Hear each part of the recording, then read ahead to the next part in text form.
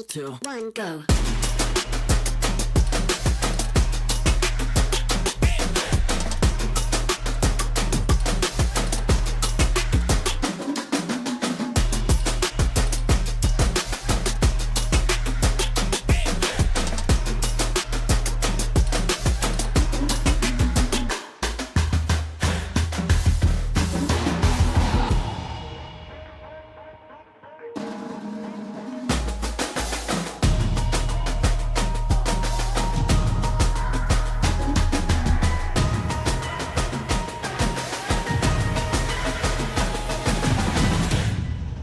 Three, two, one, go.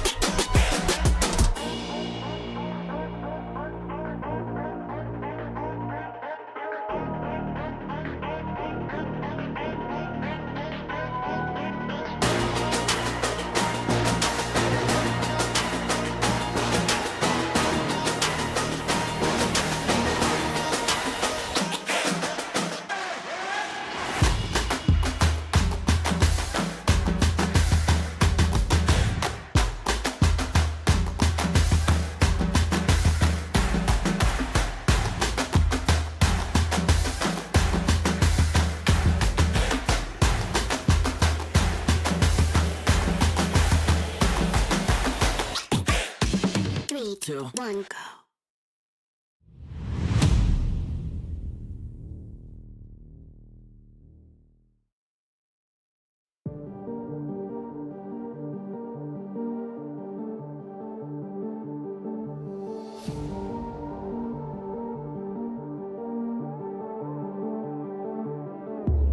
Come into my world if you wanna see some action. Enter my zone, shut down the competition.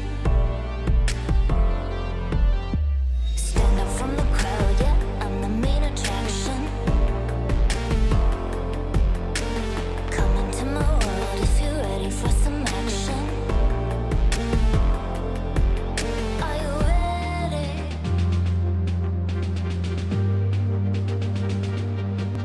Are you ready?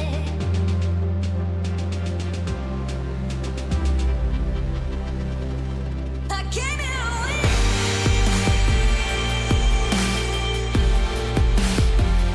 I'll never give in.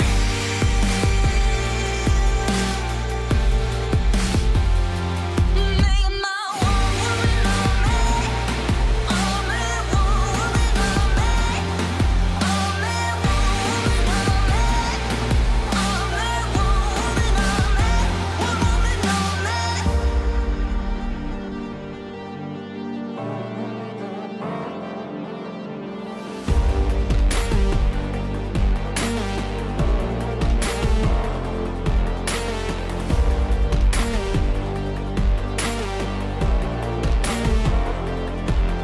Are you ready?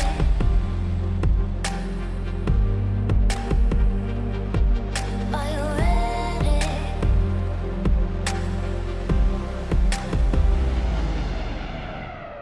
I came here to win.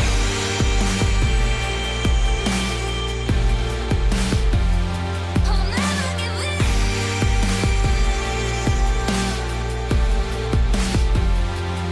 Making my one woman on me. Only one woman on me. Only one woman on me. Only one woman on me. One woman on me.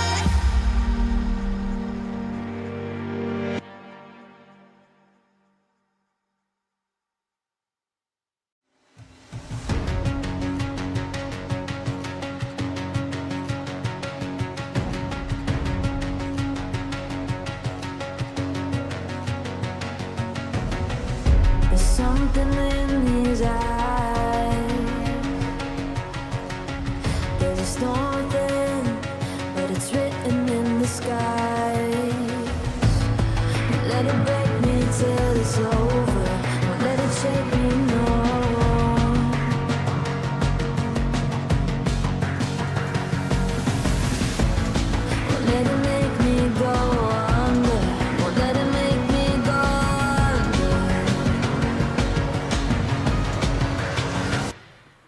So now it's time to fly. Nothing's gonna stop me now. Nothing's gonna stop me now. Nothing's gonna stop me now.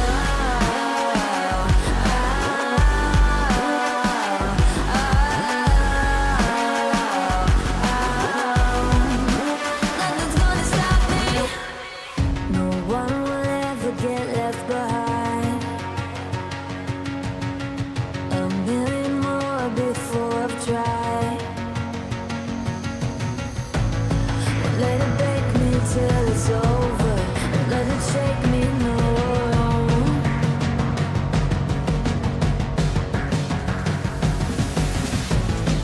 Let it make me go under. Let it make me go under. So now it's time to fly. So now it's time to fly. Nothing's gonna stop me now. Nothing's gonna stop me now. Nothing's gonna stop me now. Nothing's gonna stop me now. Nothing's gonna stop me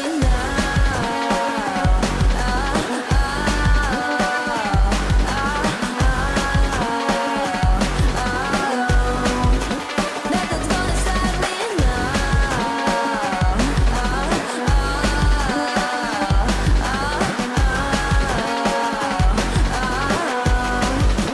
Nothing's gonna stop me now.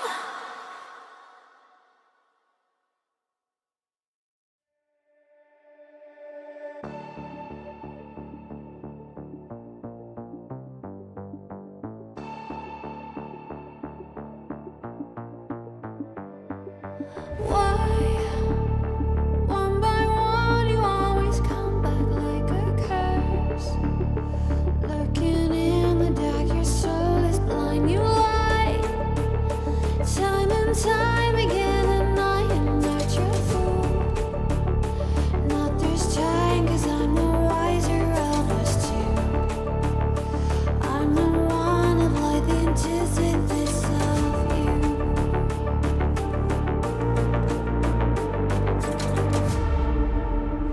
If you shoot, I'll take you. If you run, I'll chase you. If you scream, I'll whisper. La-di-da-di-da-da-da. This is all you ever wanted. Take it all, you deserve it. This is how we're gonna end it. La-di-da-di-da-da.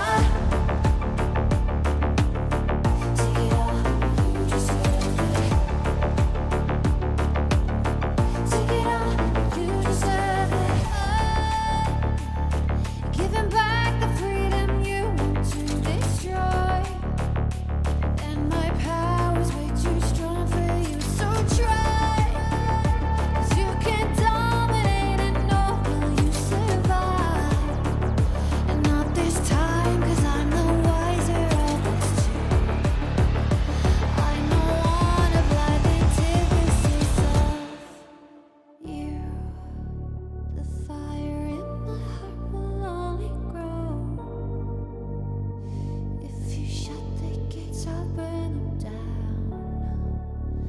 I am 1,000 steps ahead of you. You'll see soon.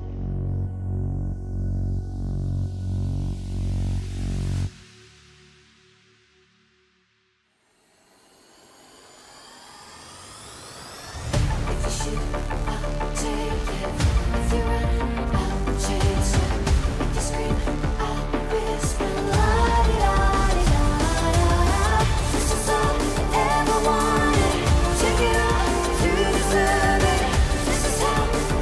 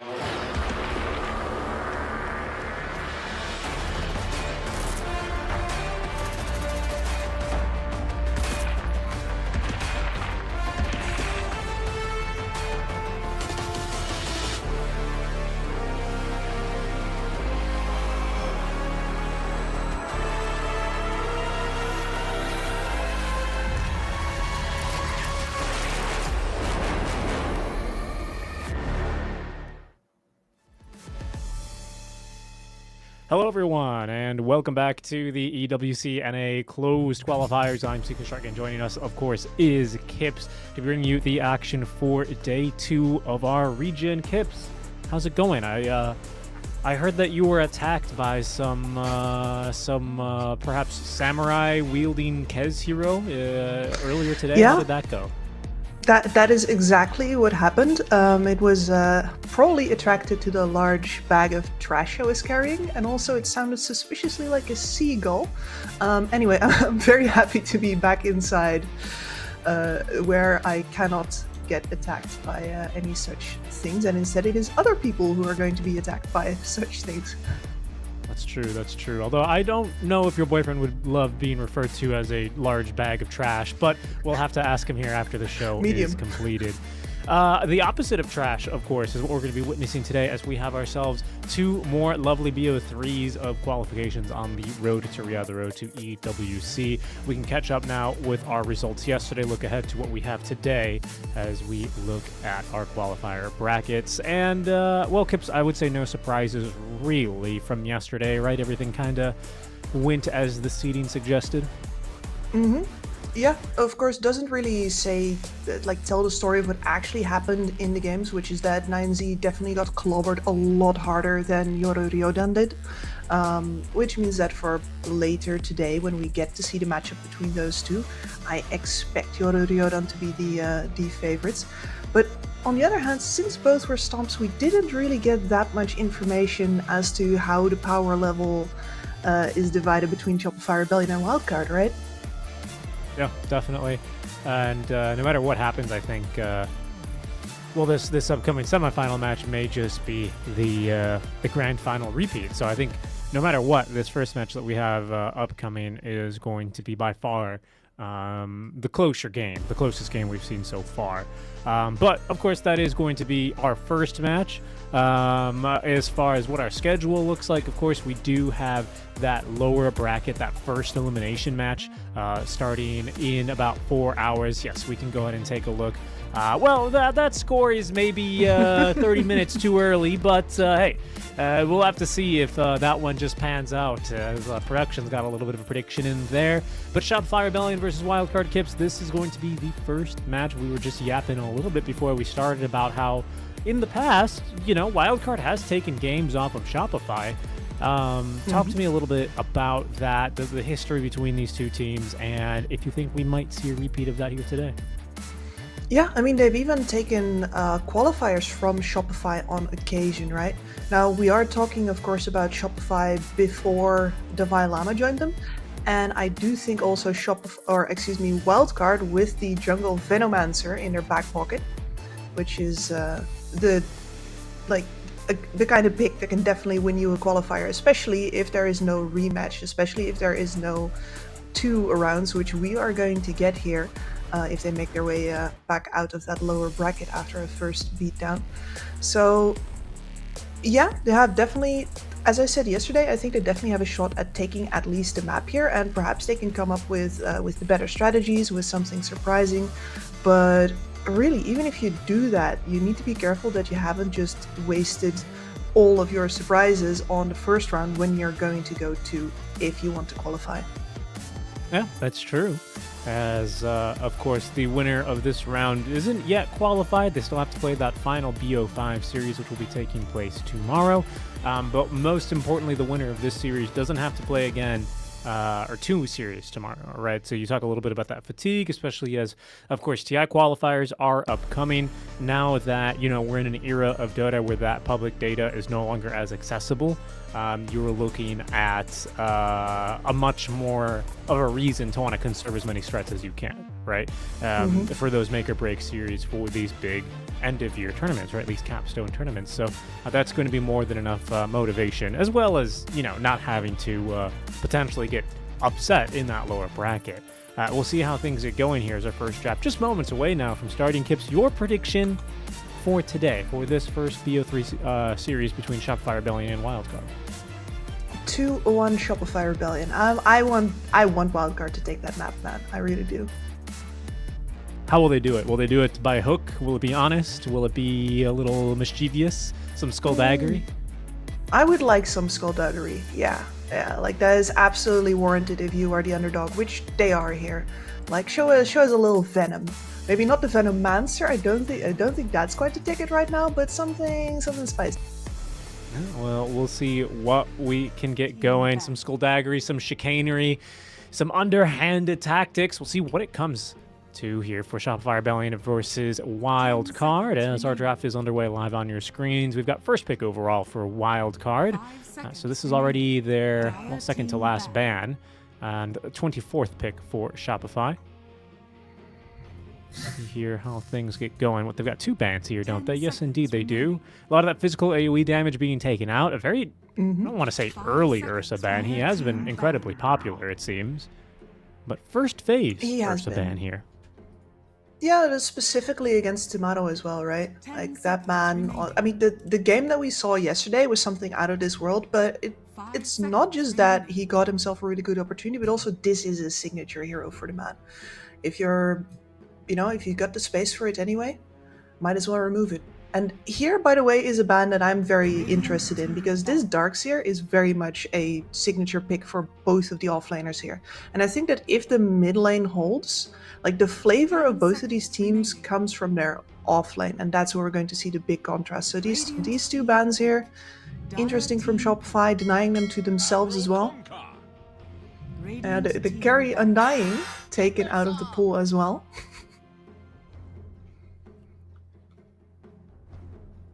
Yeah, that Undying, we saw a little bit of that yesterday, right? Maybe we'll get to see that experimented and played with just a bit more. But yeah, I mean, good point. That Ursa Warrior, these kinds of carries that feels like, yeah, he's going to go and farm that Battle Fury a little bit, but he still can show up to fights early and do a lot in the right kind of a matchup. And, Shopify having gotten the luxury of the Ursa ban, actually, they'll go ahead and first phase this Timbersaw into that Kunkka. So a lot of AoE damage, high damage cores on both sides, right, already. You get that utility, that tankiness built into both. Yeah, one of the bans that stands out to me as not being here right now is the Bat Rider, which absolutely ruins a Kunkka in lane.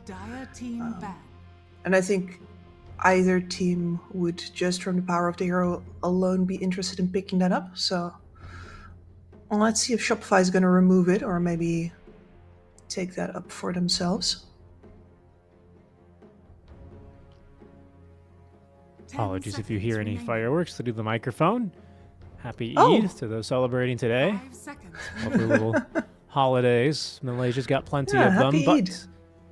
over here, rounding out the second phase of bans, that Oracle ban is something I'm seeing a lot more, especially I think from Wildcard, right? They banned it twice yesterday. Not wanting to play against this kind of a hero. I'm not really sure what the strength of this guy is, except for versus certain heroes. Part of me that rely a lot on buffs, especially in the laning stage. So I'm wondering what the purpose is. I can't imagine it's all on that Holy Locket heal amplification buff. He is the biggest winner of that buff alongside your Reign of Destiny. Like, you're just overhealing like crazy, but I'm not sure. Well, okay, and then again, Shopify Rebellion, they'll take advantage of that. Bat sneaks on through. He has been hotly contested these qualifiers, hasn't he? Yeah, absolutely, and for good reason as well. The amount of damage that you get out of this guy, the fact that there's several lanes he absolutely demolishes, and then on top of that, his itemization is actually still really flexible. You can lean into the DPS early, go the Witchblade fast, or you can build him very much like a classic Bat Rider. Blink Dagger, 4-staff, BKB, get the ganks going, and then move into the DPS later if you still get the game for that. It really all depends on what you want. I wonder what wild card now we'll go with in response. Okay, Dark Willow. So just to support. Can be difficult for the Timber to play into. Same thing with his Bat, that kind of area denial. Yeah, and the Kunkka delivers that as well. Like, the amount of control that Wildcard have for the teams right now, not in sense of like, all the point-and-click stunts, but more in sense of like, hey, this is our place, we fight here. Yeah, looking really good.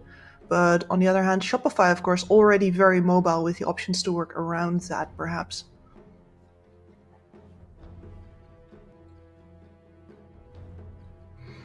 I'm really intrigued by this Death Prophet ban. She's coming back up a little bit again. I think especially in the offlane. Not with Morning Ritual, which is the part that really baffles me. But I wonder if that ban has something to do with things that Shopify knows that we don't. Yeah, it could just be that sustain through these tanky heroes. The silence is super annoying as well against these kinds of guys that tend to just run at you. Not sure. Wildcard will move into the Tinker. Yesterday, this was a support for them, right? As I recall. 5 seconds remaining. Yeah, in a very twist and turn match where I think it might have been intended to be a core for a while, but they just got an opportunity at an absolutely perfect pocket pick. So yeah, then you just pivot that guy right out of the mid lane.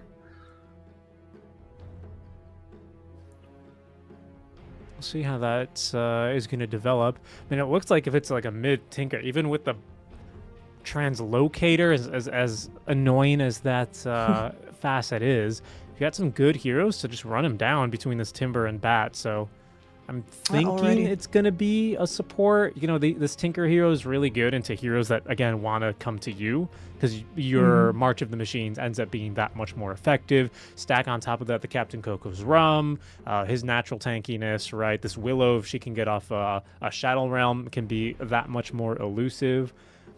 Just starting to maybe slot together some pieces here.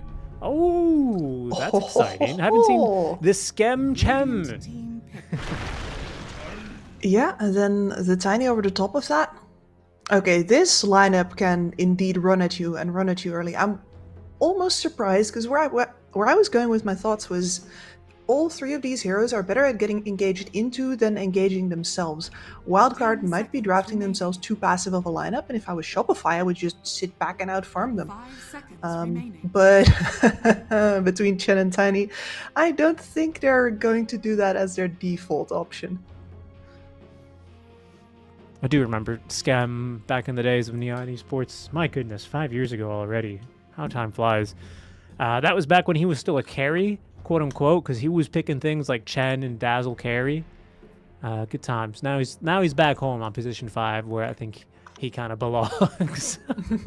No disrespect. I think he's been a phenomenal 5 so far. I'd love to see him flourish in this role, and I'm looking forward to see the Chen. Yeah, I think you've got a good point, right?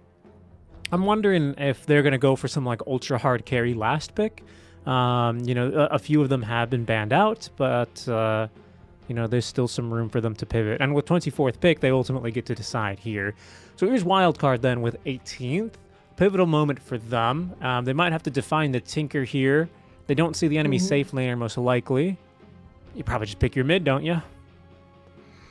Yeah, I think you do. You're looking at your options being, well, Batrider or Tiny. The Timbersaw versus other teams, you'd be like, yeah, that one can go into the mid lane as well, but the Violama would want that, I think. So we go Storm. We've seen these Storms suffer just a little bit versus the Tiny, just enough to delay the level 6, as we saw with poor RoboZ, Robot earlier. Let's see if it's going to work out that way again. RCY says no. Yep. Good puck ban. It's another like run at you hero. And I think the silence ties together a lot for Shopify as far as like how their run at you lineup wants to work. Good control. Yeah, that Roots being pretty killer against the Storm Spirit. What else do we expect? Maybe an Ember ban. 5 seconds remaining. Ember would be nice because I feel like you're looking for some like casual poke, some way to just kind of not engage really super like that. hard. Yeah. And it's a signature of a signature for Yopaj. You say Yopaj, I say Ember Spirit. That's how it works. So I would be surprised if we get to see it, because if we know that, then Wildcard knows that a double, triple, 4 times. Last ban then for are the Shopify. Alternatives. Wait, okay, so if Wildcard are banning carries, then what? They're just thinking... Sorry, they're banning mids. They're thinking this could be a tiny carry, I presume? Mm-hmm. Shopify also with a few different bans, that Gyro and Axe ban. Yeah. Working with the flexibility of the opposing lineup here, and they ban out the Lifestealer instead. Okay. Kunkka Well, off? Yeah, Kunkka off. No, as soon as that Batrider comes up, you don't put him in a core position, or like the first 2 core positions anymore, where the Batrider is going to be your primary lane opponent. Possibly, but on the offlane, it's gotta have to be a support Batrider, which makes it significantly more manageable, and that means we get a Weaver. This bug I haven't seen in a while. Kind of like it, though. The lockdown's fairly...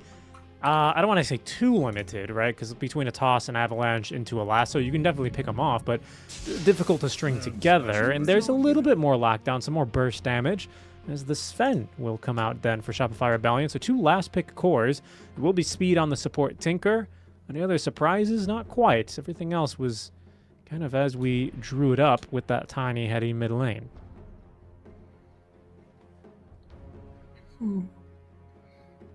Yeah, and the lack of like direct lockdown from Shopify Rebellion definitely stood out to me already. It's one of the reasons why they already feel good about picking that Storm Spirit, right? So this Weaver here too, yeah, looking pretty good. Getting extra AoE physical damage to lay into the bugs, for example, from that Kunkka is going to be a really nice combination for them. And it's going to allow them to play a pretty good in-out-in on their team fights here as well. They cannot really stand though. Maybe before that Sven comes out, you're like, well, we have a Kunkka, we have the Rum, we can, if we have good position on the high ground somewhere, we can maybe hold that. But unless the Sven is severely out of position, I don't think you can hold hands too much and stand still in this game as wildcard. You're gonna have to be on the move. Yeah, and I'm kind of curious, like this support duo with a Storm Spirit. I don't know if I totally am digging it. It feels like this Storm has got a pretty hefty job to do a whole lot early until the Weaver is confident enough, maybe with one defensive item or enough damage, so that he can just go with the Storm, right? I think the Storm's got a little bit of an awkward early game. So I'm curious to see how RCY is going to navigate his role here, how he positions himself, and how the supports, especially for Wildcard, will be able to kind of do the 3-on-3, as Winter likes to call it. Because it does seem a little awkward compared to, like, you know, this Chen, Tiny, and Batrider. Also a little bit awkward, right? But there's at least a little bit of synergy there and some tower push early. Yeah, and there's multiple heroes who can go in. Storm Spirit and the Spirits heroes in general always feel very awkward when they're the only one who has to go in. Most of them are not initiators. People mistake them for that because they're mobile and because when they're balling out of control, when they're taking risks, they can start fights and finish them on their own. But ultimately, a Storm would much rather be second into the fight. After he sees where the supports are, that's where he's happiest. That's the threat, and that's the food as well. And in this game, who is going to give him that vision? Well, as you said, might be the Weaver, but that would require some significant, like, playstyle sacrifices from Yamsen. You're not going to be much of a carry if you're going to risk that early, not at least unless you get very lucky. Or unless you're really very good, of course. No big surprises here either on the facets, as we can see.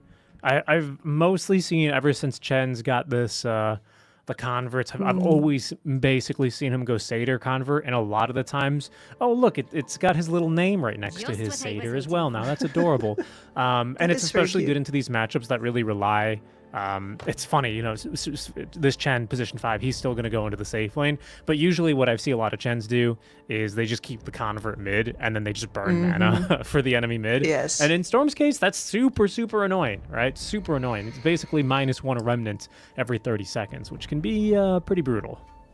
Yep, it absolutely adds up. It's incredibly annoying. I was thinking like, oh, but we got the Marsh mages now. Maybe we're going to see the Marsh mage. And then I thought about it like, of course not. What's a Marsh mage gonna do that's better than standing in the mid lane burning mana? Nothing. What's he do? He gives the magic shield, right? Is that the one you get? he Or gives you the get shield. the little Ravager? I think it's the shield first and the Yeah. Ravage for the second one.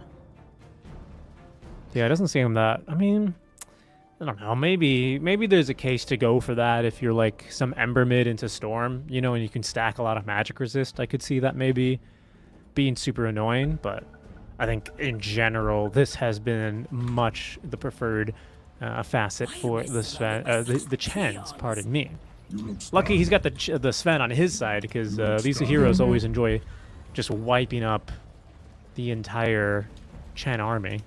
30 seconds to Oh, you have multiple units. That's nice. It's more to cleave off of. Yeah, certainly. There you go. Little smoke on smoke action. Big Nami will break his smoke. Runs right into Hellscream, who's going to use that Flame Break level 1. Yamato trying to close the gap for a Storm Hammer. Will not be able to actually get him in rage, as that's going to be that first point forced in the Shadow Realm.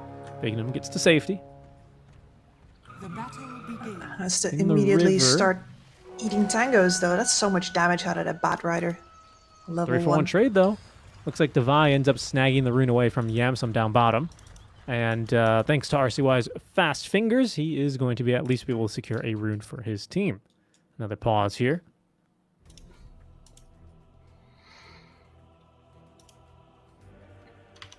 Just a brief one, though. Okay, so what's going to be our fun lane? Maybe this Weaver lane will be a little bit more interesting to watch. The Chen as well, seeing what he builds into and how he uses these converts. Skem's actually sending this convert top lane for now. I was kind of expecting him to be mid. Yeah, very much same. but instead aiming to burn some mana off of that Willow. No Shadow Realms for you.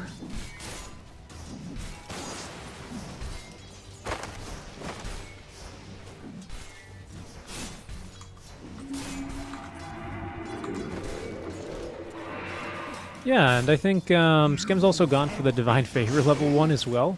Back when Chen was a little bit more simpler to play, and this was just simply an aura without an active, a lot of Chens would start off with a lot of regen, like this Ring of Regen, sometimes even a full headdress, and in some cases, if you were a gamer, either an Orb of Venom or a Blightstone, and you would just right-click your enemies while you have far too much HP regen. He's kind of doing the same here. You can see this Chen 5.5 HP regen. Yes, only 1 armor, but obviously he's out-trading the Willow very, very hard. So that's going to be something there. As we can see, the Tinker doing a decent job trying to prevent the wave cut, but ultimately he's a Tinker. Not much he can do. Yeah, best you can do is be annoying, trade as much as possible, run interference. And then your Weaver, well, not quite successful in getting the entirety of the wave back. Gives himself the Stormcrafter up here, and yep, immediately puts that to work. And that's where the pain begins. It's like the perfect first camp. It's that one or the Ghost you generally are looking for, but against a ranged hero, I think you would definitely want this Stormcrafter. Very cool. Yep. I mean, I'm very glad that those don't nearly have the mana pool anymore that they used to. Yeah, they used to be pretty silly. Still got a lot of mana regen, though, enough to keep spamming out fairly effectively, but yeah, it's a lane that Yamato is able to get his CS in here pretty comfortably. Same can be said of Fade, however. We've seen him have some pretty impactful performances as well. I'm putting a lot of pressure mostly onto Bignum at the moment. How's the bottom lane going? I get a little bit tunnel visioned on the heroes that I particularly like to watch. What's happening down here? Honestly, not too much. The Vailama is over the hump as far as Timber Saws go. He's reached level 3. He's got enough damage to tell most people to immediately back off with the 2 points into the Whirling Death, and then just the security of 1 reactive armor. Saying like, look at that, Yamsen gets too close immediately. Half health. Yep. Yeah, Hellscream, as we tend to see with these Timber Saws, right? Giving them as much room as possible to get that solo experience in the lane. So Devi's got a very comfortable level 3. Hellscream just at 2. Not too bad, but so much damage. And also getting a lesson in why he also does not necessarily want to be in slapping distance, because man, that is a lot of damage. Yeah, definitely.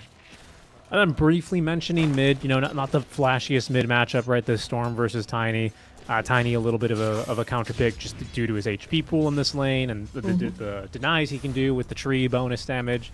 I think this lane will heat up a little bit as we look towards like the 5.5 minute mark ahead of those power runes spawning in. But a small lead here for the Storm, but nothing too crazy.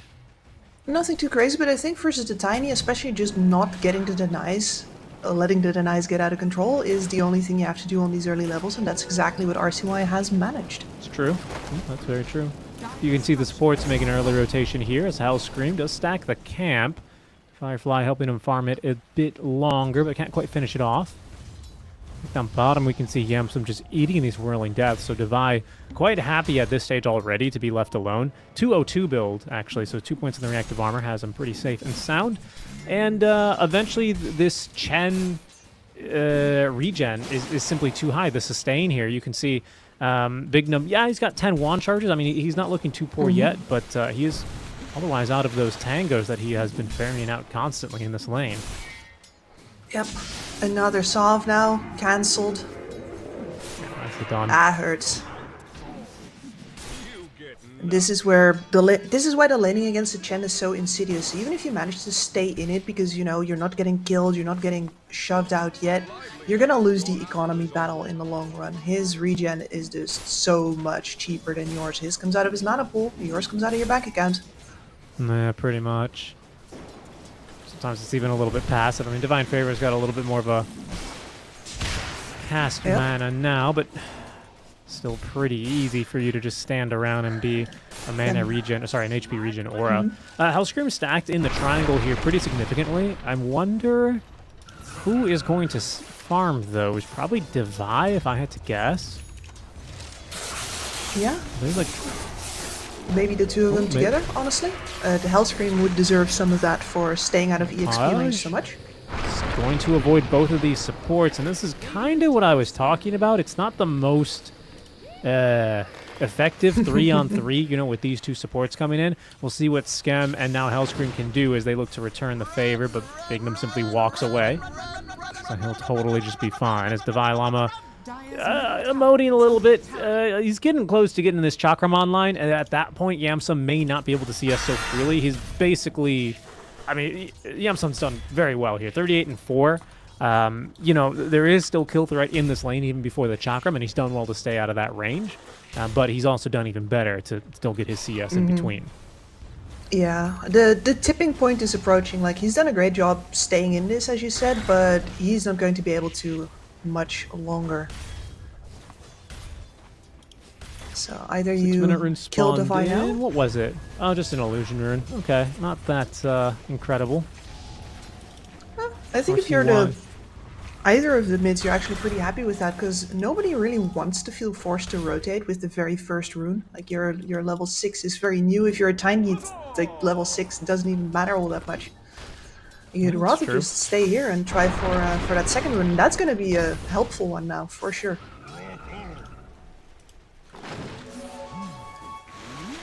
Wisdom Shrines will go uncontested.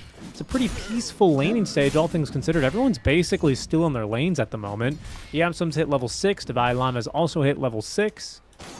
So down here, it's, just wave cutting shenanigan times by Devi. Really up to RCY to rotate if he wants to try and find a kill there. But again, this is quite a tanky Timbersaw here at the moment. And he finds just a little bit of a stack as a bonus. Some poor support getting their efficiency leveraged against them. Dire's middle tower is under attack. Yopaj is actually going to be nobody- the one to farm the medium camp in the triangle, so that's going to give him a little bit of a buff towards his phase boots. Very nice.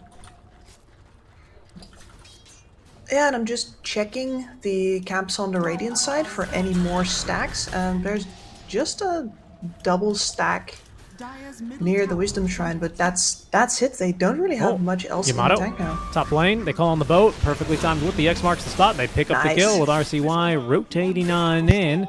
They will get involved. Down bottom, well, there's two heroes here showing for wildcard, so there's really no chance for them to make much of a move at all, as Yamato's just going to drop a tip onto FaZe. I wasn't really sure what was happening there. Yamato just kind of popped the ult to continue farming a little bit faster, and they decided that was the time they wanted to fight him. Easy kill, easy life. Yeah, and that works out really well. He's gonna respawn without it now. That's a lot of minus efficiency. You can see Devi continuing to chase down Yamsum. It's just not really that easy of a kill, is it, with all that mobility on level 3 But Shikuchi? speed? No? It dodges both of them. Okay. Yeah, must have been out of vision. Skem, he's bringing the army on through the Twin Gate. As it's going to be a 4-man siege down bottom. Yamsum seeing a few more heroes than I think he would like to, as Yamato drops another tip here onto Faye. Didn't quite see why. Must have been him. Not really sure why. Must have been a misspell or something. Dire's middle I mean, this is once again a strategic win for a wildcard, though. Like, you're not happy to let this tower go, but on the other hand, it is going to happen. And because you kept the Tinker down there for so long, Devi couldn't take it solo. Another core needed to come in, the Chen needed to rotate. That's all resources away from other parts of the map. And look at that mid tower. That's Yeah, taking exactly. a lot of damage. It might just be going down here. Nice flame break. Nicks all three heroes here in the mid lane, but there is not going to be a defensive move for Shopify at the moment, so RCY will take down that tier 1 tower. is under attack.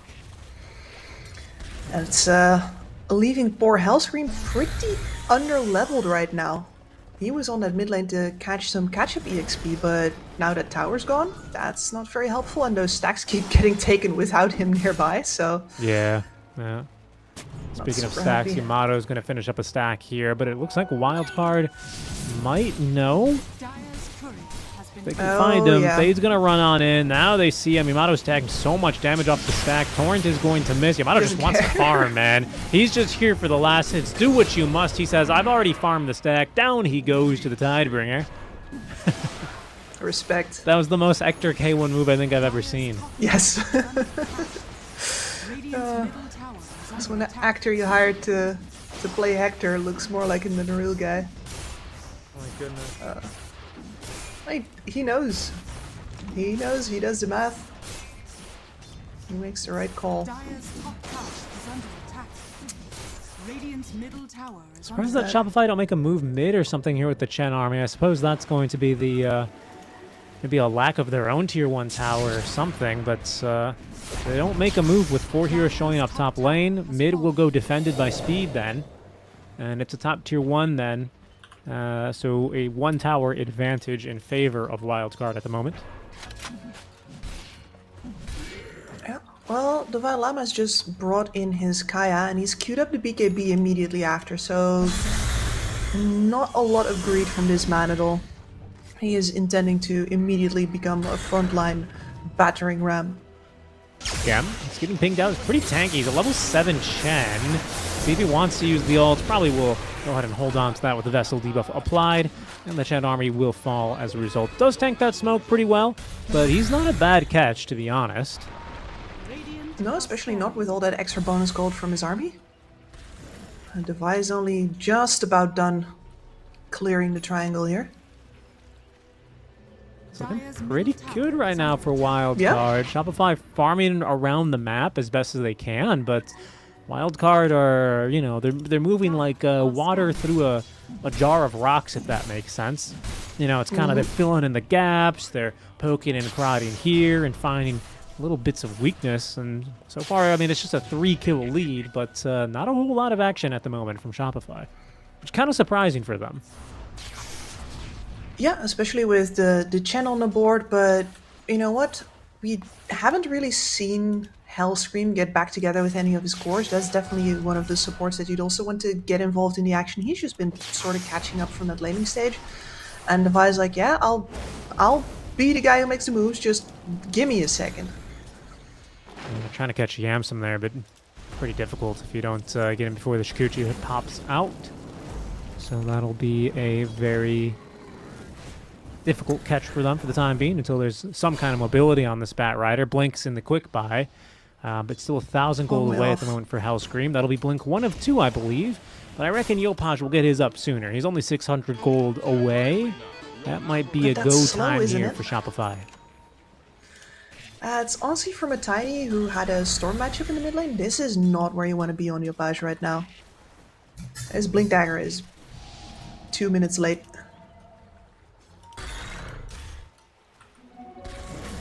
And yeah, Goodbye, if- like you said, straight into the BKB after, so we're expecting some moves to be made. What is Skem built in the meantime? Drums is the same mechanism. I'm not sure what this headdress is for.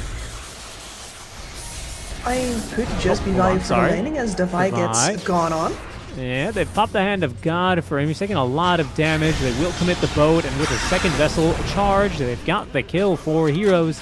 Simply running at lanes, and it works out again here for Wildcard. Radiant's middle tower is under attack. Yep. The painful thing is that they don't really get to do anything off of the back of this information on Shopify Rebellion. It's like, okay, cool, we saw their entire team, they've spent the boat, they've spent everything, and we can't do anything with that except continue on farming, because that Blink Dagger on Yopaj is still not here. Echo Saber ready to go on Timato, so that's going to be a little farm update for him. Like you said, that Blink is still... Okay, now it's been purchased by Yopaj. He's got an amplified damage rune actually in the bottle. Another minute before that self-activates. Hellscream's back in the fountain, regenerating mana. This could be an opportunity for them to try and string together their first kill of the game. Open up a little bit more map pressure, have Chen bring in the boys, get a tower. Then you start cooking. They just need one. They just need one. Yeah, all you need is an opening kill. All you need is a numbers advantage, but Wildcards had their number on these rotations so far, and Shopify looks content to farm for now. Like, even now, we had the Blink Dagger purchase, but the first smoke after that is from Wildcard themselves. Well, they're going to go through the gate and try and time this rotation onto Tomato, who they scouted on that ward there on the dry spot of the river. They still see him farming in the camp. Big ol' zip from RCY will actually catch Tomato. Fade in range, just barely here for the X-Mark boat, and the Torrent perfectly placed with the Vessel debuff. Ooh, Yopaj, he'll throw in an Avalanche, but he's not going to be able to find a toss back. That's the Amplified Damager and automatically activating. Hero is now maybe trying to rotate around. Scam bringing in the boys. Who is going to be a viable target here, though? Yopaj decides it's going to be now onto Fade. He's got no boat. That's a decent terrorize, but Fade's still alive. There's a lasso onto Speed. Everyone's kind of spread around a little bit. Divide, not sure who he wants to really go on at the moment. Decides it's going to be the kill onto Fade. He will drop. A 1-for-1 trade then so far, but it leaves Speed in a little bit of an awkward position. Scam throws the blood grenade, which will tag Speed, gets caught and killed as Yopaj jumps on it. No, actually kill goes to Scam. RCY able to get another zip away, so it'll be a 2-for-1 trade. Third death, though, for Tomato. It's painful. You want your Sven to be at the top of the net worth here, and he had a pretty big gap with the Weaver previously as well, but this Weaver has been not farming as fast, but he has been farming undisturbed, and Tomato can not say the same whatsoever. And now his Storm's got Ball Lightning level 2, 11 Galvanized stacks, 2-0-3 right now for him. He's feeling pretty good here, I reckon. As you can see, he's just blindly zipping up hills, looking for whoever he can. A little regen rune as a treat. And so we're back to farming just a little bit more now for Shopify. This BKB is going to be up in maybe even this camp here for Divine. Maybe he needs another one. Nah, he's going to need at least another one. But nearly there. And the Blink Dagger is up now for the Bat. So you have double Blink. You've got a Timber Saw who in theory is kind of unkillable. And you're going to have this mech now online for Chen. Thought that's what it was going to be. Just wanted to make sure. Now they really need to get something, though. Otherwise, I think they will just lose this game slowly. I feel exactly the same. This feels like a sort of local point of gravity. Like, okay, we've got Kit on everybody now, and we've been sacrificing time in order to get there. Skem's just sort of been sitting on his hands. Sure, he's been farming as well, but you really want this to matter now. You have this BKB, you want to get a win. And here we go. A nice smoke play. Hellscream. He's going to jump right in. The perfect target onto RCY. Can they string together the stuns and the damage? Absolutely. Yopaj got the kill. A beautiful flame break. But it was Speed out of position. Fade as well. A bit vulnerable here. Will call in the boat, but it's going to be ineffective against the BKB of Divine Llama as he continues to try and run down these heroes. A toss is going to put Hellscream actually on top of Speed. Avalanche there to try and catch out Big Num. Terrorize incoming as Speed trying to TP away. Will be successful with that. Yopaj all of a sudden finds himself completely isolated. Yamsum is now freed in this fight, but the blink in from Tomato. That's the third blink of this team as Speed, after regenerating the fountain, back in this fight with that level 2 Keen Conveyance. Yamato and the rest of Shopify will be chased off the high ground here, but it was actually a pretty good fight for them. Yeah. Not bad. They do end up losing Yopaj, which is a little bit troubling, Kips. They do, but at the same time, they're showing off that Shopify Rebellion does not have the damage to fight them currently inside of the March of the Machines. Maybe if they bring the Sven in at the same time as they bring the Tiny in, yes, but instead we're finding out that after their initial burst, they really don't have enough left in the tank to fight sustained fight there. That's a little bit more troublesome. I mean, great spellcasting and targeting on that initial. In the picture-in-picture, Skem is getting murdered here and is going to go down. Really struggling for that lack of armor, especially with the Swarm Apply. Yep, Yamson with that Mjolnir also got a really easy time taking out all of his extra converts. No, Wildcard's happy.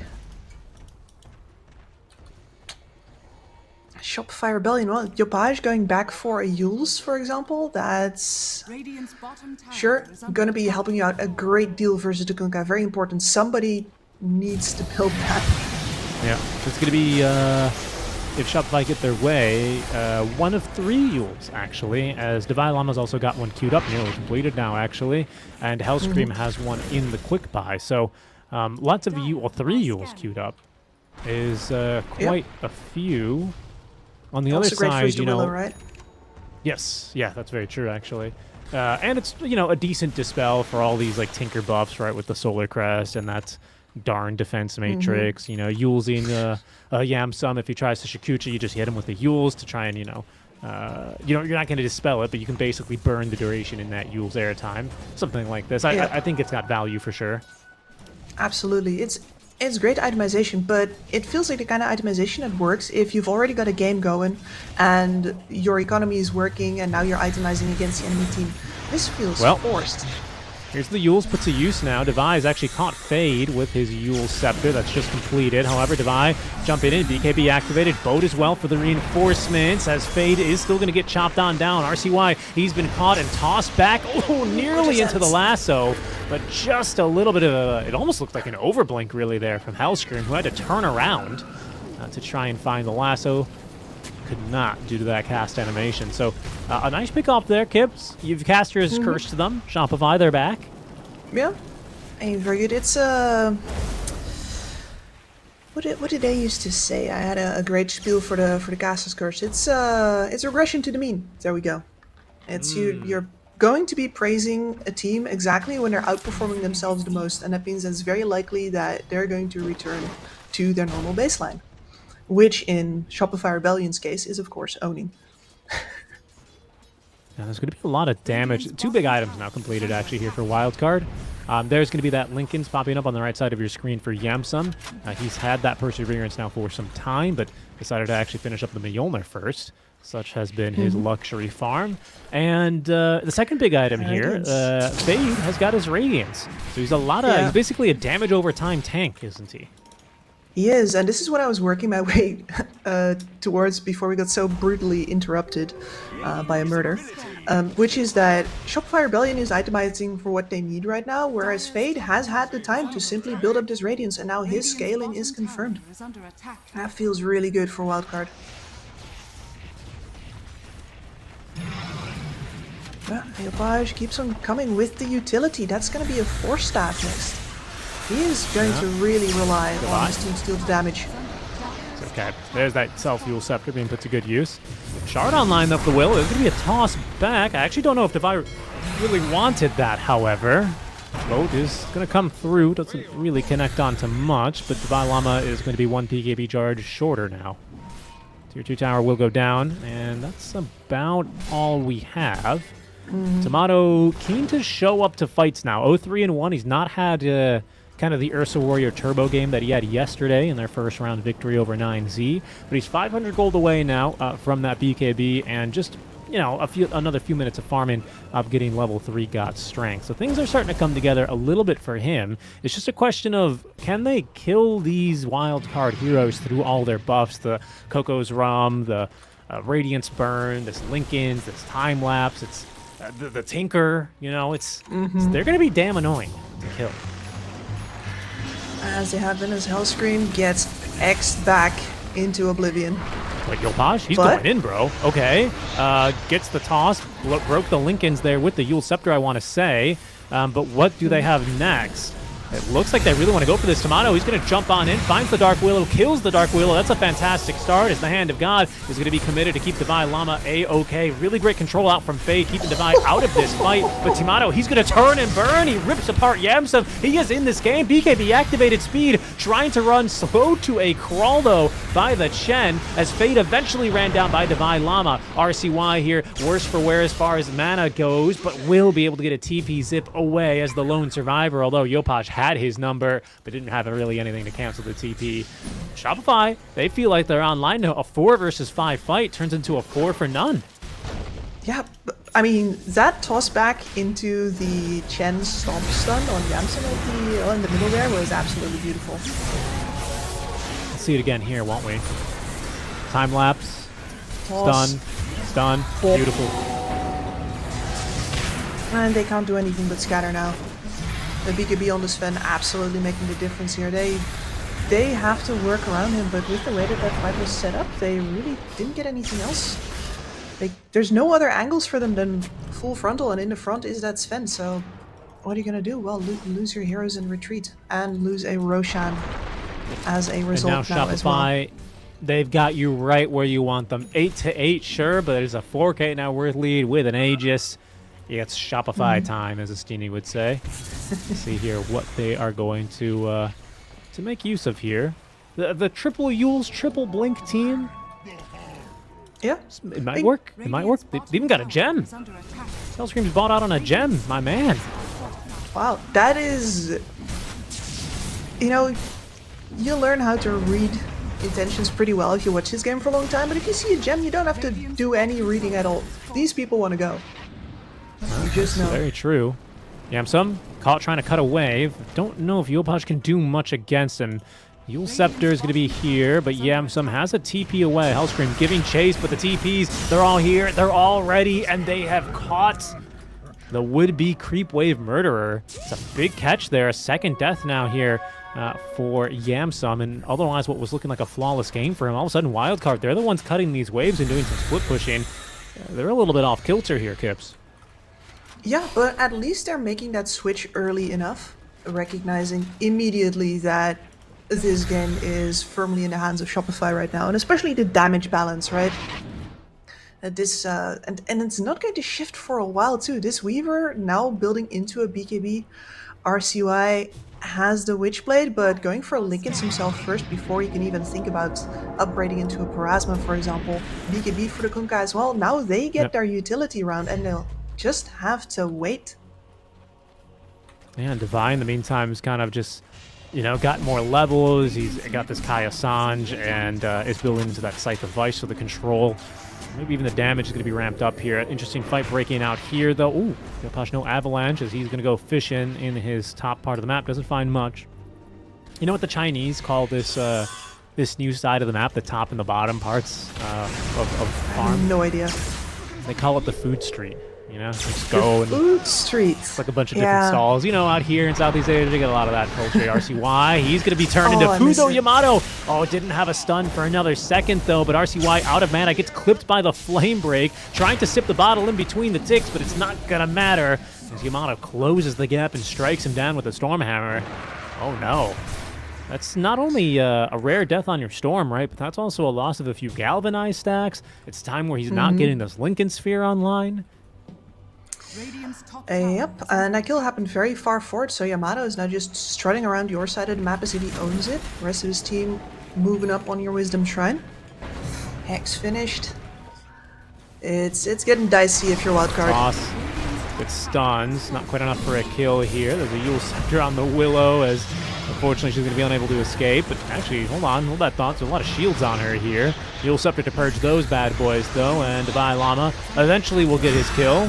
Not sure whose Yules that could have been. I think there's 4 or 5 Defensive. in the game. And there's 5 Yules in the game. Is that right? Very nice. I think so. 4. I hallucinated one. Yeah.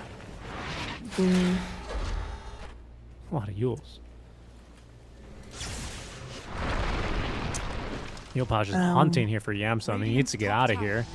And he will. I love how Yopaj has been playing this game. He's like, okay, I'm not going to be balling out of control this game. That's fine. I built the utility. I have a toss. I will just go in and deliver to my bursty fellows. And he's been doing that with gusto. He's just been hunting people. Yes, even got a 4-staff. It's the second 4-staff we've seen on a core in kind of a somewhat unique situation. Yopaj, I don't think he saw Yamsum Shikuchi away. He might have, though. I think He smells him. there's been bugs here. Oh no, wait, didn't see the camp farming. Wait, what? Okay. This is awkward. Yopaj is going to look at the replay and go, damn. Almost had him.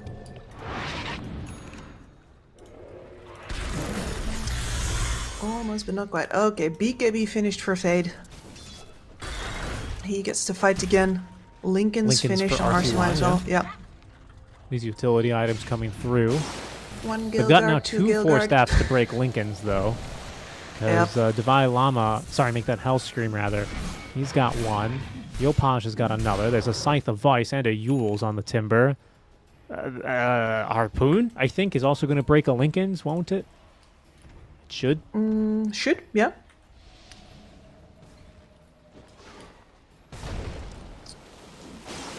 A lot of things to break Lincoln's. So that Yeah. won't be too big of a save, I have to say, for RCY. Exactly. It makes his purchase feel very fraught. Like, yeah, if you can get away with it, you'd rather have that. More all attributes, mana regeneration. But it feels risky. Shard pick up now for the Bat Rider. As they do, the Tormentor immediately move down bottom. No tier 2 tower standing here anymore. Aegis has been reclaimed. So Shopify in a bit of an awkward state where they're not going to shy away from a fight, but I don't quite think they're confident enough to just siege high ground. It's about just like parking on the enemy side of the map and seeing if Wildcard will make a move. And they will. Smoke out of the base now. Looking for something in this bottom lane. And actually, Yamato's very isolated here at the moment. He's got that river move speed, though, and is going to be able to seemingly get away. Yamato showing again in the wave. Big Num doesn't hit him with the Yule Scepter. Look at him. He's going right for Fade, but he's BKB'd up, and now the pullback. Yamato, no chance to get off the BKB. Down he goes. The Terrorize caught him off guard. Shopify the rest of them now. Let's see what they can put together without a big source of their damage. Scam in the middle of the fray here. Hand of God already used. He will be more or less focused down here eventually. He is the second to fall from his side. Divide, he's missed out actually there on that Timber Chain. RCY feeling confident jumping after this Bat Rider. A second whiff on the Timber Chain here for Divide. Doing a lot of damage actually to these heroes that are giving chase. The TP through the BKB, that will not be canceled by the X mark to the spot, and Shopify will get away, having lost just 2 of their heroes. What an awkward engagement. Shopify are curling in from the back, anticipating, I think, that entire party to be there, and then just get a little bit distracted by Speed standing right outside of his base, but he blinks out, and that's a lot of information to Wildcard, enabling them to immediately go onto Tomato, and moreover, buying a couple of extra seconds to do that with, because the rest of Wildcard just needs too long to get there. If the Steiny gets here a couple of seconds earlier, you can imagine how much different that fight could look.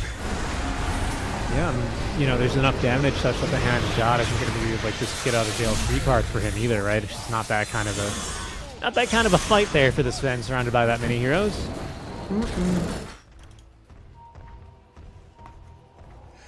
And it leaves you in such an awkward position too, because now you're 4 heroes behind the enemy squad. Honestly, the fact that they only got out with, what was it, 1 other death there? Yep, just the Pretty, scam. yeah.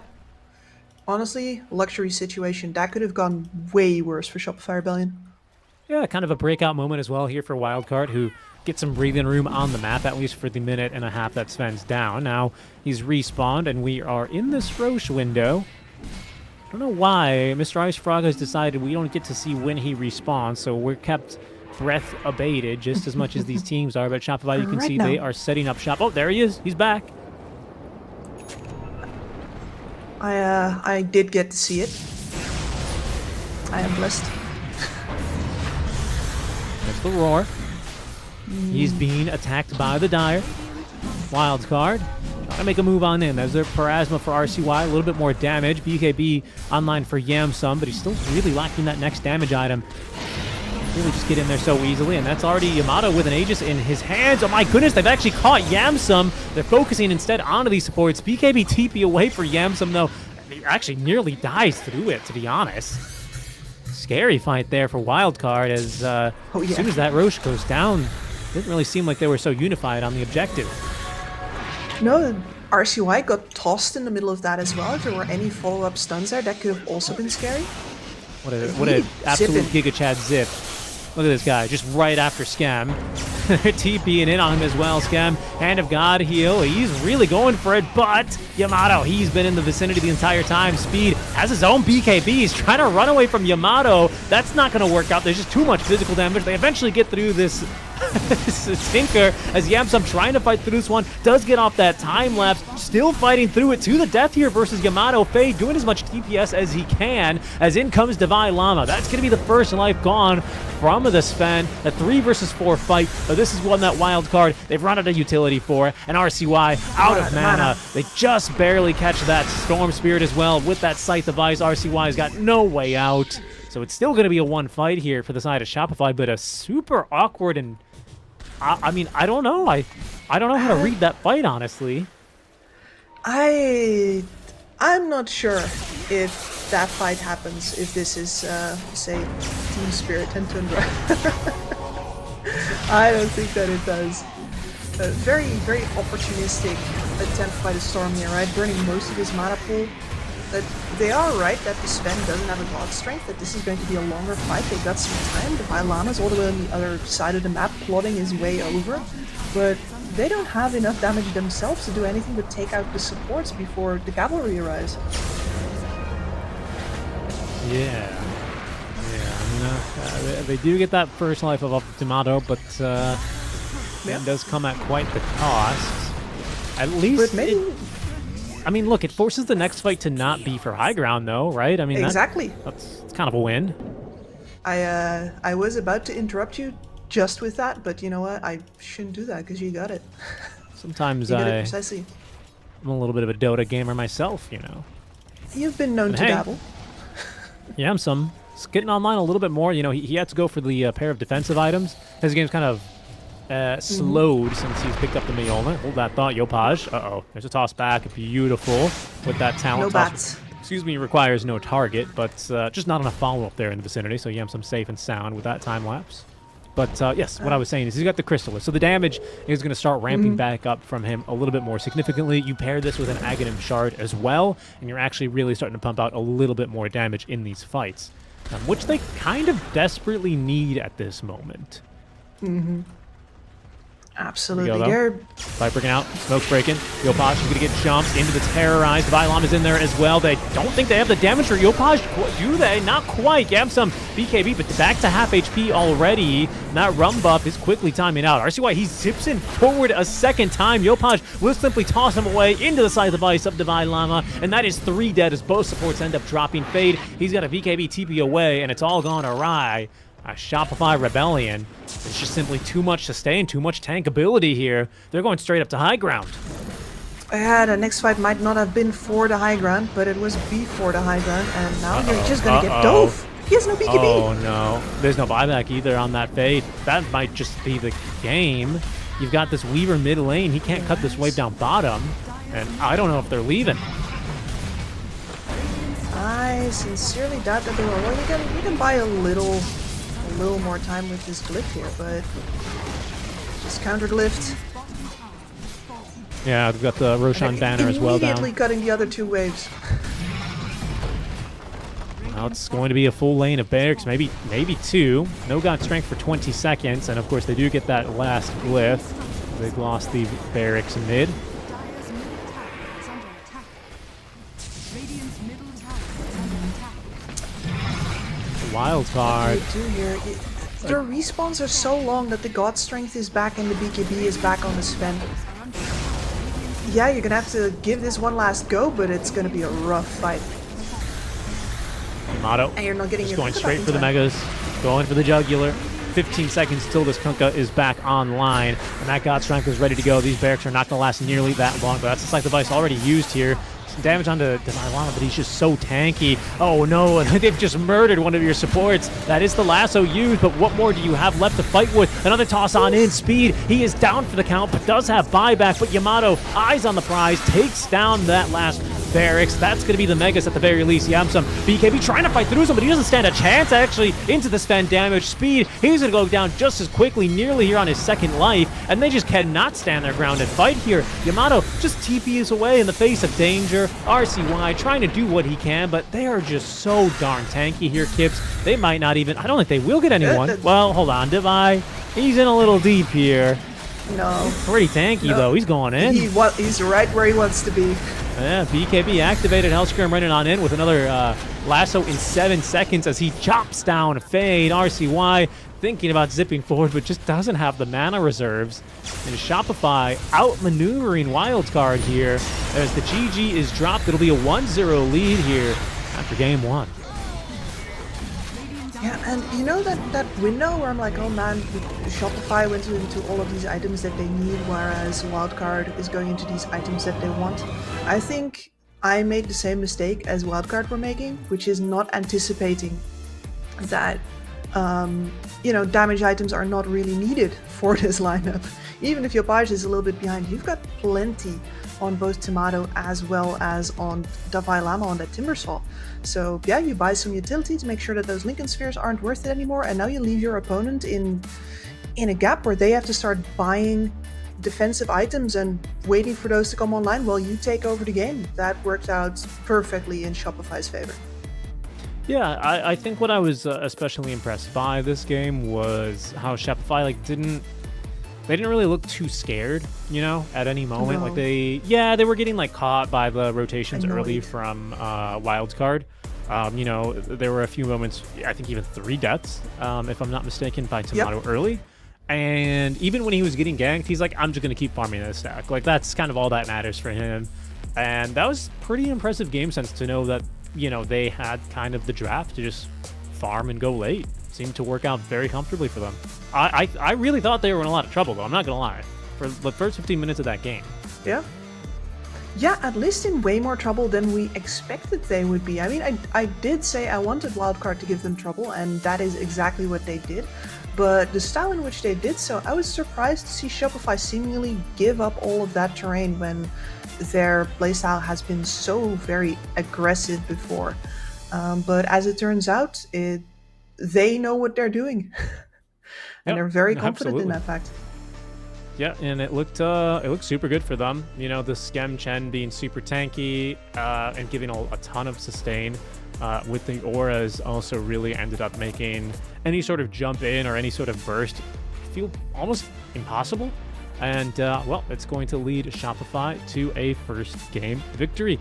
They look super good, and, we'll see if they can do it 2 games in a row, because I really do think that there are some chinks in the armor here where, with a slightly different draft, Wildcard can still give them a showing here in the game 2. That'll be for after the break, though, folks. We are going to go to a very, very quick break, but when we come back, it'll be Shopify Rebellion versus Wildcard, game number 2. We'll catch you soon.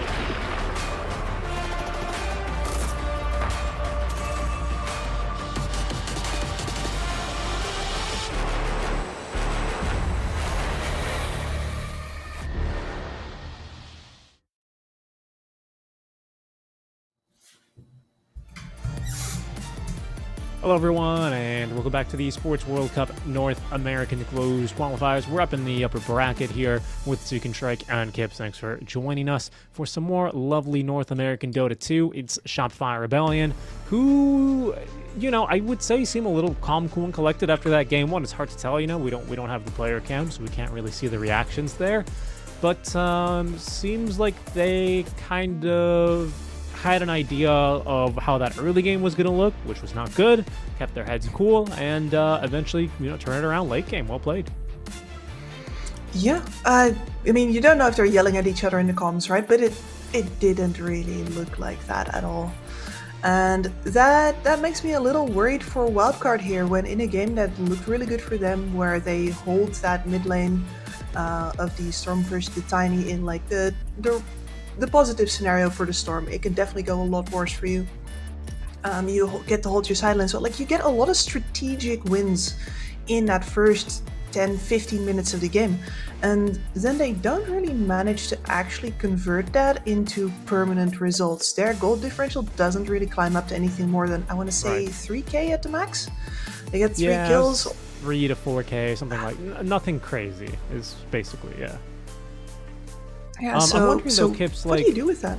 do you think if maybe there were some different supports, something that, you know, claim a little bit more map control, something that's like not a tanker maybe, or maybe some like, I don't know, some shaman. Obviously he was banned, right? But like some hero that can assist in playing with the Storm a bit earlier to maybe get one extra pick off here and there. Do you think this game looks a little different if Wildcard can get more pickoffs, or was this kind of always the writing on the walls, do you think, with that kind of draft? It's hard to choose here. I mean, I can't help but be a little nostalgic for when you could simply put the Bedlam on the Storm, because then Dark Willow just does the entire job that you wanted it to do. That's your solution right there. But instead, I think you're right. If you have another support that can be more of a threat as well, maybe more of a setup instead of a follow-up, you might be able to get some more pickoffs, really take more terrain after Shopify loses a kill here. You can get them on another one, etc. It feels still very reliant on just the Storm to do all the work, which is something that we said from the draft. Like, yeah, that might be a linchpin here. Yeah. So I also kind of feel like this Kunkka hero, how do I say this? Because he's good in early fights. Like, there's no doubt about that. Just basically off of the cleave, the control, and of course that boat and the run buff, right? But it's like if your opponents aren't really going to 5v5 in that like 12 to 25 minute, you know, kind of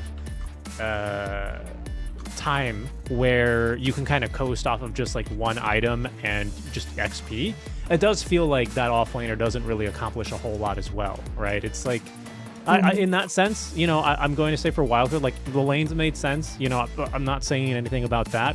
I guess I just can't stop glazing Shopify because it just, like, they reacted to it very well. They didn't get drawn into these big fights where, you know, this Kunkka's getting 2 vessel charges off. You know, he's buffing his team with the boat and all this garbage. They just kind of, they didn't go for it.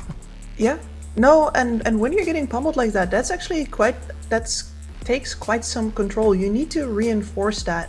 Like, maybe if you've been doing that with your team for 2 years, you don't need to be talking to each other about it anymore, but especially when your lineup is, well, the Vi Lama has not exactly been with them for that long.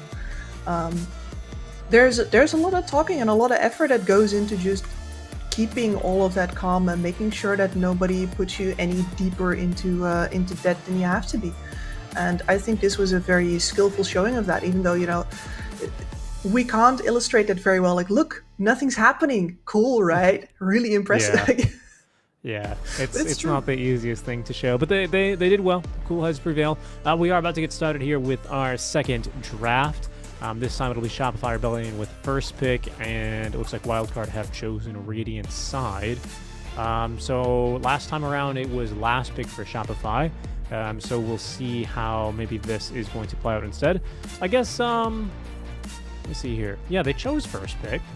So they must think what? There's usually if you choose first pick, you think that there are more than 7 really good heroes in the meta, right? Like, you can just get that first hero and build from there, generally speaking. Generally speaking, yeah. I mean, I was thinking about it more from the other side, where a lot of teams right now are preferring Radiant. So that means that in order to get that first pick, there must something that they really value there. Could also be the ability to. Yeah, no, it must be getting something through from the one less ban. It must be it. I agree with you there. The question is, Well, we'll see. what is that going to be? Yeah, exactly. We don't have to wait too long, thankfully.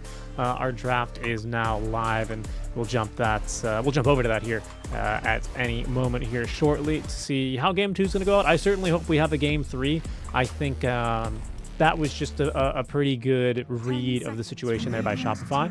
And I think if Wildcard have a little bit of a different idea or can execute on something slightly different, then they'll be even pretty evenly matched here, honestly. I didn't think that was too one-sided anywhere. It's not like Shopify ran over all 3 lanes or anything like that you may be used to seeing from them. And so, you know, let's go Shopify. Let's see what they got. Let's see what they got, indeed. And this is, look at that, Doom out again immediately, prioritized. And that Oracle, are they going to try to get the Darkseer through? Nope. Wildcard says no. Banned again, and they'll also take out Devi, a second Devi hero, I should add, maybe a third if you count the Bristle, as the Timber is going to be booted as well. So that's what, 4 offlaner bans in this first phase? Yep. And I was saying before that 5 mayhaps. I was saying this is to me a little bit of an offlaner versus offlaner situation if the mid lane holds, and the draft certainly seems to be thinking about it that way. First pick overall Kunkka, and hey, the DP is going to sneak through. She was banned in the first phase last time, Yeah. and this used to be the most absolute snoozer mid lane matchup of all time. Do you remember that? This DP Kunkka just like absolutely do yeah. nothing mid lane. Completely nothing. Yeah, it's even worse than the DPDK, because in DPDK there's at least like the who blinks first, like who's gonna leave their tower to get taken by the other guy, right? But DP Kunkka doesn't even have that. The Kunkka is just never leaving, and a Death Prophet can sit on her long fingers all day long. Pretty much. Do you think we're going to see morning ritual, or will we get to see some little Kunkkas flying around the map? Usually the little Kunkkas. Good. I think the morning ritual theoretically is the best for the offlane for sure, and depending on, of course, how much you do need that DP to tank.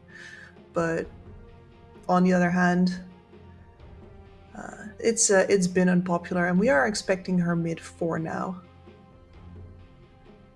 Tusk taken out. You were talking about do something supports.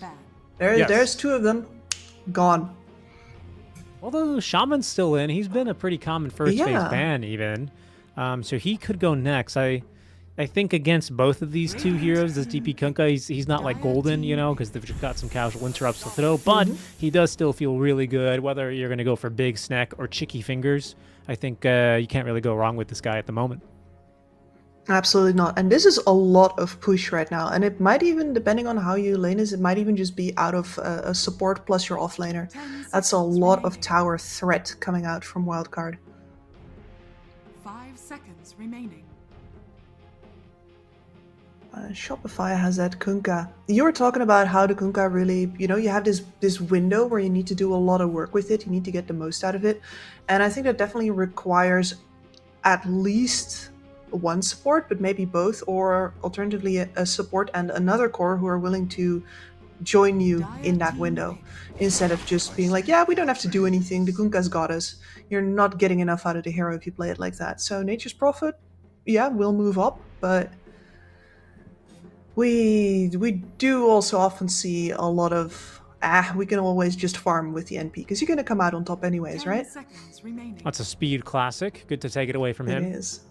You never 5 want to give that to him. seconds He got one game of it yesterday, if I'm not mistaken, and he was like the 4th most farmed hero by like 20 minutes or something. It was a little out of control. Yeah, I was keeping track of the enemy mid laner's attempt to stay above him in net worth, I believe. Radiant team Rough times. Oh, Rubik. do like a Rubik into this Shaman. really great spells Yeah. to steal. And what always sucks about Shaman is that Snake is really easy to steal because the rest of your spells on Shaman are all unit target. So if you just throw down a Snake, high chance Rubik can just yoink that away from you. 10 seconds remaining. Yep, and it's also a block pick, right? Because that is also the Bingham special. Bingham very 5 much prepared seconds to remaining. pick that into absolutely nothing to steal. And now instead, you've taken 2 of their specialties out of their hands. A wildcard is going to have to look elsewhere for their second support. I think with Shaman, you cover a lot of bases. You've got like your lockdown, you've got like an interrupt / setup on that Hex, and even a break if you can farm up to the Talons, although it's not really the most reliable one in the world. Maybe you'd be looking for a little bit of a damage support. Ace band out. Let's see. What else do we know from this draft? Likely you see the off lane, right? Some Kunkka NP, I guess. More likely. So you can pick 5. I don't know if you want to pick a carry here, though. So they'll pick a 5. It is the Warlock. I would not have guessed for that one, but that's some terrifying AoE damage now between him and the Death Prophet. Oof. And some really nice spells to steal from Rubik overall. Oh, yeah. Tons of Yeah. spells. No shortage. Okay. So what? I guess you just have to kind of sack your offlaner and blind pick him here a bit, don't you? Ideally something that... Well, I guess it could be DP. Dire team pick. Could absolutely still be Oh. DP. Yeah. Okay. What's the idea here? It's just good into Kunkka, I suppose? Yeah, good into Kunkka, block pick. You are going to be building Battle Fury, so you are an automatic Quelling Blade holder against that true. Nature's Prophet. Not necessarily as intimidated by loss of base damage against a Rubik either, because it's really all about the stacking clause. Not a pretty good pick here, and you know, they could shift that Kunkka to the mid lane, for example, give it to Yapaj, but I've honestly always felt that's a little bit of a waste of a player. Like, I want to see Yapaj on something that makes moves, and the Kunkka is very limited in that regard. That's true. There's like a little bit of flashy potential with that shard out, but as far as like other mid laners offer, I think that's a very true statement generally. What looks good here? I see Shaman, I see Warlock, I see an NP. I love some kind of hero that can jump in and be joined by the NP to reach these kind of more vulnerable supports. Storm, Ember come to mind. Some Pangolier, honestly, is not that bad looking at the moment. Yeah, Pango has been oddly unmentioned so far. Not the worst, it's very hard for anybody to touch him. Okay, instead they'll 18th the Terror Blade, which I imagine is going to be the carry here. High armor versus the physical damage output of this Ursa Warrior. Yeah. So's a good capability of keeping up in the farm with him. You're not like supremely stoked about the rest of this lineup here. They're pretty good at clearing through your extra copies. So then I wonder what is the idea here for Shopify, because they will kind of 23, presumably into a Death Prophet mid, which means an offlaner is coming last. So what are you looking to get rid of here? They keep getting rid of that Kunkka quite a bit. Guess that makes sense. That The lockdown axe, you through mean? BKB. Oh, the axe, yes, sorry. I don't know Yeah. why I've said Kunkka. Thank you for that. I don't know either. But the other Fade hero that's got lockdown through BKB is the LC, who has a history true. of doing well versus the Illus of the TB as well. And Beastmaster ban out from Wildcard, though, they're not buying that this Kunkka is necessarily an offlaner either. That's This true. It still offlane could be pool is gonna a be- carry, right? Well, I guess a mid. Yeah, admit it, you could still move that Nature's Prophet basically anywhere you want to. Hell, you could technically still do that for the Rubik, but I don't think that's the timeline we're living in currently. I'm actually kind of surprised that Wildcard moved to ban out the Brewmaster. It kind of looked like a pretty decent pick for themselves. I'm not sure if that's a Fate hero necessarily. He is a little bit of a specialist hero. Yeah, seen. I believe we've even seen Fade play that yesterday. Yeah, I know someone played it recently. He's comfortable for sure. So Willing to put money on it.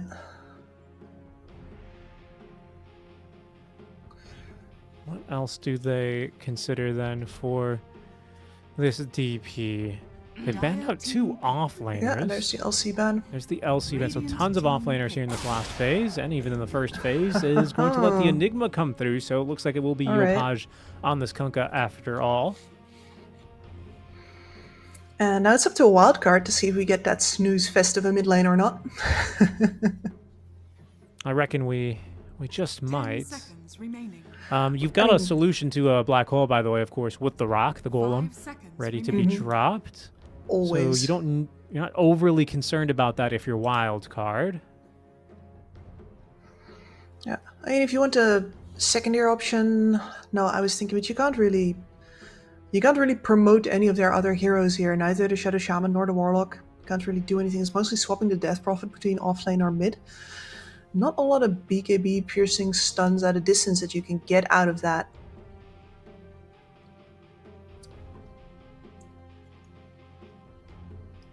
I reckon this is going to be a DP mid. I think we're going to see a last pick offlane here for both teams. 24 last pick. Oh, I don't get to guess anymore. Oh, Dawnbreaker. Yeah, Okay. sure. You know what? Yeah. I like that. Counter the mobility and the global presence of that Nature's Prophet a little bit more. Give you even more sustain to try and turn these fights, because, you know, you've got this Ursa DP who can start Spirit Siphoning or get off that Enrage to live a little bit longer and potentially turn a fight. I like the idea. Yeah, and we've seen this before versus the Enigma, where all the Dawnbreaker has to do is just hold until the Enigma casts Black Hole. You don't do anything else. You just wait until that Black Hole gets cast, and that puts the Enigma in a really awkward position, where sometimes you get the threat of the Black Hole is better, because it means the Dawnbreaker's not showing up yet. It's a weird kind of mind game that I've seen work out really great for these Dawnbreakers, because they force the enemy to make the first move and then immediately get the right follow-up with an AoE heal, with a way to stun that Enigma out of the animation and then turn the fight after with full manpower. Yeah. No, that's very true. And I think what's also really nice playing against an Enigma is when you have 2 ways to kind of deal with him. You know, this opens up the possibility for speed to maybe use the Golem for a little bit more of a, first wave counter initiation. If, I don't know, some NP's TPing in or Kunkka's running in to kind of interrupt a combo, freeze up Fade maybe to just ult in first and try and bait something around for a nice Golem into the Fatal Bonds. It's a good recovery here. And like I said from last game, they don't have these do-nothing supports. I actually quite favor this wildcard lineup this time around. The TB is a little scary. I'm going to admit here. The TB could really throw a wrench into the works here, but I do think they've got a decent solution to him in the lane. Yeah, and it does feel like it's mostly the TB, doesn't it? Because we've already talked about the Kunkka as somebody who doesn't necessarily need to be directly answered, just mostly not ran into. And then the Enigma gets answered pretty well by that Dawnbreaker, which leaves, Nature's Prophet, farming, Rubik, potentially devastating spell steals. That Golem getting stolen, if we see that at some point in this game, that could be absolutely disastrous for Wildcard. But I think you're right in the assessment that ultimately this game mostly comes down to the Terrorblade having the kind of game here where he can be the be-all to end-all. It's very possible for him, but I'm eager to see how Wildcard are going to play out of these lanes. I'm also really interested to see what this mid lane from Hell is going for viewing Hell, by the way. Like, how does this transition? Like, what do you do if you're these kinds of supports in these games? Because if I'm remembering correctly, the Kunkka, the DPs, and the DK, this like holy trinity of awful viewing experience Dota, came about in response to what was almost like a 2 versus 2 meta, as Skem running against the tides of the river. He's scouted the encroaching enemies thanks to that Enigma Eidolon. Very well done. Runes 3 for the side of Shopify. But I'm wondering, like, basically what I'm saying is these heroes came into meta back in those days because they kind of were a little bit more ungankable. It was like, you bring 3 heroes to gank the level 5 Death Prophet, and then, 10 seconds later, its Death Prophet has a triple kill. It's like that kind of a lane. So I'm wondering how you rotate around. Will we see some more gate action here potentially? I'm hoping That's so. kind of what, like, Yatoro did a lot on some of this, like, TBs, stuff like this, right? So I wouldn't mind seeing some of that, playing around the side laners a bit more. I'm not sure. And the Ursa is absolutely also capable of moves like that. Both of these heroes with the right kind of power to do that. So yeah, I'm hoping that that's what it's going to look like. Now we're gonna have to pay some attention to, for example, the balance of these lanes. If the Enigma keeps applying pressure here, it's very unlikely that Yamsun is going to get the opportunity to sneak off the lane, for example.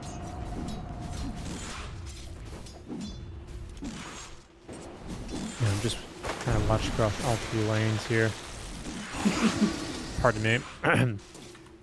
Because there's a lot of damage still that Yamato can do. I think these early lanes are a little easier for him, this earlier laning stage.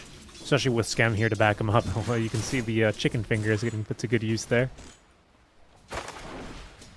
No big ward this time. No big snack. Oh well, he pays us a visit every now and then. But no, this should be fairly doable. A lot of the damage output. Ooh, hold on, top lane. Might be able to turn on a Yamato here. Oh, they missed that final bit of the Starbreaker, but it's not going to matter too much. Schem, he gets the kill in return as Yopaj gets a solo kill mid onto RCY. What in the world could have possibly happened here? I mean, they were both really low, and that's where the Death Prophet actually has a pretty big advantage against the Kunkka, because your survivability and your ability to deal damage is very much predicated on staying close enough to him, so that by the time the next wave comes in, you need to cross beyond the wave somehow without getting hit by enough splash damage that you either immediately need to back off again or that you die. Yamato, And clearly up that top. did not work out. Into the Not shackles. again. There's 3 wand charges here, but he's already popped them, and it's good enough to get him out alongside those soothing saplings of Schem. Yamato is going to be okay, but worse off for wear, as he's going to have to farm underneath this tower. And yeah, it looks like just a stray torrent that Yopaj connects onto RCY is going to be good enough for the kill. I was thinking this was looking a little scary as RCY, pushed the wave naturally with the Crypt Swarm a bit harder, so we had an earlier level. But now it's quite the opposite here as we get into, the mid-laning stage. Where I love seeing carries just wait inside the Lotus pool for that Lotus to spawn in.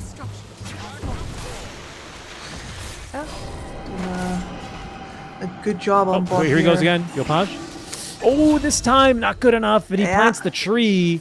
But it doesn't break the vision. That last little bit of auto attack coming through. Okay, I mean, they are extremely aggressive in this lane, which I have to say is very fun to watch, to the point even where Schem's going to give this a go and TP on in. RCY does not have a way to break these trees, does not have a Spirit Siphon for 15 seconds, has another bottle sip here, and Schem is going to lose vision in the trees, will fail to pick up that kill. Yeah, RCY is still going to have to miss a wave here, though, I think. He's flirting with the idea of coming back in, but doing that before he's got his salve seems, unwise. Yeah. He's going to lose the ward there. Schem realizing that he's been under vision, but a life saved there, and potentially the lane a bit more recovered here for RCY, who is going to lose out on the minute 4 water runes as well as a result. That's just kind of the power of this mid-rotation. Sorry, the NP rotation, I should say.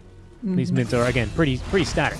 However, it's going to free up Bignum and Faye to pick up a kill in the top lane in response. So, you kind of upset that mid lane balance a little bit if you're Schem, but you do have to be careful about keeping this TB alone, as he is a bit more vulnerable against a lane like this. Yep, he is. I mean, Schem can do nothing to break the shackles. So even if he's there, they need to already be at advantage. They're just going in the trade. Just going in again. We're going to chase him down. Shackles here a second time. Fade, a bit worse for wear. 8 wand charges is not going to get him out of this one, although gives him at least a bit more breathing room. He's going to live. Healing salve back up. Yamato stays alive, as does Schem, but they may make another go at things here. There's still enough mana for Not quite actually here for Fade. He's going to have to chill out underneath that tower. Can't go diving quite this early. But Bignum's thinking about it. Yes, he is. I mean, it's so risky because if they mess this up, they're gonna give Scam his first earn charge. My goodness, And look at then him. this lane. Look at him go. Absolutely underneath that tower. They're calling in reinforcements here. They will show up just in time, actually. Yamato, he's still alive on a hair of HP, even without the brown boots. He is too speedy. That earn charge used defensively. Fade will live as the rotation from Hellscream is enough to save the life of the carry TB. Well played. All my toes were curled there. Whoa. And mid lane again. Scam, he does not stop. But it is going to be a death for Divine Llama down bottom. They eventually will catch up to him. No soup being stewed on him here by Speed, simply just getting ran down by the phase boots and the Earth Shock, although you can start to see these Eidolons really doing quite a number onto that Yamsum Bear.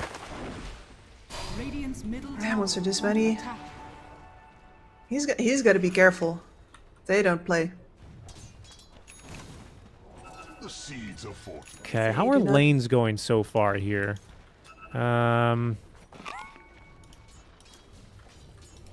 Surprisingly You know, even, I think. Yeah.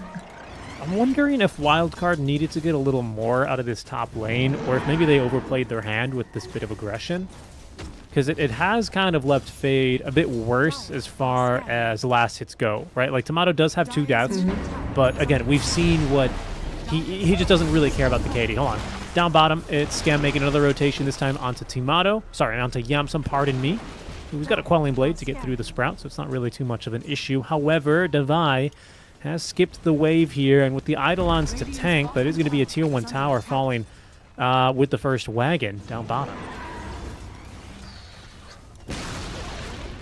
That sucks. And yeah, sure, RCY was pushing in on the mid lane, but we all know that that first exorcism isn't really worth responding to if you're the enemy team. Usually you only get about half damage on your mid tower. That's exactly what he got there. You're better off keeping up the aggression on your own. So Devi really putting Yamsun in an awkward position now.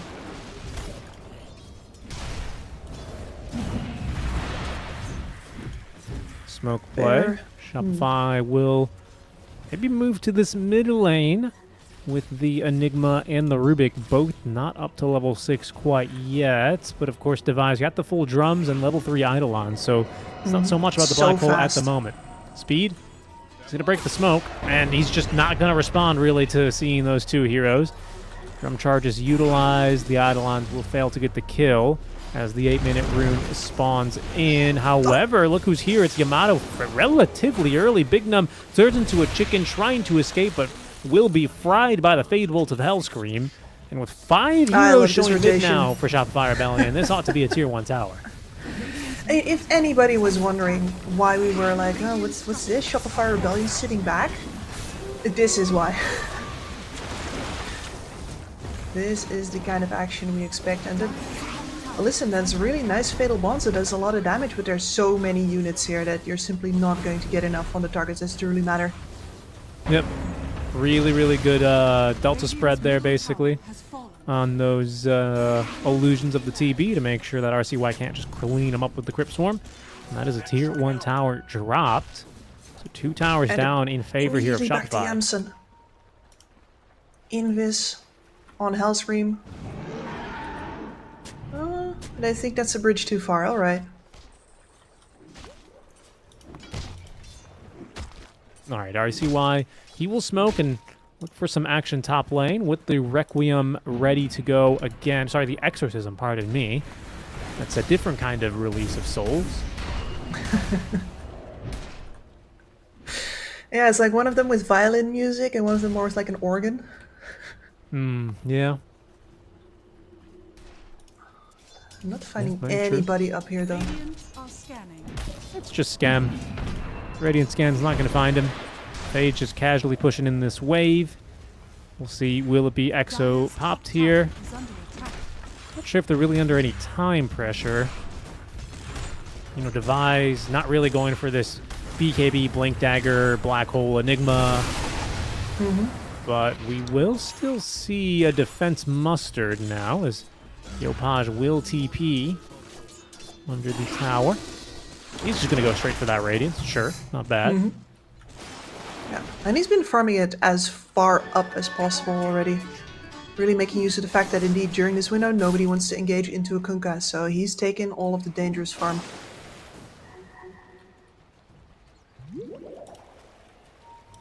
It's surprising how offlaner like he's playing during this series so far. I'm really enjoying Yeah. that flexibility from him. Well, I agree.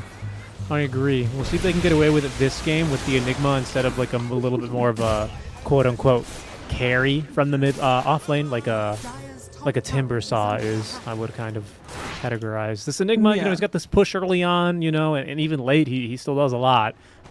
Part of me, I don't really want to discount that, but it's certainly now no Timber level of, you know, involvement and damage output.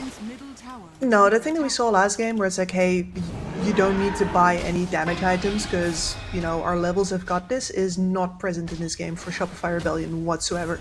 They definitely need their items in order to have the DPS going, and they especially need it for the Terrorblade and the Kunkka. Yeah, very true. And Timato, I mean, he's coming along pretty well. He's matching Yamsum at the moment. Yamsum without a death here on Fuzzy Wuzzy, but doesn't, of course, have the ability to summon some illusions to do the farming for him. Yopaj, like you say, he's been doing a great job farming out of the way of a lot of his team, who is overall just farming pretty efficiently behind him, right? It's no speed NP like we saw yesterday, who was basically already No. overtaking all the enemy cores, but you know, Scam is still getting the luxury of a camp here and there.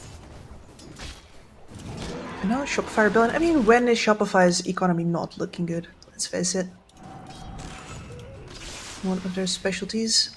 And I'm a little worried for Fade here, who from the draft has a really clear mission, right? Just wait for the black hole and then counter it. But with the Vile Llama not going for the Blink, BKB, etc., but instead for that Helm of the Overlord, he's now sort of left dangling. Like, what is his job description now? Should he just start using the Solar Guardian aggressively or in other situations than the Black Hole? Or is it still his job to wait? What's happening for him here? I'm curious to see what his answer to that question is going to be. As on the mid Yeah. lane, Serpent Wards. Top, Fade, trying to TP out. Yamato putting in some damage. Blood Grenade, not enough. Not enough. Even inside that Sprout, he will manage to escape. And mid lane, the Serpent Wards will be farmed up pretty nicely there by Hellscream, who's got level 3 Crypt Swarm, which is good enough until the creeps upgrade, I think, again. Yeah, you can see that's Yeah. good enough. I think on the next creep upgrade, that might not be enough. But he's happy. He's sitting pretty for a while Oh now. yeah. That's going to be a lot of money in the Blink Dagger fund for him. Radiant's middle tower is under attack. I think Yamsum's got BKB, Battle Fury coming his way now in the core. So a 13-minute Battle Fury, that's not bad by any metric, honestly. No, especially not since he lost his tower early and also did not rush the Battle Fury either. Like, he still has the full phase boots on top as well. Yeah, very true. Very, very true. So respectable timing for him. And we're off to the farm races. The concern I have is against Terrorblade and an NP and this Enigma, you know, a lot of Yeah. these heroes with kind of built-in farm mechanism, it doesn't necessarily feel like a winning formula, right, on its face. Now, there are other things that Wildcard can do. I would say their team fight, yeah, it's probably superior, you know, basically off of the back of that Golem and the Solar Guardian with a lot of DOT on this Exo, right? I mean, it looks good for sure. However, you got to question if they can really turn the screws here to Shopify Rebellion. And here we go.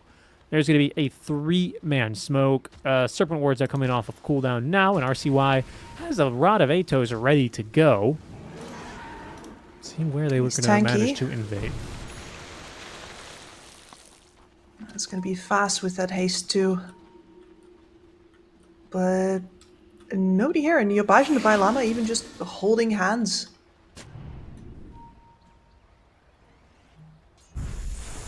Yep. Very well So aware that Snake's something just might dropped go back in the wrong. mid lane.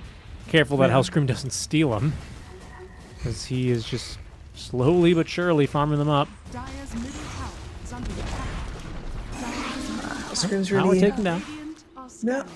Hellscream's really happy with this. And I think for Shopify Rebellion in these fights, there might be more on this Rubik than I was thinking too. Because the supports of Wildcard, there's no big threat here. There's no like Storm Spirit or Primal Beast or what have you that you have to sit back and maybe not give away your positioning because you will get eaten if you show yourself in these fights. I think they're going to be pretty free to cast whatever they want, and the biggest threat is what? Scam teleporting on their heads? They can handle that, so most likely these big teamfight spells that you're talking about are going to go off in these fights. And Shopify Rebellion can't answer with anything else than, well, stealing that, or, not getting hit in the first place. That's always a rough one, you can't play for it. Smoke play now from Shopify. Rubik and Yopaj heading out here for an adventure. That's a Radiance freshly completed. And Yopaj, he's not toggling that thing off. He keeps that thing on. He's running down. Speed's like, oh god, I'm on fire. And, well, we'll see who's going to end up getting caught. Hellscream, he will find him, and Speed trying to heal himself up, but we'll have no way out of this one. Down he goes.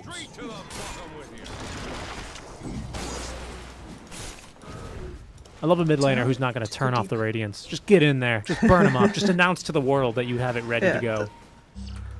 No, exactly. What are you going to do about it? You're on fire. Stop me.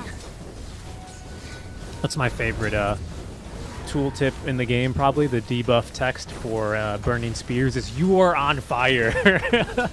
All caps.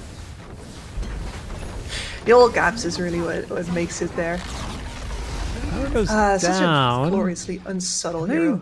Are they going to make a play? I mean, there's a Blink Dagger on this Ursa Warrior Yamato. He's got Sunder and is going to waste no time to use it. Yamsum falling a bit low. That's Golem committed. Big number. What the heck is he coming? How did he come from this angle here? They're going to actually end up catching Hellscream as Yamsum continues to give chase onto Yamato, but it's not feeling so confident there with Scam showing. So it's just a kill onto Hellscream then, in exchange for a few ultis used.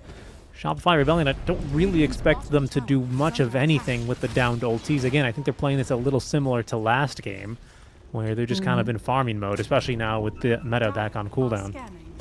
Yeah, I mean, we're in the kind of game where there's not a lot of heroes with blink daggers, not a lot that are going to go in and burst people. Like, the burst damage, notoriously absent here, and that means that just because all the tier 1 towers are down doesn't necessarily mean that anybody's going to be invading a lot of the other side. It's hard to reach it without the blinks, and it's hard to convert on it without the burst damage. And here we go. It's Exo use. You can see that self DT flying around, doing a bit of extra damage to Scam. Bignum looking to get aggressive, but doesn't have mass serpent wards, and the blink dagger's about to be delivered. It's enough chaos here to interrupt and stop Shopify Rebellion from trying to find some nice black hole boat into the pit. So it's Aegis number 1 then into the paws of Yamsum, who will quickly put his time into farming that next item, which is a BKB for himself. Okay, all right. I like that. Yeah. I like that from Wildcard. If Shopify is not going to be forced to fight them, they will at least take some objective. Yeah, but that's what I think, honestly, both of these lineups are really good at, fighting the set-piece battles. Where in this case, if Wildcard arrives there earlier, I don't think that Shopify Rebellion has the jump, as I was talking about, to actually do anything about it. They technically have 2 lines of engagement between the boat and, of course, the Enigma Black Hole being the biggest one. But there's 3 possible answers, and you're doing it into an exorcism. Well, none of that's Croker particularly got appealing. absolutely murdered. That Hum of the Dom taken down as Bignum gets baited into dropping the snakes, farmed up just as quickly as Yamato is going to pop the meta to take those things down. And this Overlord is probably a switch up in tempo from Shopify right now. Towers are gonna fall as poor Speed. Caught and killed. Not much a little Warlock can do, but only 2 supports. The problem, like we've been saying, is this economy damage. And Shopify continue to just eke out a little bit more efficiency on some of their heroes. Honestly, it's fairly close with all the cores. It's really just the supports, right, that are making a difference at this stage. It's with Scam and Hellscream. And what does that look like? It looks like a Spirit Vessel, basically, on Scam into Suna Yule Scepter, and Hellscream over farming a little bit, not into a Blink Dagger, but instead into an Aether Lens. And we've talked about how, he does need to be a little bit more of a threat for these supports, and he's got a lot of good spells to steal. So having that extra bit of a reach alongside that Arcane Supremacy, that might go a long way in this game.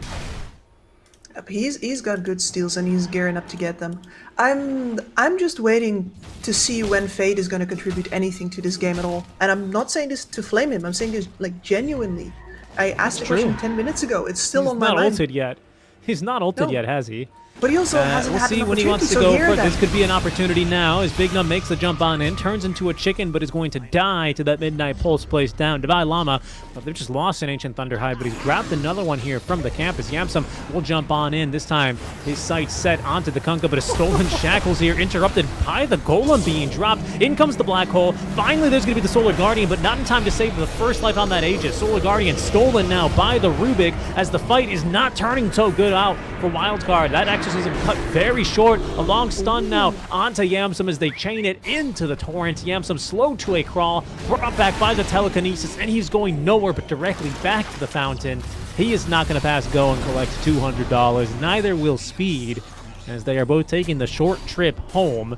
Fantastic fight for Shopify Rebellion, and a small objective as well as a bit of bonus bounty with that shard going towards Divine Llama. Yeah, and Shopify Rebellion feels like they're just better at the math here. They wait out with that exorcism, with the jump from Fade finally. They've been waiting for this moment, and as it turns out, they simply do not have the damage or the staying power to actually convert this into a winning fight for them. Yamsum dead for most of that, and then running away, and the core of Shopify Rebellion remains intact. They don't have to switch position, and it's Wildcard who have to split up and turn tail. That's not what you want to do. You're the one with the Golem, with the Solar Guardian. Oh man, Nice reaction what do there, you though, do from now? Shopify. Yeah. It does get a little awkward, though, doesn't it? You might be able to gear up for this second Roche fight. BKB ought to be ready here on the Ursa Warrior. And I'm not sure what else at the moment. I think something that's a little awkward also about this wildcard lineup is that it's like, I don't want to say it's like a free Shadow Shaman game, you know? I don't know if such a game exists. But he doesn't have like a Pango or a Storm or some No, exactly. ultra mega hard count. It feels pretty good. And you can tell because Big Num's just like blinking in there to start fights. You don't see that every day on this kind of a hero. And what kind of stinks for him is that there's no like LC or some Lena or some, PA, TA kind of like blow up hero. Yeah, he can get there, right? He can certainly farm his way there. But at the moment, with Blink, BKB, Battle Fury, he's not that guy. And so it's a lot of ramp up and slow damage out from the side of Wildcard for these early fights, which is maybe not good enough for now. I'm not sure. Fade, he's going to ult out. These people need him. Please, into outer space, yeah. Painful. No, and that is... Fade is the player that would normally be playing with Bigum in those situations, right? But he is specifically on the bench. He is specifically on reserve duty for the entirety of this game, relegated there until the black hole comes out and no earlier. This is kind of why in the draft I was like, okay, I see the Shaman, like total reasonable pick. I was hoping to see like a little bit more of damage out from the second support. Like Warlock, sure, in a way he gives you damage, right? But he's not the one dishing out the damage. The A was banned. I thought that would have been an absolutely perfect pick here. I don't really know what other options there were at the time, to be honest. But, I would have liked to see just something that can, contribute some more.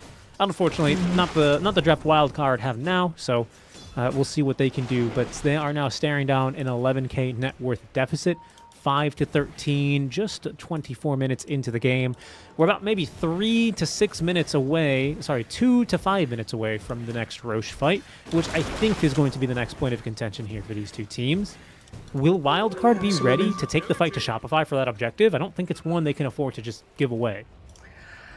No, if you do that, you're going to lose your base next. And to be fair, they have got a lot of upgrades now. They've got double Aghanim Scepters, so one over on the Dawnbreaker. We've got that.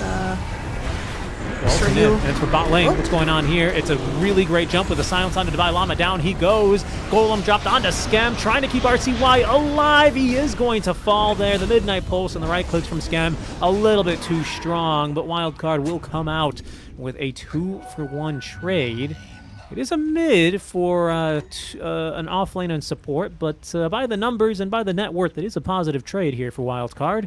And if it's a fast Roche, they might be able to turn that into a solid Roche take here.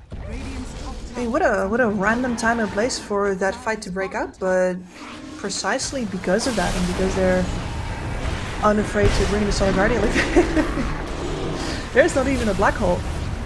But on the other hand, maybe that's a good thing. I thought there would have been. Divine Llama just loves building Force Staffs, man. He Force Staffs himself into the fight to get in there. There's Serpent Words, and the Golem being committed to take down that Tier 1 tower does make a fight down bottom a little bit more difficult here. But Roche, if he's going to spawn, will spawn in this. I think he will just spawn in this top pit now. It's not a question of if, it's just when. I mean, 3, 2, 1, and we're gonna know. No, we don't know anymore, Kips. They've taken it away. He just spawns now. We get left in suspense.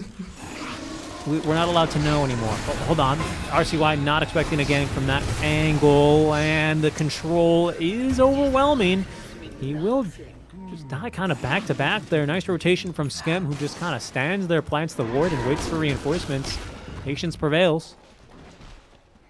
Yeah, and that means that control of this top side of the map is now Shopify Rebellions, and they can do this because they saw those 2 support ults just dropped for a tower there. There's no way to come up this far if they know that those ults are still in Wildcard's pockets, but since they are, no problem, we'll just take this area away from you. And now? Yamato. Oh, this could be quite the catch, and down he goes. Oh, that would have been disastrous for Wildcard if he was able to get off a Sunder, but no such luck. The control is solid, and again, that's why it's just kind of a really good Shaman game here, not gonna lie. Instrumental in making sure that they can find that pick off, and an ulti well used there for Fade, who has really been stepping it up, I have to say. Yep. He's found a lot more use out of these ults ever since the first did not go his way. A lot more confidence in his play now. That's the price that you pay for Shopify. So blatantly invading the enemy jungle. Roche is alive. As Oh, far as he ults, is. Wildcard playing with every single ult except for this Solar Guardian, but only for 19 more seconds. Wildcard, let's see what they can find here. They'll smoke past this wave mid, head into the jungle of Shopify Rebellion. Shopify with a pretty good map read, though. They will simply go through the gate down bottom, and instead they have eyes for Fade, who himself will be able to evade a potential death. We had Skem looking to connect from behind. Instead, Shopify seems like will be left in no position to contest this Roshan. I say that, but Yopaj is running in. BKB, level 3 boat, and a torrent. It's simply not going to be good enough, though. Oh, tidal Look at wave. this man, he just- little cheeky spellcast in there on the RCY. Who's got an Ag Scepter now, by the way? They're storming up. Careful I here. can't believe. Careful They're here. just They're going just for running it. in. But- They've caught themselves a Warlock. That's a nice jump. They will be left empty-handed for anything else. Divine Llama's got a Wildcard. Aether Lens? Yeah. I mean, interesting. You do see that from time to time as a way to avoid getting cancelled as often, but that's still pretty. It's more of a like, okay, now the Dawnbreaker has to choose that she lands on top of me as opposed to just aiming for the hole itself. That's very true, but Fade does have Ag, so that's quite an easy, Yeah. quite an Yeah, easy task. exactly. I'm not sure how to connect these 2 puzzle pieces. Maybe I'm pushing too hard, and actually, these 2 didn't belong next to each other at all. Yeah, I'm wondering if it's like, I don't know. I've Yeah. seen this sometimes against like Tusks or something, like some really annoying Exactly, hero that right? can kind of save through your black hole, or you don't want to get like walrus punched or something like that. Not really too No, sure. that- Is he that's- going to go for an E-Blade potentially? Maybe he wants an E-Blade down the line against this Ursa. I could kind of see that, I guess. Yeah, I mean that would make sense, but it's the stopover on the Aether Lens here instead of, for example, he could have had the Boots of Bearing by now. That's very true. I'd love to ask him about it. It's a most unique build. Drums totally I'll makes just put it on sense. the list. I'll ask him Helm, for you. okay, not bad. Helm of the Overlord, okay, I see we're pushing. Yeah, Force Staff, absolutely. Aether Lens, Took an exit hard. I mean, we're so baffled by this right now. I still want to bring up that I don't understand why Wildcard takes that Aegis, goes back to their own triangle, and then doesn't hold it. And Shopify just storms up there. They just lost Roche. They're moving up high ground, more or less blind into the double ult of the two Wildcard supports, and just saying like, yeah, we're going for this. And Wildcard gives it to them. What's up with that? Because I that think also that- happened. I think it might be like just a call for a reset from Wildcard. You know, I think they sense that the net worth lead has been snowballing against them, and that no, okay, we have this Roche. Let's just reset and chill and not lose it immediately, right? Because that's going to immediately change the way that they have to play the game. Listen, I hear you. I completely agree. But when you're down 1-0 in the upper bracket versus what is basically your arch nemesis for the entire year, I think you just want to take a fight on your own terms when you're set up. But I hear you. I think like Exactly, when you there's- really look at a game in isolation, I think you're absolutely correct, right? Yeah, it's the same question that I keep on annoying you with. It's like, okay, sure, this fight, they might have not won this one, but was the next one really going to be better? No, that's a fair question, right? That's a completely fair question. Yeah. Maybe the right kind of fight is the one that you're prepared for, you know? You know what? I like that one. If they're not prepared to take that one, even if they're just 2 seconds late to realize that they should have taken the fight there, you still should hard commit to not taking it. Because that is exactly how a split call happens. It's Yeah, like, I'd but much we rather should have see stayed them- here. I'd much rather see them make a decisive move to abandon a fight rather than, you know, oh, Yes, I dropped Golem. 100%. Oh, we're not fighting? Uh-oh, hold on, RCY. Guys, It's going to be trouble. The Ursa's pretty far away, actually. He could get caught out for what seems like the third time in a row now. Oh, He's got a Scotty. BKB. A good 4-step gets him out of range of that tidal wave. All of a sudden, Scam finds himself in a little bit too deep with the Serpent Wards committed. Golem is going to get used by Speed as he's going to This is get the brought fight we were back talking and about. keel-hauled by that boat. Snake's farmed up once again by Timado. And it's only Speed to fall with Fatal Bonds stolen by the Rubik. Oh, Yamsum. Oh, very good blink away. Very good blink away. Tidal wave is going to be evaded, but the curse of the old growth out from Skem, trapped inside of the trees like a baller. He's just going to BKB TP away. X-Mark is not going to be ready for him. Wildcard, once again, kind of caught a bit off guard here. Unfortunately for Yeah. RCY, it's like the third time in a row that he's the one caught out. Fortunately, this time he lives, but does force 2 BKB charges and the life of his support. Careful here, Bignum. both of the ultimate Enemies in the supports. middle. Yeah, that's true, both of them. This is exactly what we were talking about. Like, yeah, you should be taking that fight on your own terms, but here they are more or less forced to drop those ults, trying to salvage an already lost situation. That's precisely what you don't want to have happen. Another free minute and a half for Shopify Rebellion. Yeah, and this Aegis is reclaimed now, right? You can see in this replay that the Aegis is alive for Yamsum. No longer the case in Shopify Rebellion. Well, we'll see what they want to play around for next. BKB, the next move for Divine Llama. Again, doesn't really change much about the Black Hole situation because the 2 cancels will still prevail through that BKB. What else do we have now? BKB for Fade. He's building into a Radiance of his own. Anything else very exciting? MKB online for the Ursa Warrior and a full Abyssal. That's significant. He is a lot more burst heavy now, we should say. But Tomato's got the ability to kite it slightly more effectively thanks to that full Eye of Scotty. And he's even building into a bit of damage with the Crystallis completed. But here we go. A little siege here onto the high ground. Will trigger the Glyph of Fortification out from the side of Wildcard. Shopify that did not get that second Roche, so they do not hold Roche on banner to be able to sustain the push. So they will simply back off. Yeah, and they can keep coming back into this. And in fact, they might prefer it that way, because right now, Serpent Wards are back up again. Golem pretty soon to come off CD, and that's exactly why they smoke now. Bignum's gonna find everybody. He blinks up. Well, okay. The guts on this guy. I don't see where RCY blinked, but he's just going to focus on pushing this wave primarily.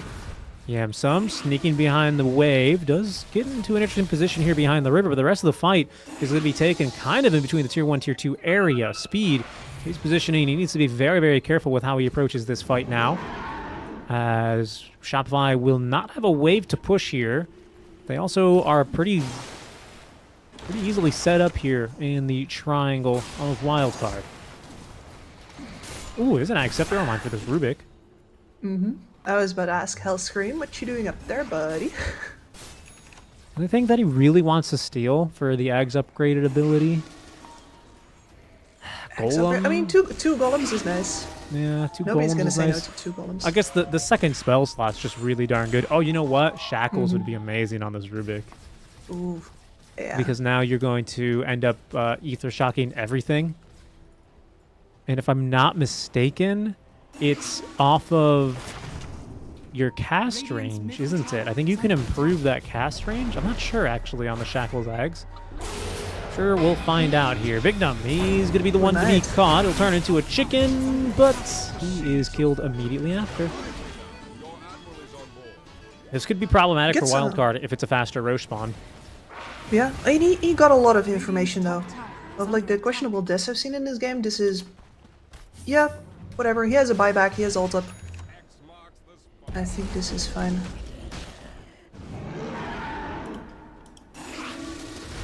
And now, to be this one lone Eidolon in the pit, Dalai Lama, he summons them with a little bit of Mongolian throat singing and says, "Okay, my son, you tell me when Roche has respawned. What is my purpose? You scout for Roshan. Aww. I don't get to split. wait for No somebody split. else. RCY. No, not again. Certainly not again. The tidal wave is off the mark from Yopaj. That was seemed like he was just facing the wrong way, honestly. So a bit unlucky there. Could have potentially been a kill. But the siege is on. Without the Aegis, without the banner, Shopify Rebellion, they don't need it. They're straight up to the high ground. However, that is going to be a nice jump here on a scam. Yamsum blows him up. A very nice Torrents onto two. The force staff away. Yamsum with the BKB. Big Num is still alive as Fade, he jumps in to try and get these illusions, relieve some pressure off of the high ground. Shopify, they persist though, lingering in the area. Still a quarter duration left on this Metamorphosis before they decide that they have to pull away from this fight. Roche still not respawned here at the moment. And Wildcard really only utilizing the Enrage, but a nice use of that Amplified Damage Room here by Yamsum for a quick pickoff. Does leave Shopify a little in the lurch here without a boat or a meta. But Wildcard, in the meantime, was losing that fight to basically only illusions. That's true. As the only ones who came up on the high ground. It's incredible how bad the positioning of Shopify was behind that. There's like 3 cores right on top of each other. But there's just no way that Wildcard can reach them. There is Roche. See what this turns into now. Uh-oh, that could be problematic. Divine Llama, no force staff into the black hole. Yopaj bringing him dinner, but they're not going to go for it quite yet. The Shackles are good onto Hellscream. Fade jumping in, but the force staff away into the new hammer item to be able to get off the map, and RCY gets kited up to the high ground into his death. It's Speed now in trouble, focused down by Yopaj. Phenomenal spell casting so far for him this series. This time, this game on the Kunkka to be able to locate and lock down these supports. Wildcard, they go fishing for a Roche fight, and they will come out empty-handed. Shopify finally get their hands on a Roche this game. Death Prophet forced on half health to chase after the enemy Enigma. No other options. Not more. Yamsum, he's got a BKB. And range already used. Yopaj just barely whiffing again on that tidal wave. They've left Bignum behind. They continue to chase. The Fade. And Yamsum will be able to successfully, TP away. This is a problematic push now coming here from Shopify Rebellion. They win that fight basically without the use of the meta, which means Yamato has got it ready to start tearing into some buildings. Sorry, which buildings? Yeah, they're not going to last too long here. There's a buyback on RCY. He does not have an EXO for 50 seconds, make it. Gotta say, it's been the best showing here for RCY on this DP game. 1-6-2. He still has a chance here to turn things around as he respawns to a base that is crumbling. Shopify. Yopaj is such a nuisance. Yeah, He's they're so in there far here. forward. And there's going to be that Roshan banner, which guarantees them at least a tier 3 tower. This is looking exactly like game 1 here, Kips. I'm not going to lie. And it's even worse for Speed, who does get saved there, thankfully. But he's bound and killed off. My goodness, is that an Ags already online for the NP? You bet your bottom dollar it is. Yamato takes down Yamsum for the double kill. That bear does not have buyback. And Shopify Rebellion straight onto the tier 4 towers. Wildcard on the verge of being sent into the lower bracket at the hands of Shopify Rebellion. The throne is exposed. Out comes the buyback from Speed, but Big Num, he will throw in the towel and disconnect. It is Shopify Rebellion who continue their clean streak through the upper bracket as they move on directly to the 05 qualification match. Wildcard, they will go to the lower bracket where Davai Lama says, see you tomorrow. I love to see it. It's a vote of confidence. Oh, agreed. Agreed. I think he knows what's coming. We are all Nostradamus on this day, I think. But yeah, if you're wildcard here, you got some good avenues into both of these games, but for some reason, neither of them actually looked like they were able to convert on them at any point. It feels like trying to catch sand. It's all slipping through your fingers. Shopify Rebellion is always farming somewhere where you're not ganking them, it seems. Yeah. No, sorry, I just got so distracted there by a moment. I was looking at Davai Lama's kill score, and it wasn't the most impressive Enigma game. You know, this was no, oh my god, the black hole. I think we saw like one black hole all game, basically. Yep. Just completely pivoting on what your expectations of that hero are. But they played it very well. And again, I think something that really impressed me from Shopify this series overall was the way that they really adapted to the kind of games that they were in. I think for me, that's always personally one of my favorite things about Dota. That's why I keep coming back to play the game, is the different ways you can kind of use these heroes, the different ways you can use the facets, and your different item builds to kind of interact and play around certain deficiencies in your draft. And or just play around advantages in your opponent's draft. And I thought they did that excellently all series. That genuinely really impresses me for this team. You know, they're not just a team that is going to see us better in lane consistently and then win all the lanes and shut you down. They're also showing that there's a little bit of a brain behind that brawn. Yeah, I think the thing that enables them to do that for me is the fact that I think all three of their cores are able to either play that carry mode out of their role or alternatively very utility based, right?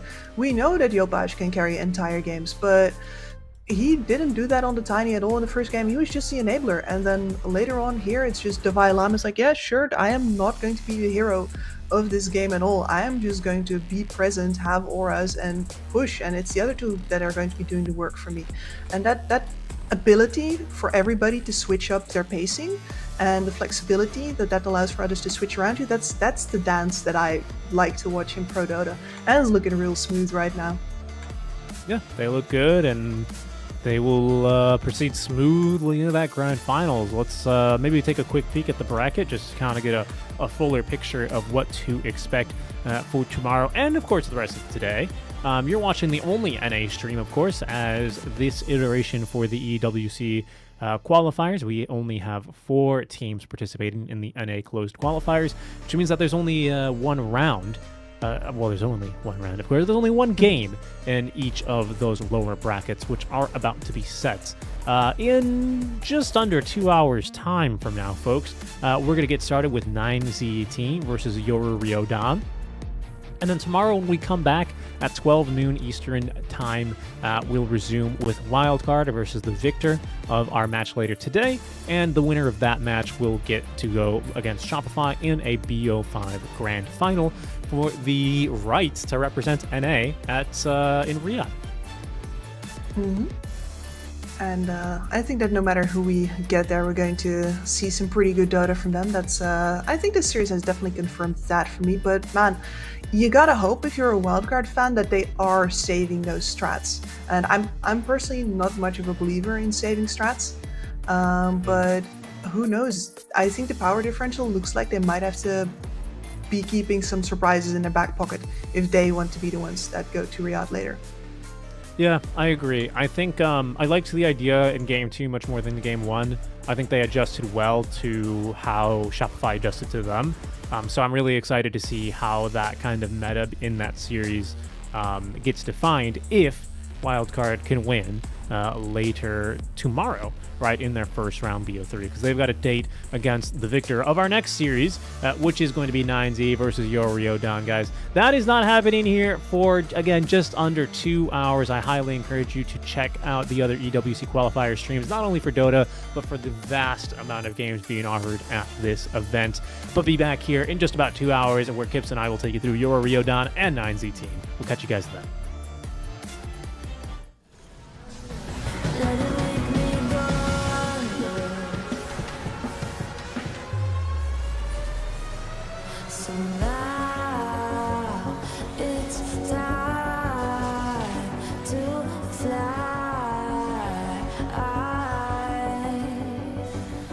So now it's time to fly. Nothing's gonna stop me now. Nothing's gonna stop me now. Nothing's gonna stop me now. Nothing's gonna stop me now. Nothing's gonna stop me now.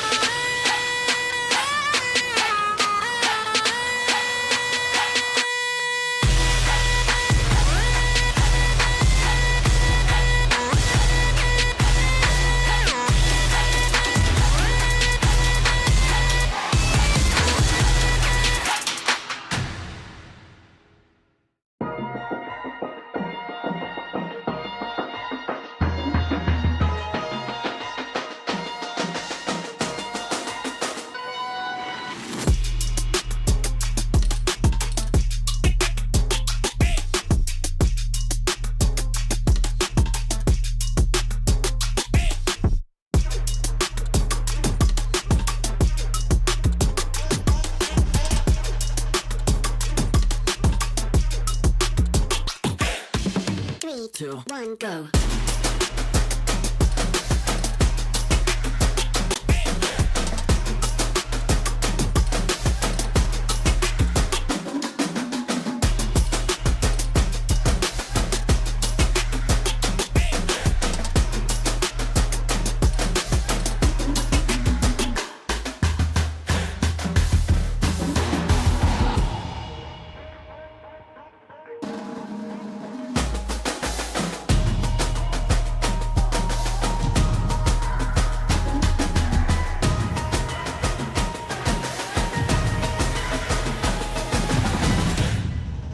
3, 2, 1, go.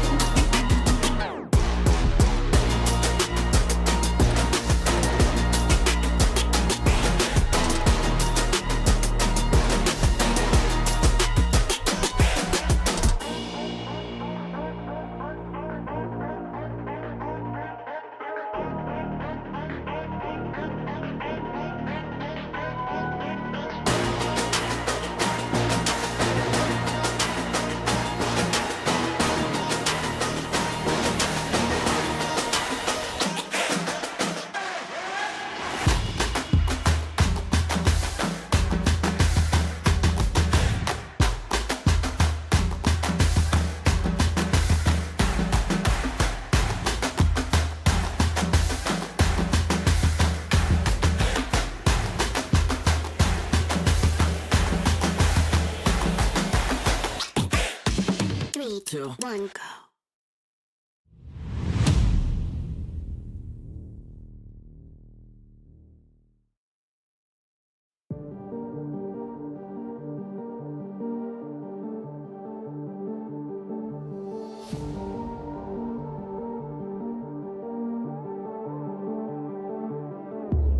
Come into my world if you wanna see some action.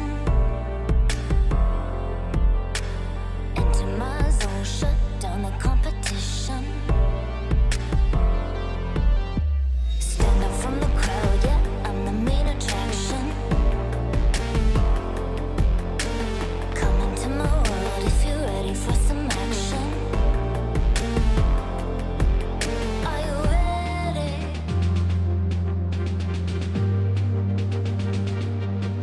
Are you ready?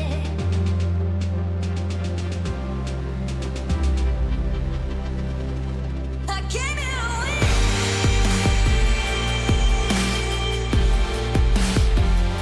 I'll never give in.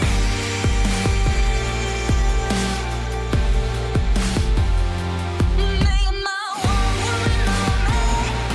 Only one woman on me. Only one woman on me.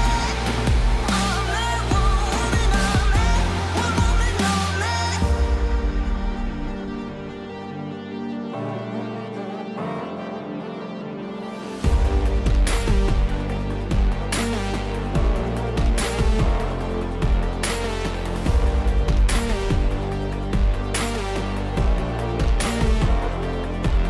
Are you ready?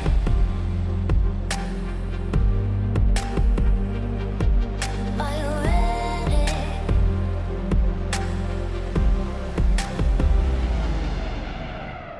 I came here to win.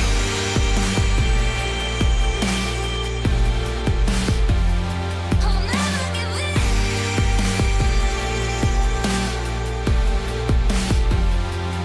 Make my one woman on me. Only one woman on me. Only one woman on me. Only one woman on me. One woman on me.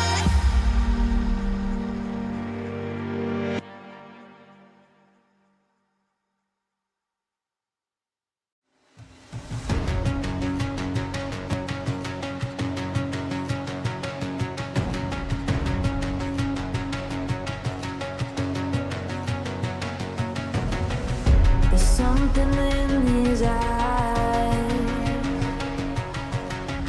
There's a storm within, but it's written in the skies. Let it break me till it's over. Won't let it shake me, no.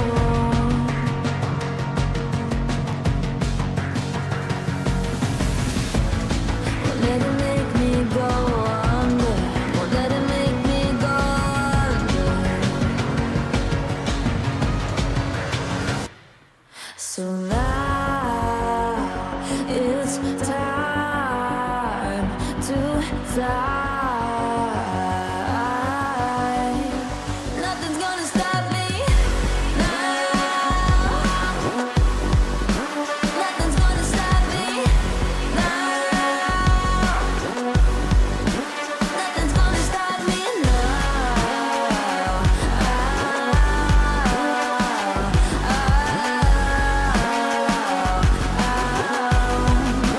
Nothing's gonna stop me.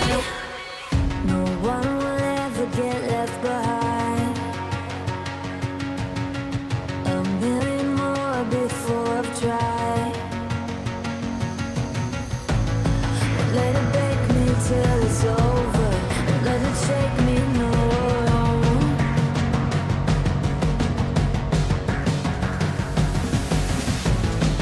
Let it make me go under. Let it make me go under. So now it's time to fly. So now it's time to fly. Nothing's gonna stop me now. Nothing's gonna stop me now. Nothing's gonna stop me now. Nothing's gonna stop me now. Nothing's gonna stop me now.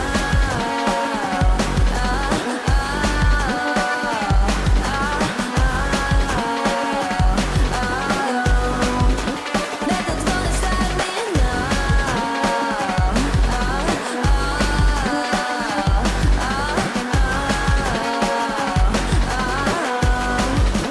Nothing's gonna stop me now.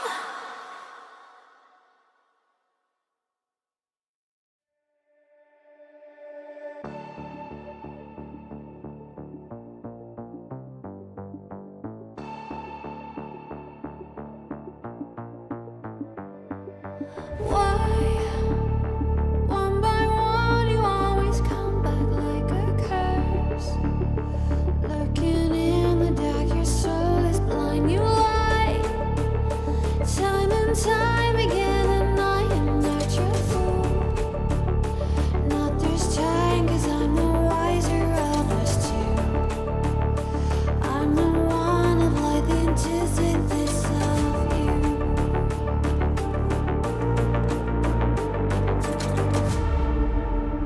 If you shoot, I'll take you. If you run, I'll chase you. If you scream, I'll whisper. La di da di da da da. This is all you ever wanted. Take it all, you deserve it. This is how you're gonna end it. La di da di da da da.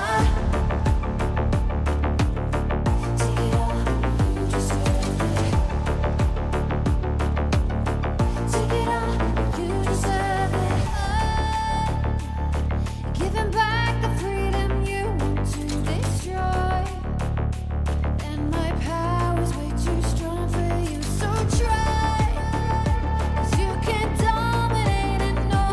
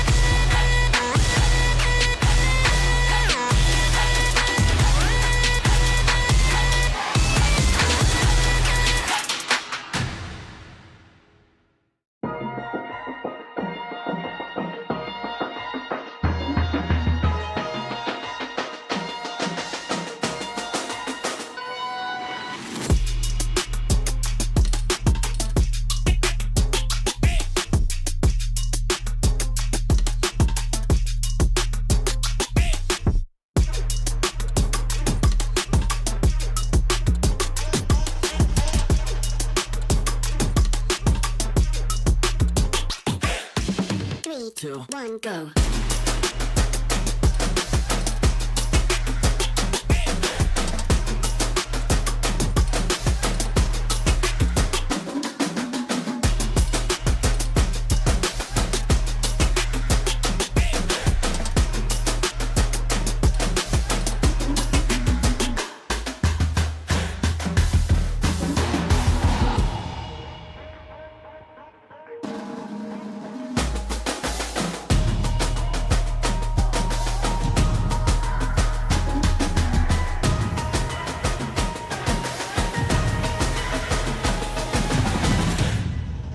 3, 2, 1, go.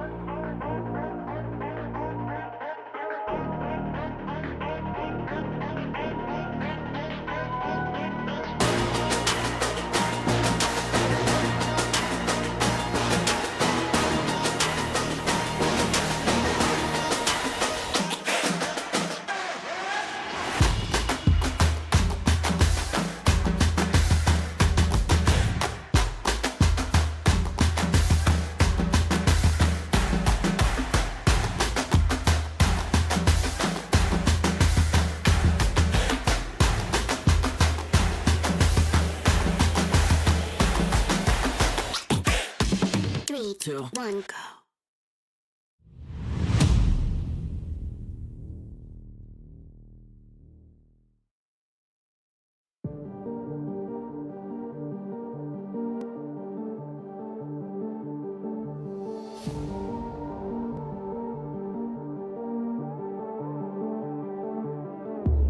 Come into my world if you wanna see some action. Enter my zone, shut down the competition. Stand out from the crowd, yeah, I'm the main attraction.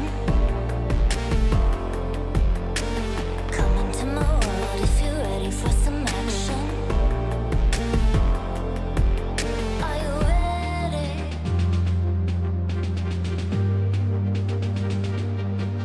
Are you ready?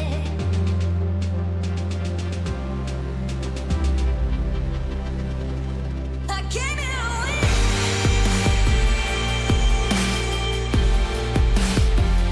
I'll never give in.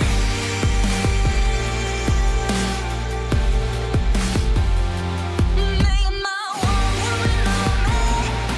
Only one woman of me. Only one woman of me. Only one woman of me. One woman of me.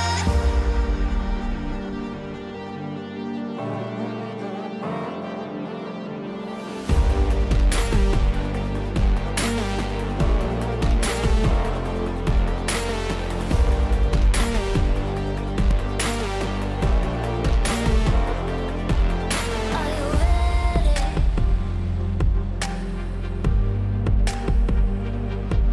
Are you ready?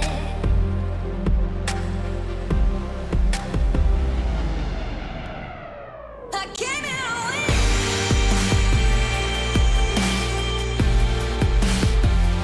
I'll never give in.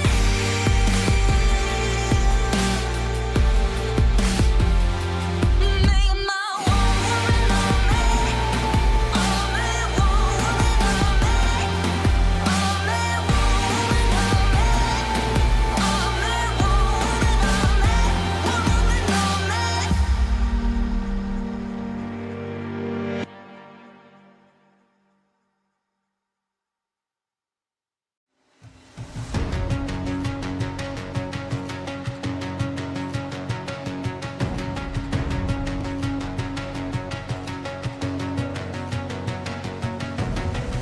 There's something in his eyes.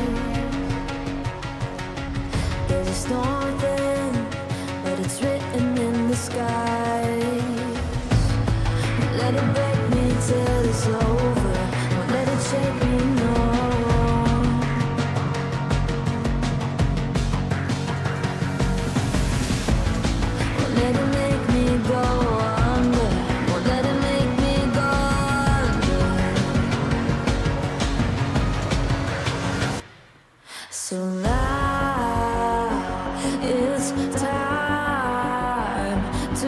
fly.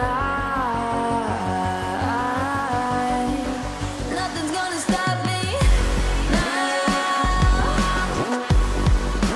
Nothing's gonna stop me now. Nothing's gonna stop me now.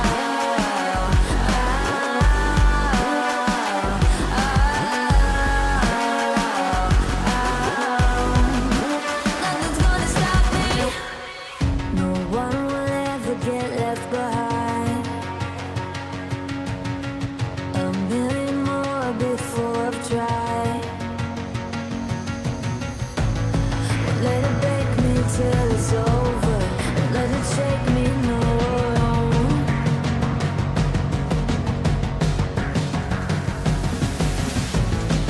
Let it make me go under. Let it make me go under. So now it's time to fly. So now it's time to fly. Nothing's gonna stop me now. Nothing's gonna stop me now. Nothing's gonna stop me now.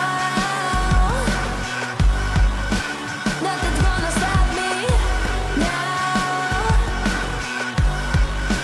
Nothing's gonna stop me now.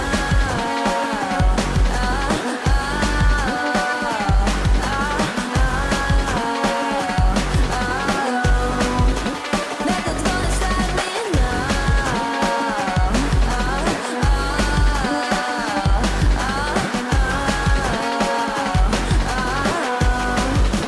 Nothing's gonna stop me now.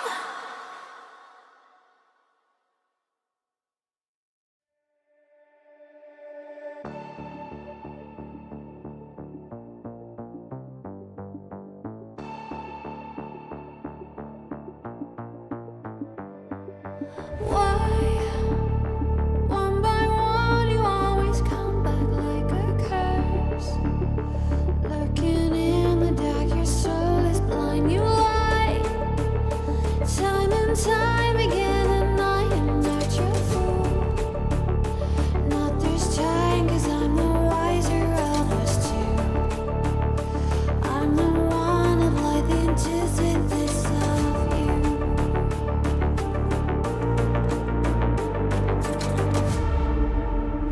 If you shoot, I'll take you.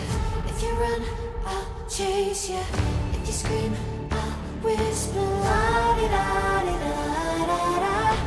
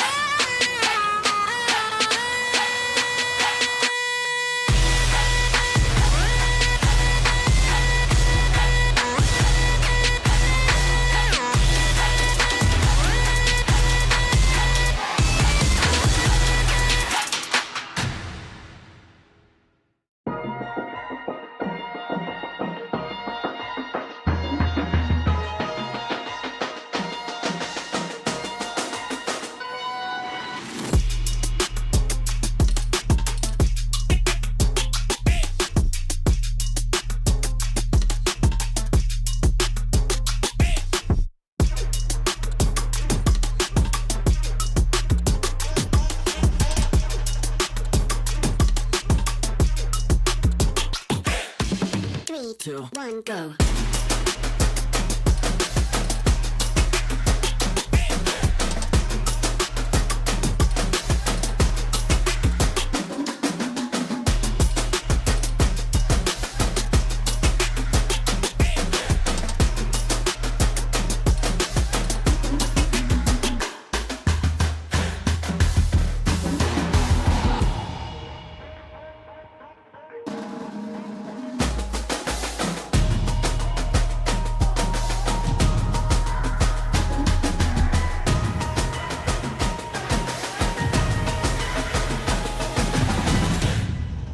3, 2, 1, go.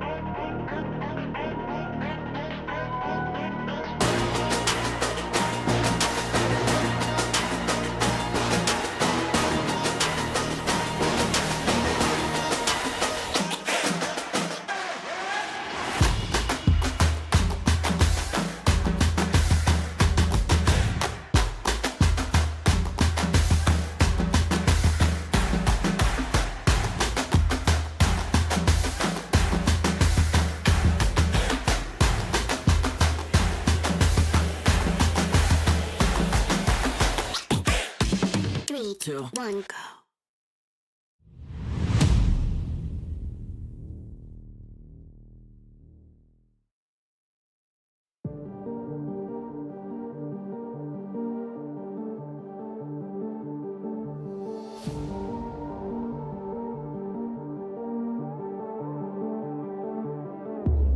Come into my world if you wanna see some action.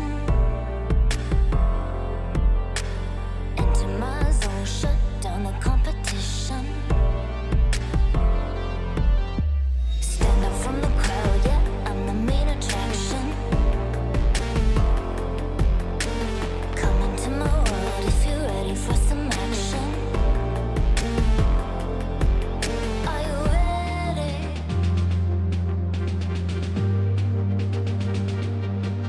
Are you ready?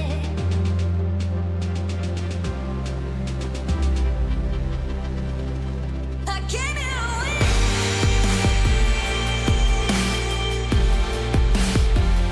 I'll never give in.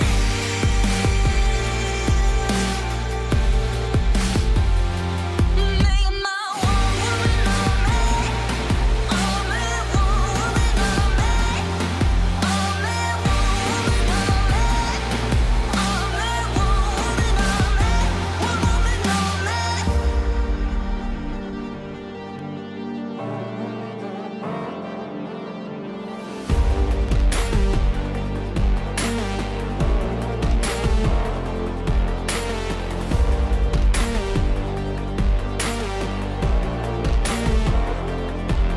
Are you ready?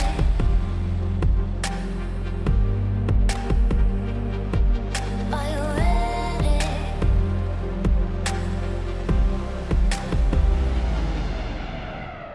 I came here to win.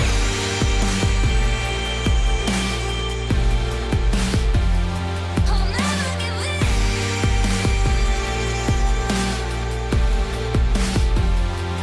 Make my one woman on me. Only one woman on me. Only one woman on me. Only one woman on me. One woman on me.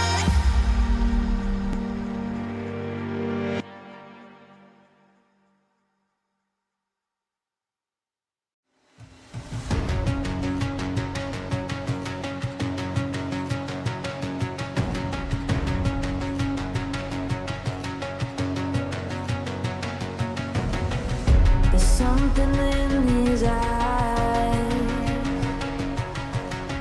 There's a storm within, but it's written in the skies.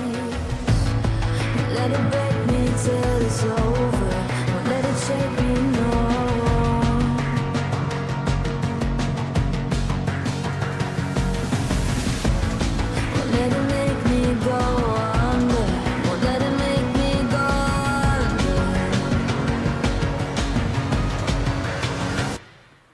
So now it's time to fly. Nothing's gonna stop me now. Nothing's gonna stop me now. Nothing's gonna stop me now.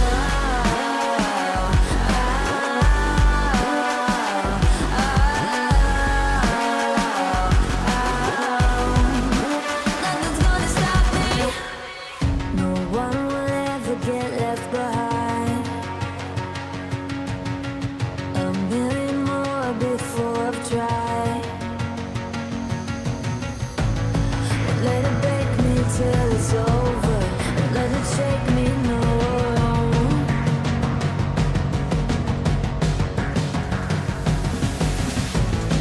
Let it make me go under. Let it make me go under. So now it's time to fly.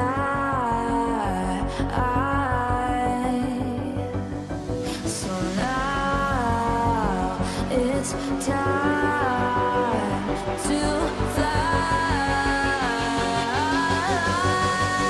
Nothing's gonna stop me now.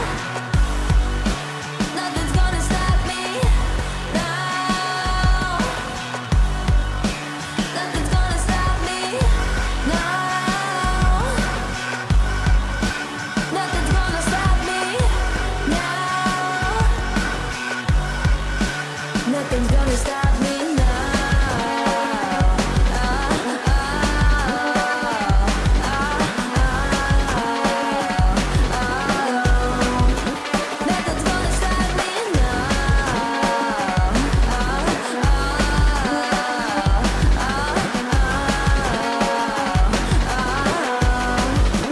Nothing's gonna stop me now.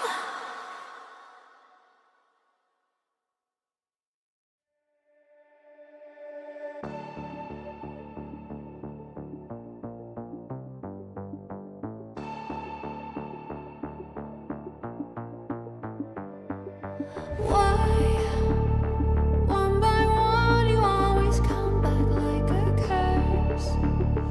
Lurking in the dark, your soul is blind. You lie, time and time again, and I am not your fool. Not this time, 'cause I'm the wiser of us two. I'm the one of light, the antithesis of you.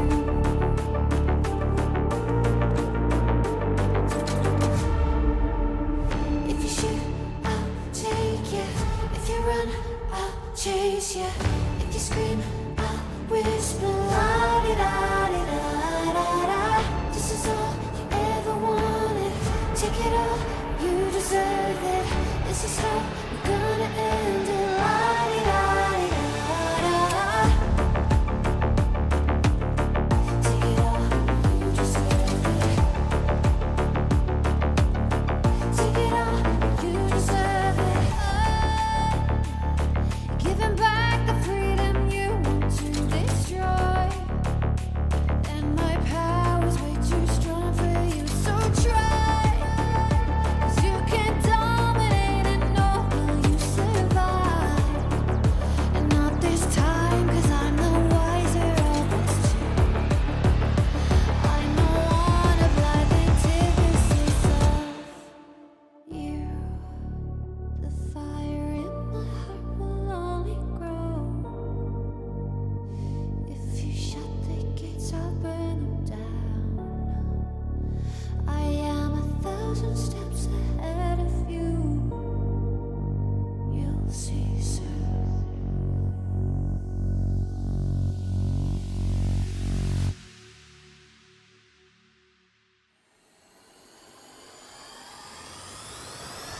If you shoot, I'll take you. If you run, I'll chase you. If you scream, I'll whisper. La-di-da-di-da-da-da. This is all you ever wanted. Take it all, you deserve it. This is how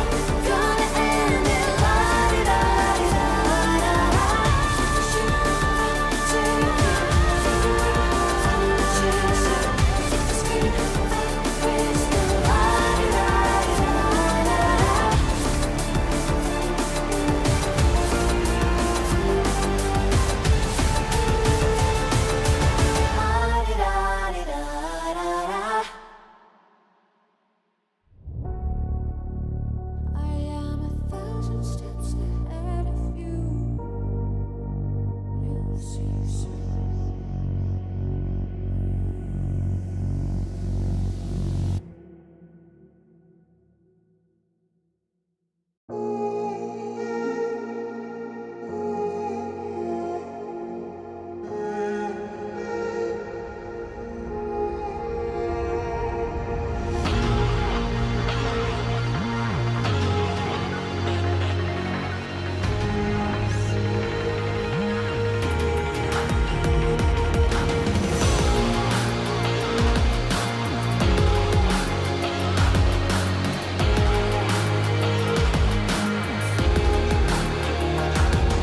We can do anything we decide. We can do anything, it's our time. We can do anything we decide. We can do anything, it's our time. It's our time.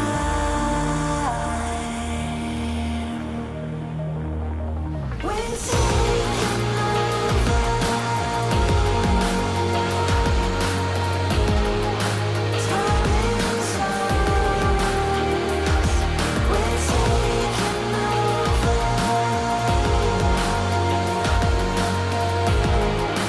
We are stars. We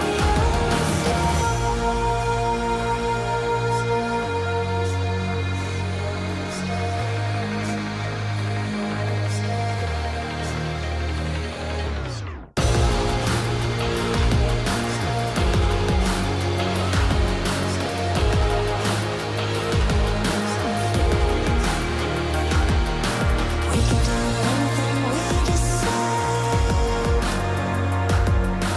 We can do anything, it's our time. We can do anything we decide. We can do anything, it's our time. It's our time.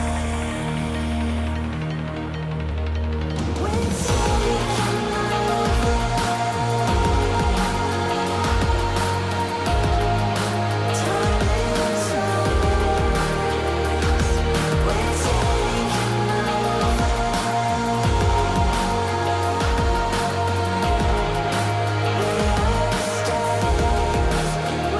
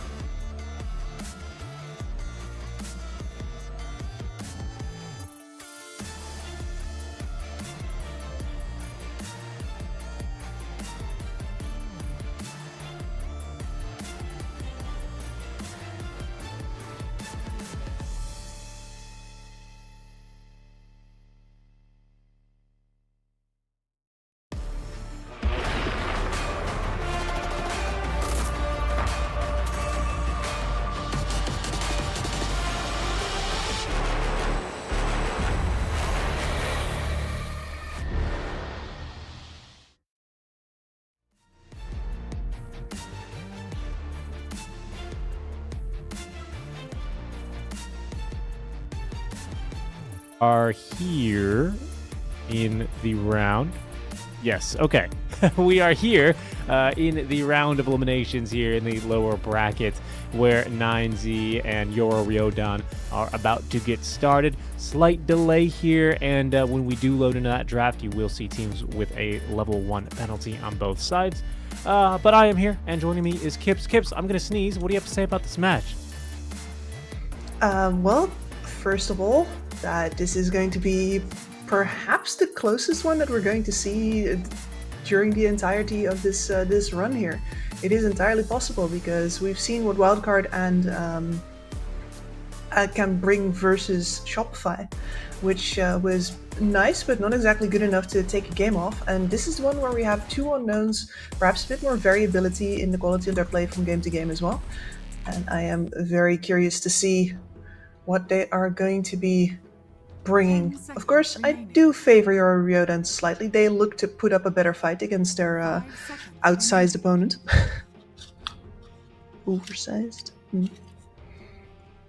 Yes, I completely agree with you. I think they had the closer game. We'll see how this gets going as, again, especially this first draft where teams have 30 seconds less of that reserve time to be playing with.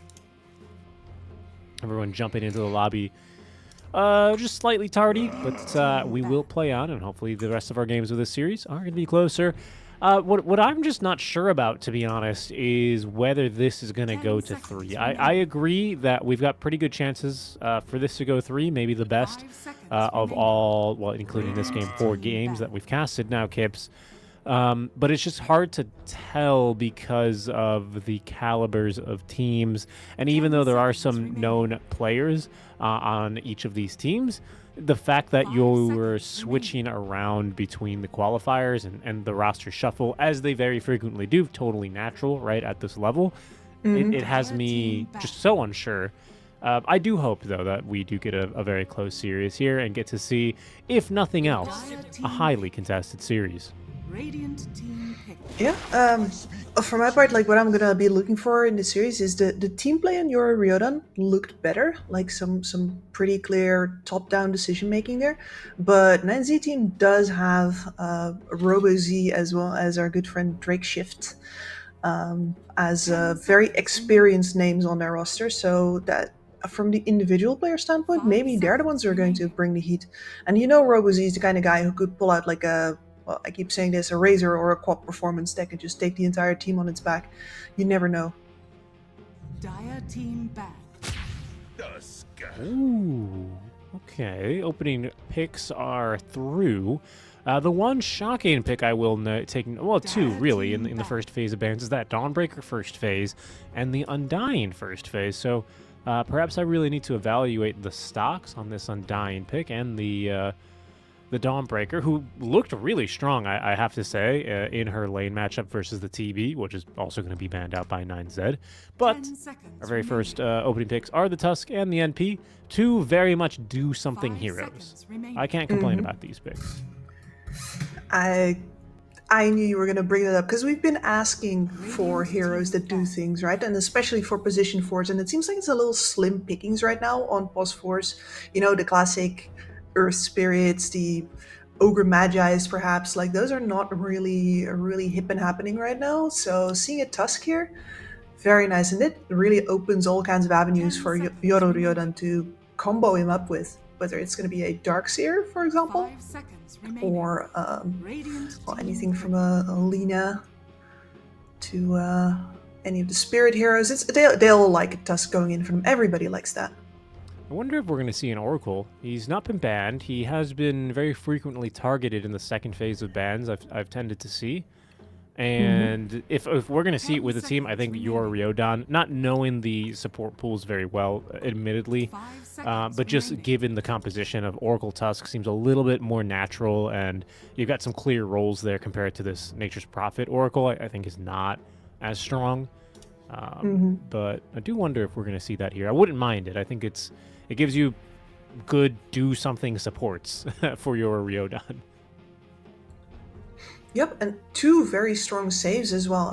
While not really compromising on the aggressive possibilities either. Oracle is more of a follow-up, sure, but do not discount the damage coming out of that hero either. Yeah, he's great at securing kills early. Wink. Oh yeah. But you know who else is great at securing kills early? It's the Windrunner with that kill shot. That'll certainly do. Break some trees as well for the NP. He also conveniently makes a lot of shackle targets for you.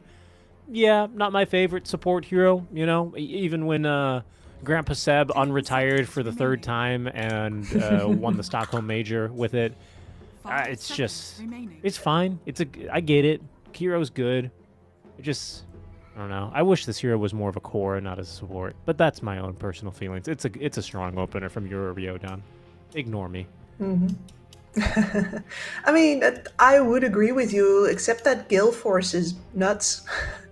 Yeah. And as long as Gale Force is nuts, I have to agree that, yeah, she's ranged, she does good harass, she contributes some utility, some damage, she's very item independent.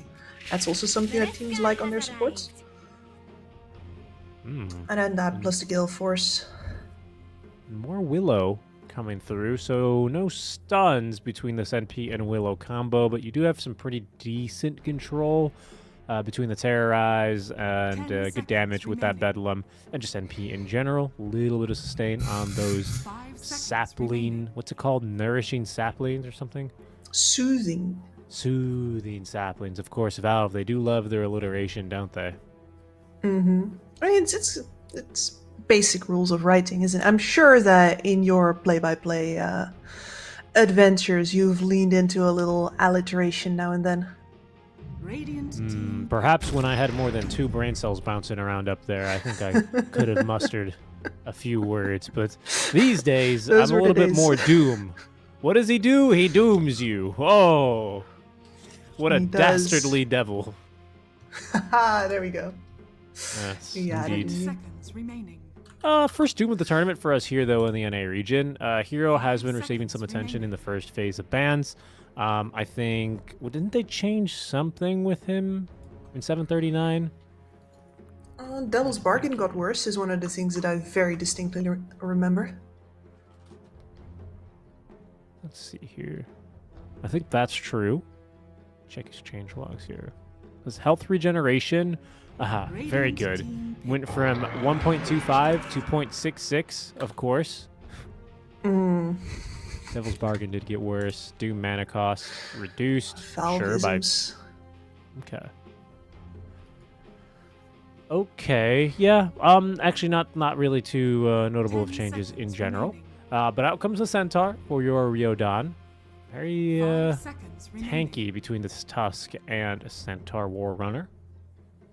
Yeah, and this is now a lineup that absolutely has burst damage, even if you don't bring in the big cores, and they're gonna pump some more damage on top of what I already consider to be a really well-rounded lineup, honestly. Really like what Yoru Ryodan is bringing so far.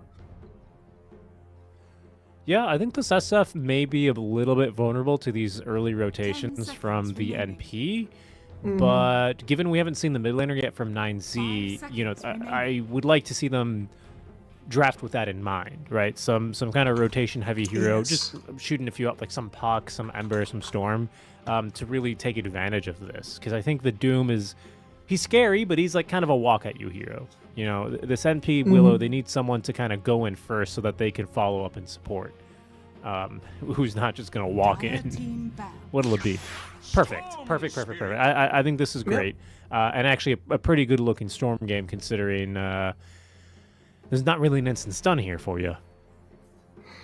No, there isn't. Like, the best they can do to you is Blink Punch from the Tusk, right? That is Exactly. That is about it, and that'll take a while. 5 seconds remaining. A bit of a Robosetta classic, I believe, on this Storm. Not quite the Quap level for him, I remember, but I think it's up there in his repertoire. Yeah, I might just finish off the top 3 with this this Storm Spirit here. Yoru. I mean, this SF most likely safe lane these days. 10 seconds remaining. I agree. I'm going to make Aye. use of the matchup versus that slow Doom. Yeah, and I wonder if this is a game where you consider the Tusk 5, maybe even run a tag team and just kind of blow this Doom up in lane repeatedly. especially if NP tries to TP away, you just immediately dive and kill him. Might be a kind of a winning strategy. Yeah, and the reason I like that as well is that the Nature's Prophet can't really do anything to protect his laning partner. Like, he can sprout perhaps, but versus this duo, that's not going to do too much for him.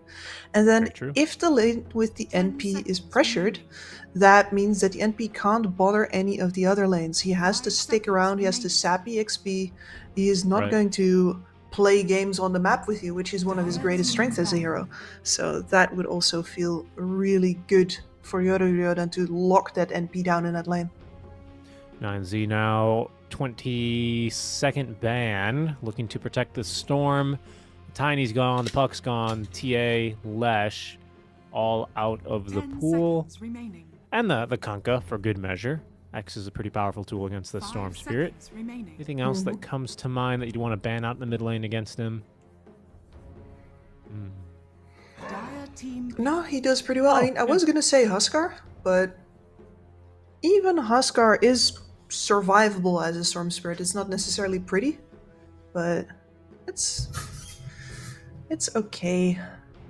Walking Remnants definitely help you out there, and then of course, just as always, Storm Spirit can go into the jungle fairly early.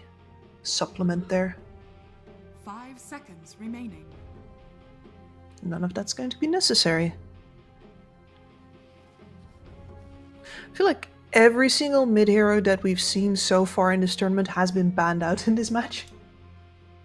Yeah, just the Ember remains, I think, quite notably. It's the Ember, yes. And the DP, Radiant which I don't know if we'll see again. It wasn't really too impressive now, was it? And there's going to be the No. range core that 9Z are looking for into this Centaur. You can either go for like some Ursa Monkey King, or you can just kind of outrange him and try and ignore him.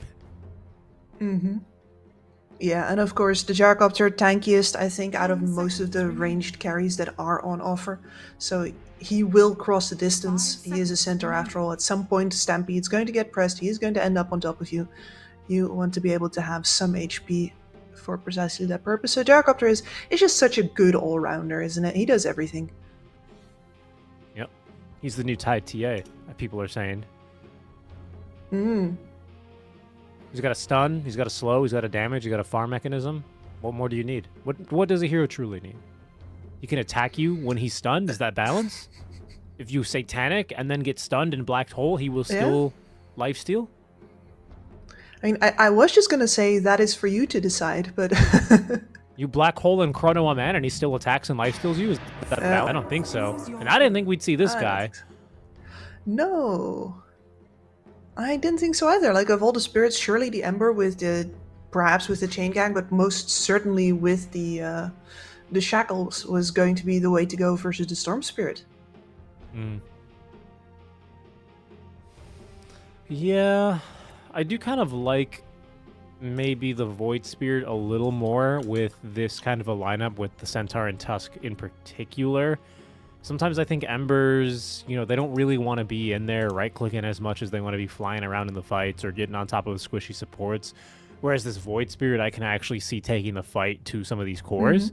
And maybe that's a little bit better to play with when you have a save in your Tusk, when you have some really squishy backliner like this SF, right? Who just wants to be left alone and left to his own devices.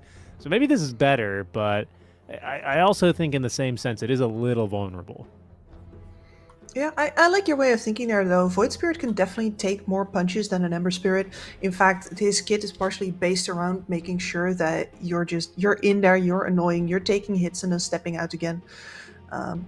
Running interference, I think, was a thing I said earlier. That's very much his kind of gameplay. And taking hits is, for him, definitely part of that. So I don't mind them making sure that there's somebody else in front of that SF whatsoever.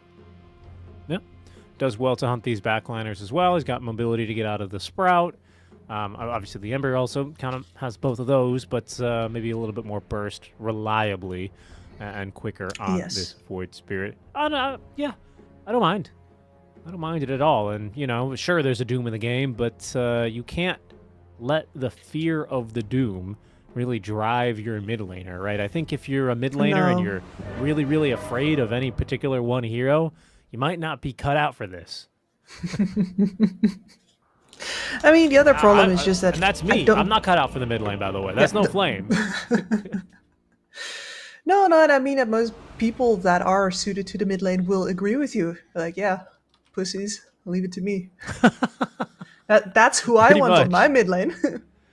Pretty much, yeah. You got to get the young sweaty guys in there who are be like, yeah, there's a lion and a shaman, but I'm the best puck that's ever lived. He's never gonna hex me.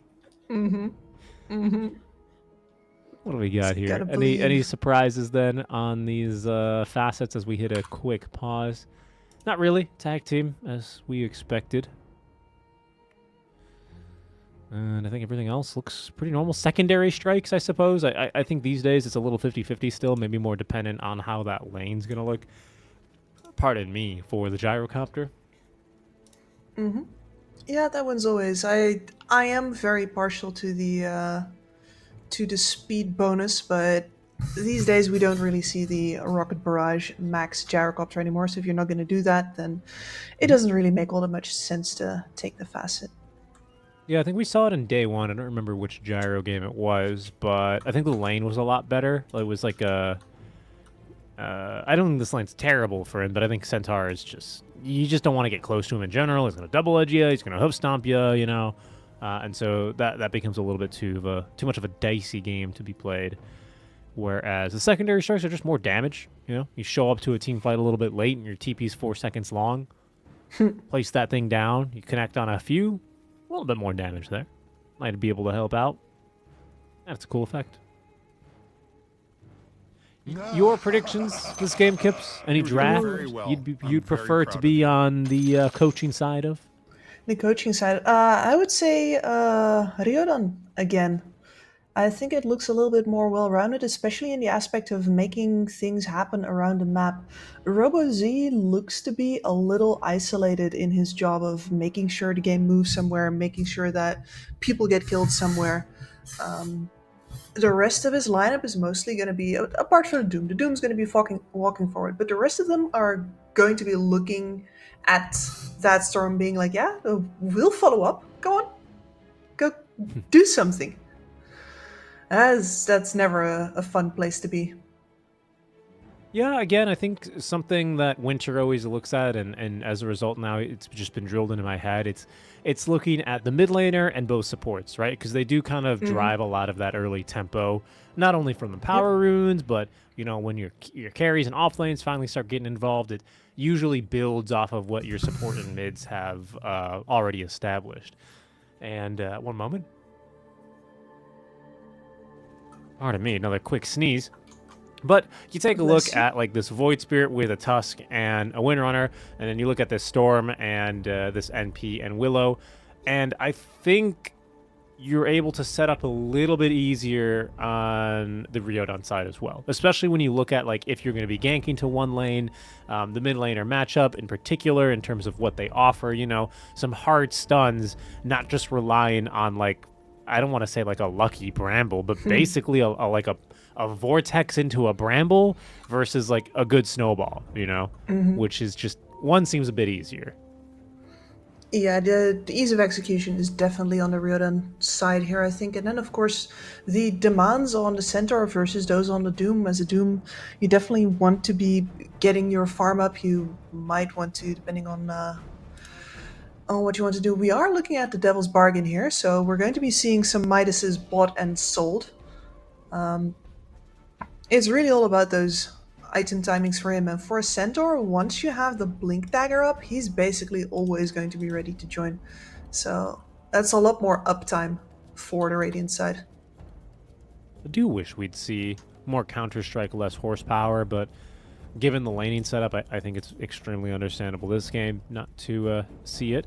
Hopefully we will see them at some stage, as we have been paused here for a moment, waiting for that reconnect. I would say the rule of thumb for that one is probably if you're against a ranged core, you go horsepower. If you're against a melee, you go Counter-Strike. That's like... I think it totally makes a lot of sense, especially if you're in one of those lanes where like an early Ring of Health is just going to absolutely win you the lane. Yeah, I think it's... your choice is basically made for you. Very fun hero, though, this Centaur, I have to say. I love it. I don't know, just being able to like get stacks of your double edge up once you have a shard and you're just blinking in with a big crimson, stampeding your team. You know, you got your little windrunner, you throw her into the back of your workhorse cart, and you're like, let's go. Yes. We're going to the cinema. I am so glad they buffed that one into usefulness because it was too fun to be as underutilized cooked. as it was. They cooked with that one for sure. Like other impressive ags. Hold on, let me get back to you on that. Other extremely impressive ag scepters. I mean, I remember when they first added Earthshakers. That was something. That's pretty good. Come on and slam and welcome to the gym. Right next to him, anyway, in the strength category, Earth Spirit. I actually really like his ags. You roll into a fight, you go, oh boy, I've made a little fucky wucky. You turn yourself into a rock and kick yourself back to safety. Nothing quite beats that. Or you turn your enemies into a rock. Say there's a sniper that's really annoying you, turn his ass into a rock and kick him off the map. Even better. Destroy the rest of the team fight. That guy's got no mobility. Yep. Or- right into your And team he really, goes. I should say, and when you're winning the game, turn your annoying off laner into a stone and kick him into the fountain. Now we're cooking. There's just so much utility in one egg. Every time. I mean, that's the thing about Earth Spirit, though, right? I think he was sort of the tipping point where hero design, where the kits really started ramping up on these heroes, like the potential utility of these kits, as opposed to just like, okay, numbers, you know. Alina and Lesh have the same stun, but Lesh has all of his damage on that stun, and for Alina, she has it on the Dragon Slave. That sort of thing. Like Earth Spirit was definitely a pivot in that regard. It was the dawn of a new era. Yeah, Utility. that's fair. Especially like magnetize. I feel like a lot of Earth Spirit players don't know this. I probably didn't know this until playing like 50 of the Earth Spirit game. If you have magnetized multiple people in the fight, you spread all of the debuffs to them, even if you only hit one, which is just amazing. It's just like such a cool concept, honestly. No, it's great. You know, It's how you kinda get those share triple in- silence faces. Yeah, yeah, I'm okay. I mean, this hero used to be ridiculous, by the way, when Boulder Smash was the stun. I'd love to go back to those days, but obviously that was a little bit too much. But I do share in Effie's distaste of how this hero's kind of just been ignored time and time again. I get it. He's kind of one of those high skill ceiling heroes where you don't want him to be really good because then he's just going to be in every game, in every position. And if Ern's really good and he's it's really kit. good, then oh boy, you're in for a hard one. But I don't know. Wish we'd see him more. He's a fun hero. Other fun acceptors. Let me think here. Nyx Ags, I think, is super fun, even though it doesn't really fit with the current playstyle of the hero with the reworks of Mind Flare. Yeah, not at all. I'm very think it's partial still- to Luna's. Oh man, that one's so Like the weird. orbital Just cannon. the death cannon Luna. Yeah. Orbital cannon Luna. Yeah, that's Just a good okay, one. I'm tired. You know what? And like the moment where you get to pivot in the game is very good as well, because by the time you get that on the Luna, like the enemy BKBs have gone low, and you open a fight with that, and you're like, well, either I die to this or I pop my BKB, and then I don't have it for the actual fight. It's great. Yeah. And even if you kill the Luna, the moonbeams keep coming. Selenene's wrath knows no limits. Death is completely ignored. Another eggs I like is actually, to be honest with you, not a hero I love seeing, or I get at least playing against. But the Viper, I think Nosedive is actually really fun. Excuse me.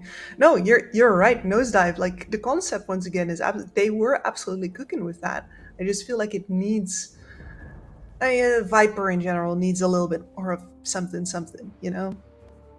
Yeah, I'm not sure quite what they need to give him. Anything else? The Enigma Vacuum Hoover is a classic. Wispags is a little right now. Grimstroke Ags is honestly kind of insane. Like, whoever put that in and decided to give it debuff immunity with 95% magic resistance, they were on something.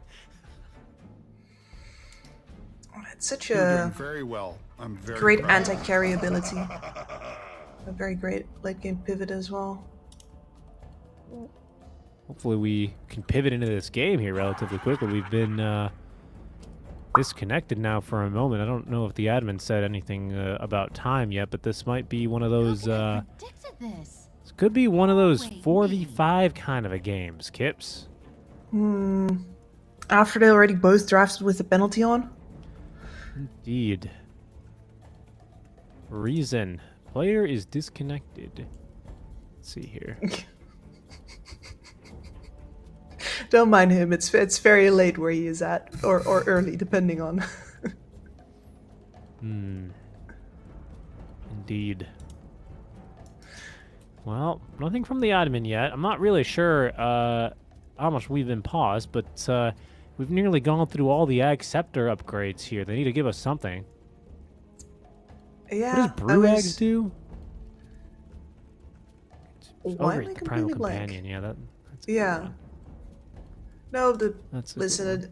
the Ags upgrade of all time, in my opinion, is Static Storm. But that one's Static not. Storm. It's not flashy. It doesn't, no new animations. You don't get a card. Your Viper doesn't do a funny belly flop. But it is one of the most key Yeah. ones. That's true. He definitely feels like Disruptor's is like old age hero though, like Dota 1 ass hero, where he's like, what do you do on this hero? You build Ags. What do you do Yes. then? You build a refresher. It's like, okay. That's why I like the kinetic fence a little bit more on this guy. I think he just gives him a little bit more depth. But like the fact that his ulti is so good and that his Ags upgrade is so good, it kind of feels like a grief if you don't build anything but Ags on that guy. Yeah, agreed. We Static live. Storm We machine. play? What's going on here? Yeah, Is we- reconnect reset router and now we move. Okay, I presume it's been 10 minutes. Who unpaused? We'll never know. I don't know either. Who Isn't it glyphed? that when the... Who glyphed? Okay, Void Spirit resumed. Oh, Void Spirit resume. That's interesting. I don't get to see that. Well, okay. Here we go. 4 versus 5. Now Karma did at least buy items before he disconnected. So they don't have a completely useless centaur, but I do wonder then how they're going to get things going here. Oh no. Oh, Well, all right, Kips. What do you think Yeah. about Lena Ags? they keep on changing that. The Flame Cloak hasn't been with us for very long. I mean, more interesting than it used to be for sure. But she's, if you give a hero with a lot of damage also more utility, you get into a really big problems balancing them. Is where I'm getting at.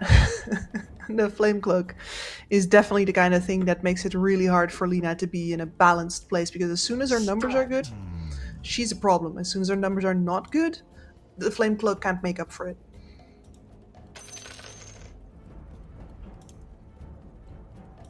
What other fun Ags are in the game? I kind of liked old Lone Druid Ags, where you just kind of ignored the base concept of the hero and could sit in fountain and let the bear do everything.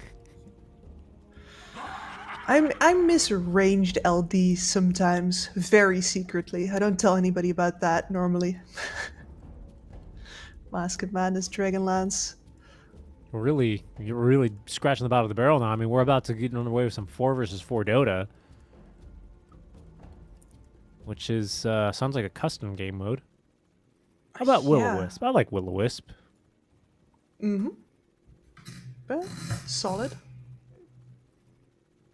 Solid, but Coddle, interesting.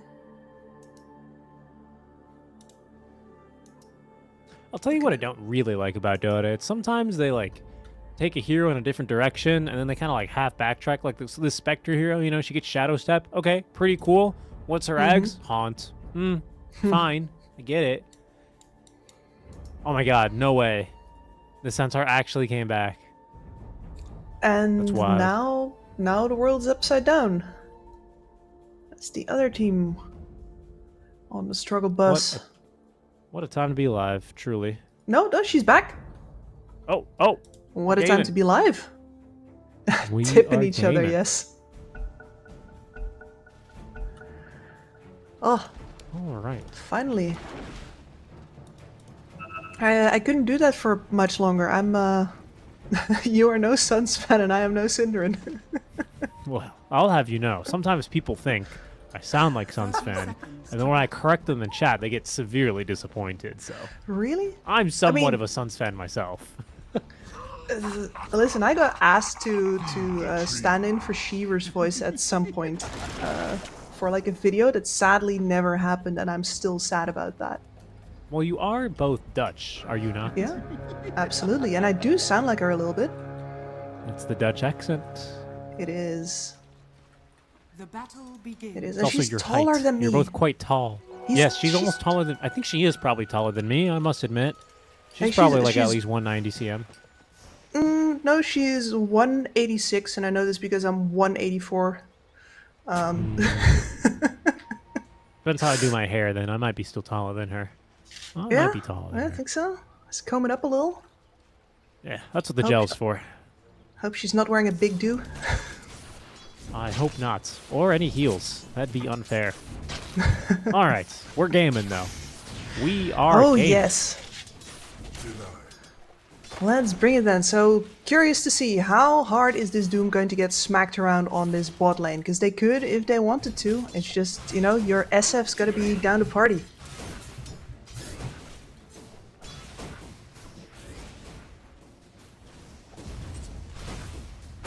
For now. Yeah, I think this is going to be like a level 3 kind of a lane that I want to go in, right? Like, get level 2 tag team, get 2 points in raise, and then you're cooking. Been killed. Before then, I think Yeah. this is like deceptively dangerous. Well, that's not going to stop skill, though. Those brambles sure will. Yeah, you're still a melee versus the Brambles. That is always a tough order.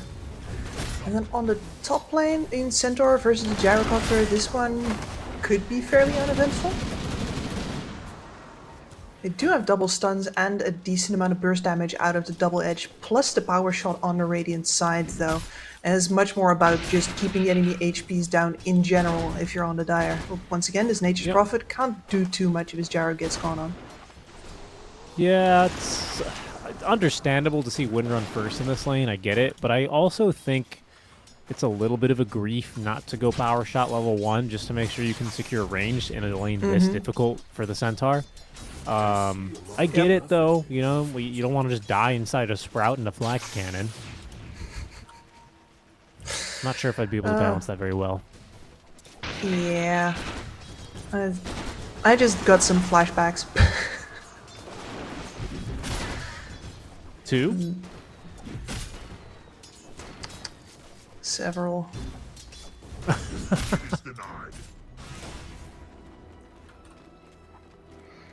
Let's see then. Waiting for level 3, honestly, on both of these side lanes. And then in meanwhile in the mid, I mean, we were talking about how Death Prophet versus the Kunkka was going to be boring, and instead we got like 2 solo kills and a rotation. That's true. Yeah, that's true. This one, both of these heroes, you'd love to rotate your supports on them, but I think these side lanes are going to be quite action-packed in and of themselves, so they might just literally be left mostly to their own devices. Level 3 impending down bottom, and the Tusk well prepared to go fighting with the Healing Lotus ready to go. Not the best Ice Shards I've seen, but there's level 3 now for the SF, and you can see the respect that Doom is paying him. Holy moly, 8 denies. But the first blood, 8's going to be up top lane. Yeah, and that's, well, the exact example of why you take that wind run, I suppose, because otherwise you are not going to be out-trading a double-ranged lane at some point. Yeah. Yeah, that's a really good point. Now it's going to be, as a result of that death, the lane equilibrium gets a little upset with the pull going off uninterrupted. Only one melee creep dies, though, because it was the very useless Vul assassin camp. Absolutely useless. I never do anything for you. I gotta buff those guys some more. They even buffed the darn Hill Troll Summoner camp. It's not as useful as it used to be. I remember the days when yourselves could get cancelled by those little assholes. Oh, goodness. Well, I'll tell you what, that's when the Vools are actually pretty annoying because their debuff is like a Yes. 30% regen reduction or whatever they call it now. Innocence, he's in trouble up here. Blood grenade thrown down. Another double edge is actually not enough for that kill threshold. Suddenly, Nero, he's got 2 charges of that Urn of Shadows, and he's got a kill onto the Windrunner who could not find the kill shot they needed. So 3 kills in this top lane. That's quite the start. Yeah, and it's going to only get worse from now on. Because now this Nature Prophet, yep, it immediately TPs away. You hate to see it, NP's just playing this well. And still could be another kill. No, not quite. Nero not willing to give up the 3 kill streak this early. I do take down that Doom, so it's something for the SF, but it's still going to be pain. Still going to be pain. Yeah, and the NP is now hovering as well. Let's see if they can take the SF down another time immediately after he comes back. Mid lane, we are set to hit level 6 here on the waves. Undisturbed. Not too many denies between the two, so should be pretty even. Oh, hold on, we're still fighting down there. These guys, absolutely no chill. On the kill here onto the Doom, so that's the 2 versus 3 working out in favor of the 2. Yeah, just not enough burst damage on the dire side here whatsoever, and I'm suspecting that we're going to see that a couple more times in skirmishes throughout this game. Must be nice to have this kind of a gyro hero when you're playing some NP5, right? Some guy who can just like push out the waves and you don't really have to worry about him dying. Yeah, he just disappears off into the woods. Good stuff there. And the first bottled power rune is going to be for Roboseta mid. He's got that bottled shield rune. It's something. 450 damage block for him is nothing to sneeze at, but it's not like the arcane or the haste or the amplified damage or even the regen that you're really always hunting for on these spirit heroes. Radiant's top tower Especially the is under Storm. attack. Well, that's a very nice ice shards here. Into the Shadow Realm, where you can still get hit by the Shadow Raises. And sent into the Shadow Realm, I guess, even deeper. What happens if you die in the Shadow Realm? Did they cover that in Yu-Gi-Oh? I don't think so. I watched the entirety of that series and I'm completely stumped. That's trouble. And Here's even more Rosie. troublesome now for the SF, who tries to turn at least get the Shadow Raises onto the Doom. Only connects onto 2. Instead, it's going to be Roboseta picking up himself a Galvanized Charge off the back of that. Oh, actually, he died to the neutral. Huh. He sure did. Well, that's awkward. Dire's middle tower is under attack. Nothing for Robozy. At least he only misses half a wave, but for a TP and your rune, that sucks. Nah, doesn't feel real good. Radiant's I think he's still got a charge off of that, though. Did he really? Because what, you get 3, right? When you level it up? I'm not so sure. He's got 4 now somehow. Either way, didn't get the kill, so the SF is not too unhappy. As, you know, unhappy as SFs can be after dying. I mean, it's not so bad now that you don't lose all of your Necromastery immediately, all the time. Yeah, that used to be real sad for SFs. They'd die like 1 time in lane and be like, well, my game is legitimately over. My day is ruined. Just ask this Windrunner here. We've got a Quelling Blade and a little bit left of Nice. that Windrun to try and evade death here. And we'll do so safely underneath that tier 1 tower. That is, well, that was currently the last Urn charge for Nero. We'll see how quickly he is able to refill that. Oh, he has been really good at squeezing the amount of kills that he didn't even contribute to previously, but now, yeah.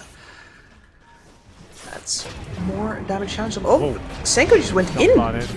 Yeah, he did not enjoy the Dark Willow taking out his Rue, and all of a sudden I mean, that was all of, wow, what a shackle shot. That might be enough to just bail him out alongside those wand charges. Yeah, he's A-okay.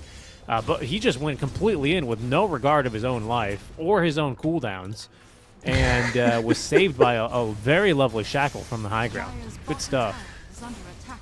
Yeah, he's dead to rights there without that shackle. He, I don't know, maybe frustrated that no Secondary particular strikes like, onto Karma Oh. with a very long duration rocket barrage. The shards are off the mark. Karma, he's gonna die, but they might be able to take Innocence with him, especially with Sankyu TPing on in. They even actually catch Nero. That was a TP scroll used, and he used his TP ability to get in, so he's taking a quick trip back to the fountain.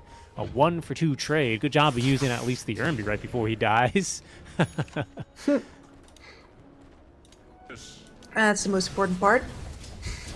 You get the charge back anyway. Yeah. Just send it. Flick the stamp and send it.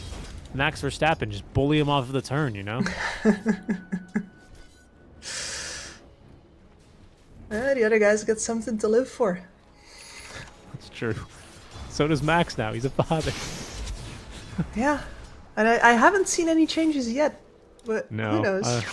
I reckon, well, we'll see. Roboseta going on in. This time the Windrunner in trouble. Doesn't even get off the Windrun. And Nero very quickly refills that urn up to 2 charges.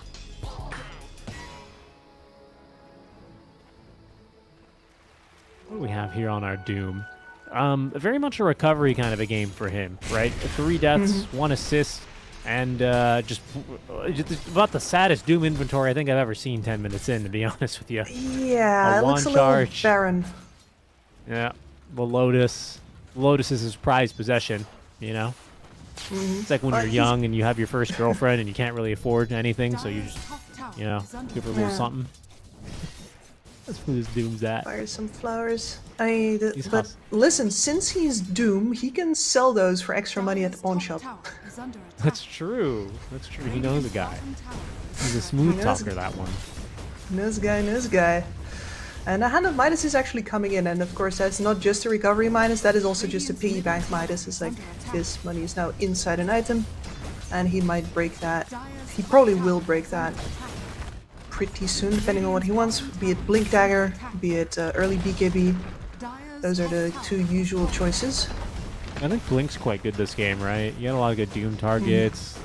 Shockingly, maybe one of the better ones is honestly the Centaur or Tusk. fallen. Just to make sure that there's no saves, no kind of, probably, you know, Stampede is just such a buzzkill, really, to you in general. Yeah. It's quite a good counter. It's just you gotta communicate it with your team, right? Because sometimes they will, and it's automatic. People just automatically do it. If you doom somebody, they all turn noses towards the doom and start hitting that guy. You gotta be very clear. Like, hey, this is utility. This does not mean we're going on him. This means you go on everybody else who now can't get out. Capiche? Right. In the river, 12-minute rune spawns in. Wow, what do they have, an Oracle on their team? I think the Roboseta's gotten nearly every single rune, Yeah. I want to say. It's worked out very well for Anne. Oh, Sankyu's gone for the Vessel build here. I kind of like this on the mid laners, honestly. Yeah, I mean, I think it's one of the reasons that we're seeing Void Spirit even more again now, is because this item builds up so nicely for him. He loves the all stats, he loves the extra damage. You've heard my rant about why the Dagon would have been a good item previous patch, but this is your bridge to the Aghanim Scepter, making sure that you are not useless and in fact a legitimate danger and a legitimate force on the field while you are saving up for that Aghanim Scepter. Yeah, and well, we'll see how his supports can play around him here to try and get him enabled. I think these supports eager for a little bit of action, especially this Tusk. I would say more than the Windrunner, who's, you know, that farming mechanism built in. Where will they be looking for any action, if at all? This Doom could be a target, but the Void Spirit back to just farming the mid lane, content with a peaceful life of farming. Yeah, I mean, the supports are sitting ducks to him. Nothing either a Willow or Nature's Prophet can do can really touch him. I mean, eventually the Willow's gonna buy Yules, that's gonna be very annoying. But up until that point, she's food for a Void Spirit, so I think that partially inspired that insane go into the river. He just sees 3 people who have no stuns and he's like, yeah, whatever. Maybe one of these supports just keels over because they can't stop me.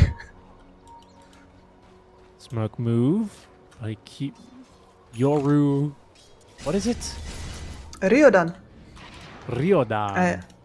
Yoru Ryodan. Ryodan. I apologize. It's very difficult for for a fella like me who doesn't watch a lot of Japanese media. This is a really deep move at the 14-minute Wisdom Shrine. They are ready for this. My goodness, skill is just in there. The Doom is going to be applied as they're retreating past on the bridge. There's the Stampede out. Is it going to be enough? Thank you. No. He is going to go down. Rosetta with the Arcane Rune. This is a perfect fight for this side. For 9Z, it couldn't have really gone much better. Dire's middle tower Robo is Z under Arcane in the bottle. Popsat gets to TP into a bunch of enemy heroes, basically overextended. Yeah, that's his dreamification right there, honestly. Wait, was that the full Sanj? My Might have man. been, honestly. He had the Kaya before, and now the Yeah. the Sanj is coming out. He's up to 10 galvanized charges, and they Yeah, even sure get the is. Wisdom. So, I mean, honestly, just a perfect outcome.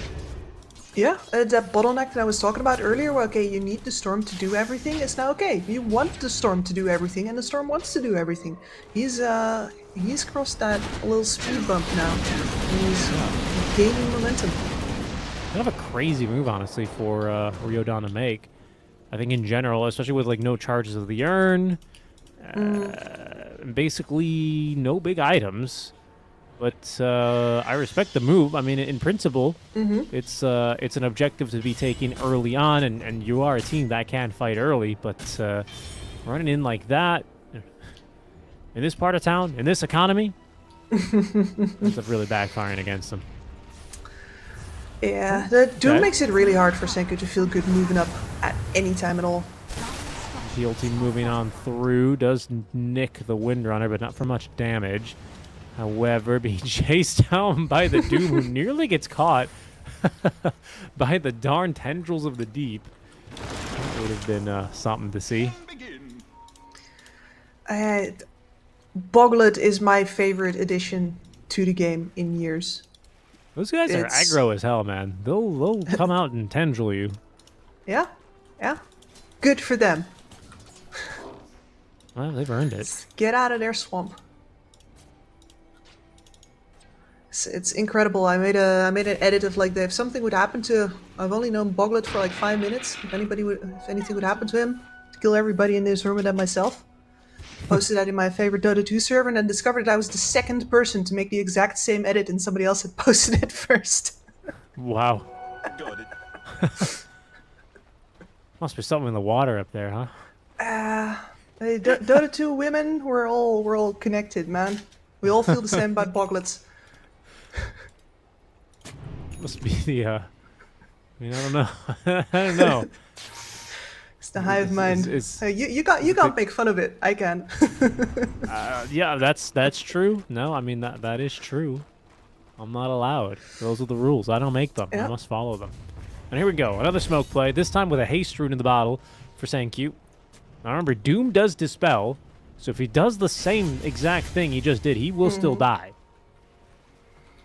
So this Yep. time they've got an SF showing. Ready to siege this And a tower. blink on the Centaur. That's going to be the initiation. They're in on the Doom, and wow. Kyotaro's like, yeah, bro, you're freaking dead. I'm saving this terrorize. Good restraint. Good restraint. But just very Yeah. funny also. Utilitarian. Practical man. Now, and this is Sometimes the you difference. still got to let those go, though, you know, those terrorizes. Otherwise, it's the mental, right? It's about the mental. Yeah. Now your bro needs to know that you had his back. It's important. No, but this is the burst damage advantage that Ryodan has, which is really hard to replicate. The Storm needs a good game, and the Storm is going to continue getting these opportunities for pickoffs from time to time, I'm sure. But he does need some time to take people down, and if you have Blink, Stomp, Punch, well, that's not much time at all Yeah, in that's very comparison. true. That's very true. Especially if your Doom is, If your Doom gonna is not end getting up blinked, getting initiated on like that, and if Yeah. he's not gonna go for some kind of a blink build, like I think this is actually working out very well, and I love to see a second smoke very quickly as well for Ryodan. Because this Doom's just like, he's just not ready to fight yet. And that's fine. Maybe this build is going to be correct, but this is the correct response to kind of punish that greed. See if they find anything. We knew he was behind schedule. He knows he's behind schedule. Oh, that's a cheeky little sprout. Can they find Nero? Absolutely. Blink beyond the trees into the Walrus Punch and dead before he even hits the ground. For sale, Aether Remnant never used. Tragic.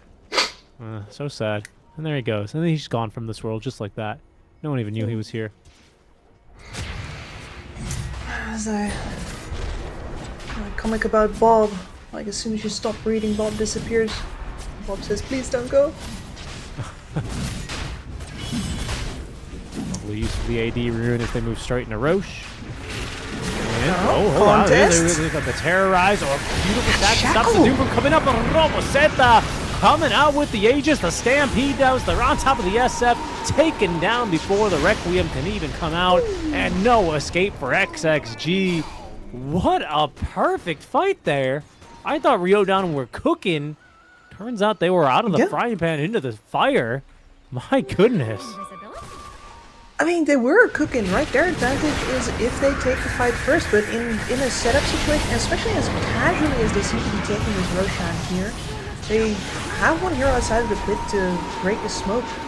Sure, but with the amount of reach that they have and the fact that they don't get to interrupt the Dark Willow before she throws in an absolutely devastating terrorize, The seeds of yeah. What a combo. 4 dead, just like that. The Yeah. lead is 8k. What a swing. They do all the work to take that Aegis to take down the Roche. And, Radiant's well, top tower just wasn't is meant to under be. attack.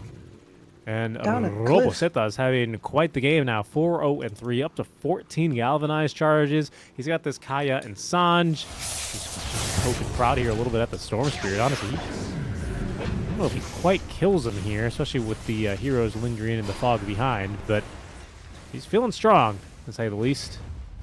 Yeah, these are not really tickles anymore, are they? He's not playing. Senku's still, well, very close to the Aghanims now. And luckily for him. There we go.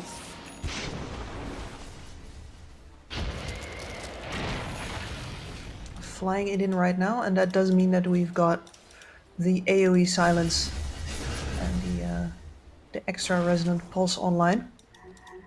Charge And based bonus spell. damage as well, right? Increases his kill threat and potential. And he really Especially needs to versus the start Storm. doing a little bit of that. Nero. Nice shards. This time on the mark. Walrus Punch holding on to that one as the Stampede can come out just to ensure this kill. And they've got him dead to rights. Nice job getting through that Bramble Maze. That's a Bind Advisor player if I've ever seen one. Up top lane. Oh my goodness, no way! They actually got him with the Requiem. Immediately put into very good use that Ag Scepter as they take down Roboseta. That was through the Aegis as well, wasn't it? It must have been. Yeah, that was twice. He still had that in his pocket last time we saw him, but well, we only get to see what happened the second time, and that is Tormentor easily taken. Holy moly. Man, murdered that thing. SF, man. Tell you what, ever since they really moved that Tormentor a little bit further away, not even really that by that much, but they just kind of tucked it away further into the corner. Pubs, you just never see those Tormentors taken anymore. I swear to God. Everyone just pretends they don't exist. But Out of these sight, out of pros, mind. always on top of the game. Yeah, pretty much. It's like that spot, you know, underneath your couch or like underneath the coffee table or your bedside table where it's like, it's in the corner. Do I really need to vacuum and mop that corner? Radiant's bottom I'm tower nobody's is gonna under look there anyway. The corner police? You guys get visits. Let's see. We'll see how things get going, though. I mean, good turn of events. It just shows that the game really can swing just on a dime like that. They've cut this net worth lead down significantly. This SF's going to be scaling. I'll tell you who we haven't seen for, what, 5-10 minutes? This is Gyro. What's he been up to, huh? He's got this poor man shield like it's 2016. Maelstrom Acceptor. He's doing pretty well. Yeah. No, he's nearly up to 3k HP, just like that. Not even close to Satanic Careful. yet, as Runner. Oh, she's so fast when she's feared. so dead. Jackal only catches the gyro. It's gonna be a quick kill there. I am sensing a disturbing lack of BKBs in the game. Nobody's even thinking Wow, about yeah, buying any. Nobody. Radiant's top tower is under Okay, I'm- well, hold on. I checked all of them Let 3 me- times now. Let me steel man this. Let me steel man this, okay? If I'm this Radiant side, hold that thought, Stampede. They're going to be onto the Doom, and that is a very nice jump indeed. Nero's going to cancel this TP on in, and it's going to be another vessel charge here for Sankyu, who has really blossomed ever since he's gotten this Ag Scepter. Good catches. Okay, so if I'm Riyadh, I'm looking at this game, I'm like, why would I build a BKB? They have a Doom. Hold on, is this Gyro? There's tons. Yeah? He's taking the Watcher. Yeah. That mad.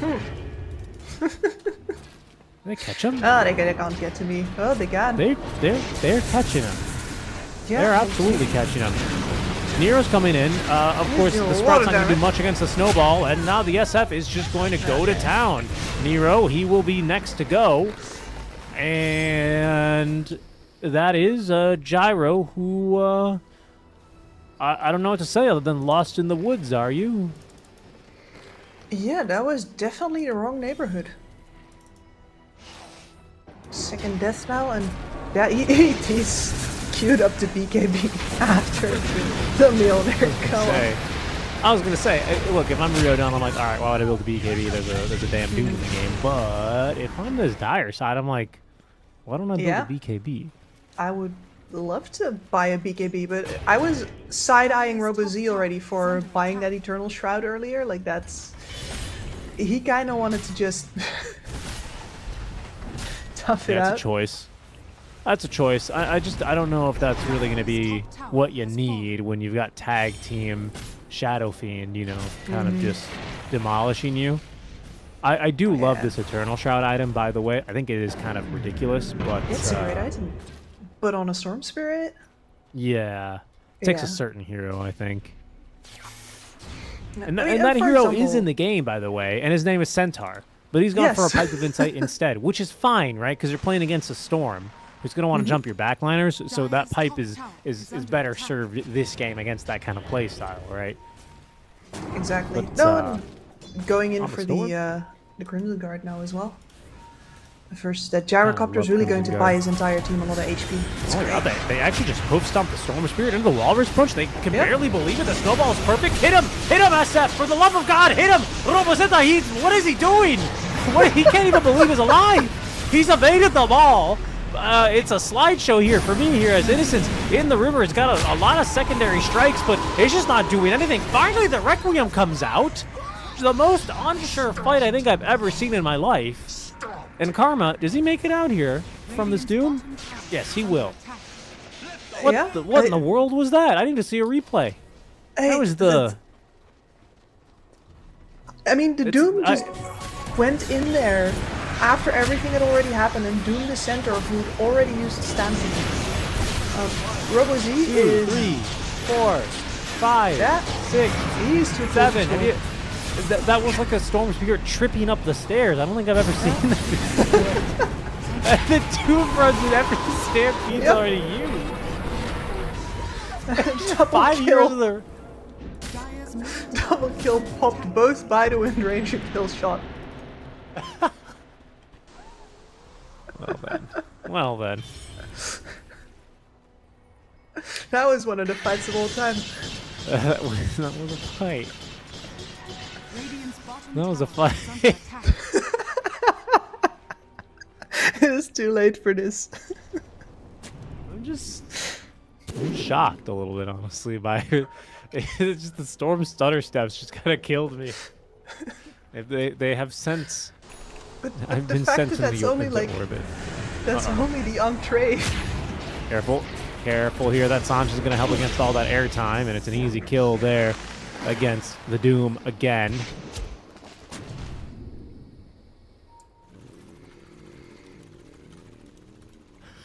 So we'll try to reset here. Ah, we're getting the horse guard. I mean, of course we're getting the horse guard here. He's got a ranged Gary. The SF would Yeah. love to be untargetable in the middle. Very true.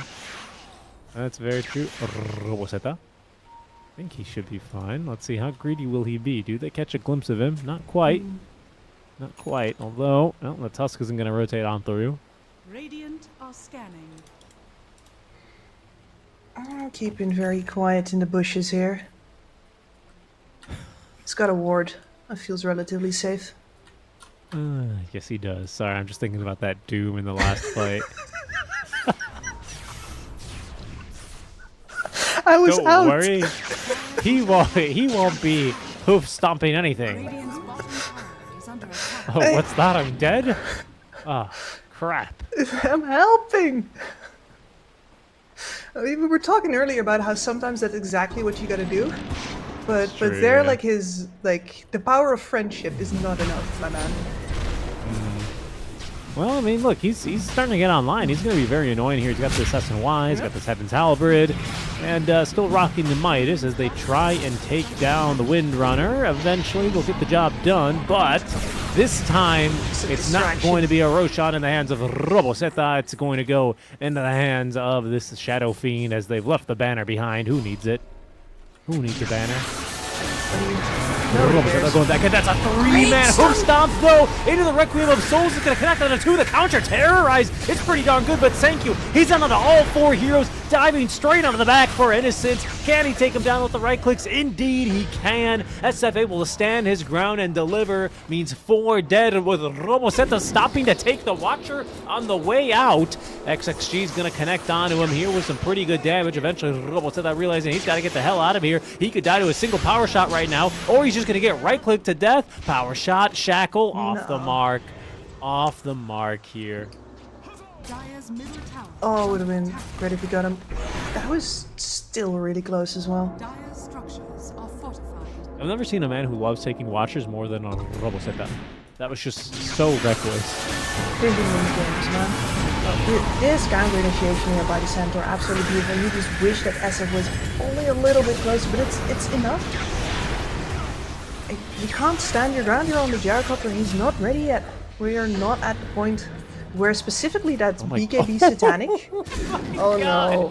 Sorry, he got like 4-shot by the Shadow Fiend, who Yeah. is starting to stack up these lasting presences, guys. You don't want to be doing this. Oh no, down goes the Doom. We're up to 3 lasting presents as Roboseta without a BKB is taken down, and he's dead for 70 seconds. All of a sudden, Riyadh are like, guys, did we just Yeah. win the game?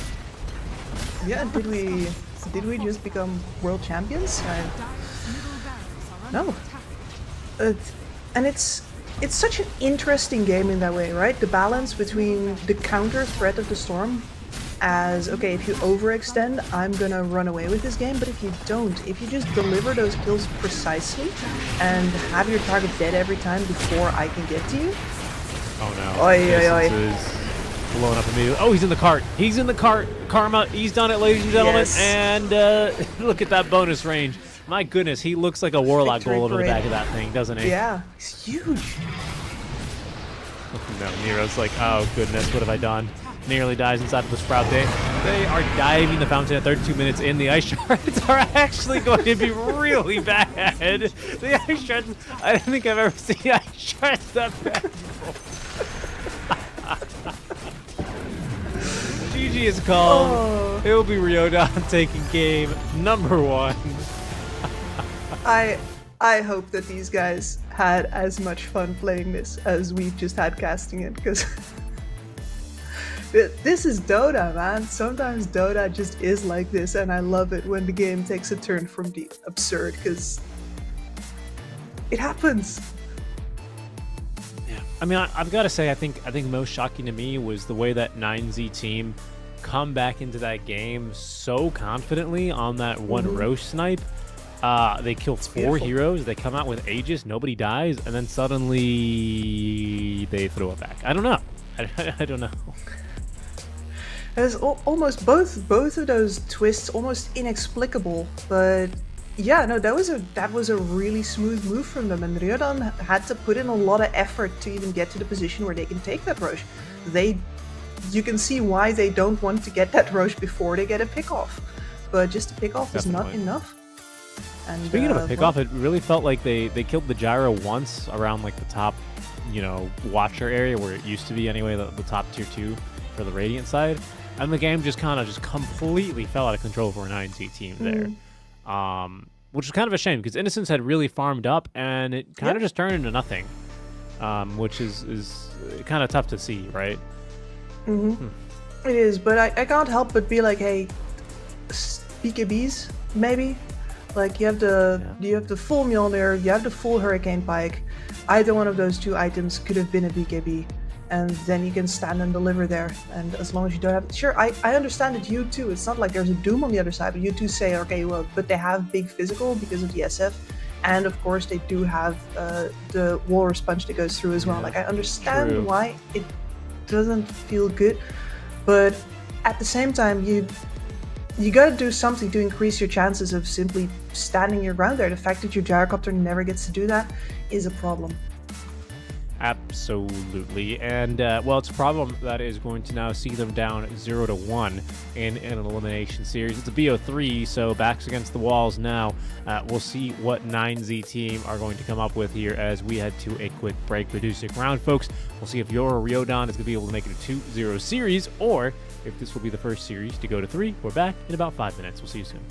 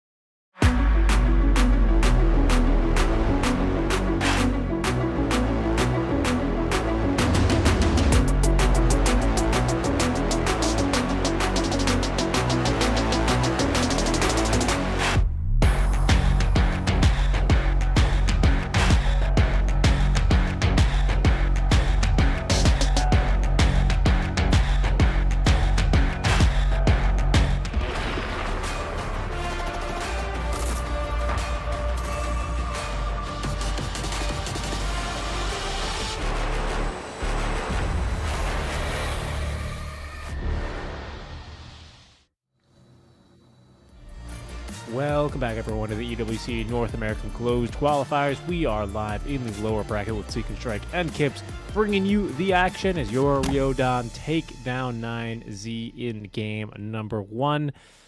It was a pretty close, a pretty competitive first, 15-20 minutes there, Kips, and then it very quickly went downhill for 9Z team. Do you think they still have it in them for a game 3 here? I'm not so sure. If you can just roll with the punches, then, well, at the very least, they've been in charge for a decent amount of this game. I didn't see any particular, at least strategic mistakes that they made, and especially that Roshan snipe that they did. They clearly had the presence of mind to capitalize on the mistakes that Riyadh made. But on the other hand, it does feel like how do I say, there were a lot more inexplicable things happening on their side. The catch off of Innocence, right, that you said started the snowball the other way, where he's basically alone on the top side, no BKB to Nightfall out with, that sort of thing. That's a problem. And then of course the we kind of know we should be winning this fight, but it's already over. Benny Hill theme extravaganza was also pretty unfortunate. So yeah, but they've got to put that behind them now, don't they? As we're back in game 2 with full reserve time here to draft. This time 9Z with first pick, as they are truly up against it. First team to potentially be eliminated here, as they are down 1-0 in this BO3 elimination series. Let's see if we see any adjustments here in the first phase, and we do. There's a Tusk ban. Radiant team ban. yeah, great use of that hero from Riyadh. Really, and they didn't even get an amazing Tusk game, but just the fact that you get that much engagement capability out of your position 4 in a time where every other position 4 is a ranged hero who waits for the course to do something, yeah, that matters.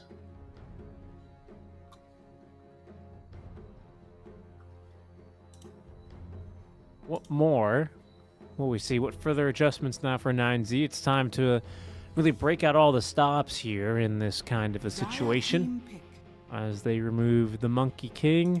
Let's see, Kunkka banned. I feel like we're missing a pretty glaring hero. I mean, NP, he usually gets through. Shaman, I feel like went uncontested in game 1, didn't he? That's kind of a rarity. Yeah, I think so as well. Let me check real quick. No, 4th ban out of Riyadh. That's why. Okay, so he might go here then. He's still kicking. Batrider out of the usual suspects, Yes, completely right. unmolested. Yes, you're right. Although we're Face the light. yes, Yeah. yes. Riyadh has Dawn, been then. playing quite a bit of Dawn in their matches last week in the TI qualifiers opens. Combining it with the Shaman, with the Tusk, and sometimes a nice Storm Spirit over the top. 5 seconds remaining. Really, I mean, a really solid hero to build. Just she's gonna go in, Team ban. and you can build all kinds of lineups off of that. And Oh my god. Oh, well. Disruptor. What? in current year, Well, I wonder.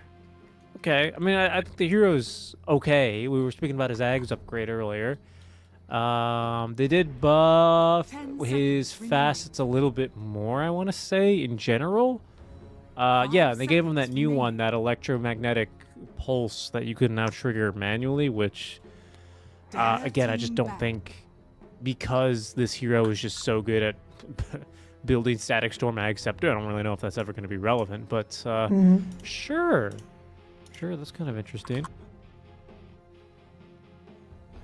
Yeah, that Thunderstrike ags, sorry, the Thunderstrike facet also got actually kind of a 10 huge seconds buff. remaining.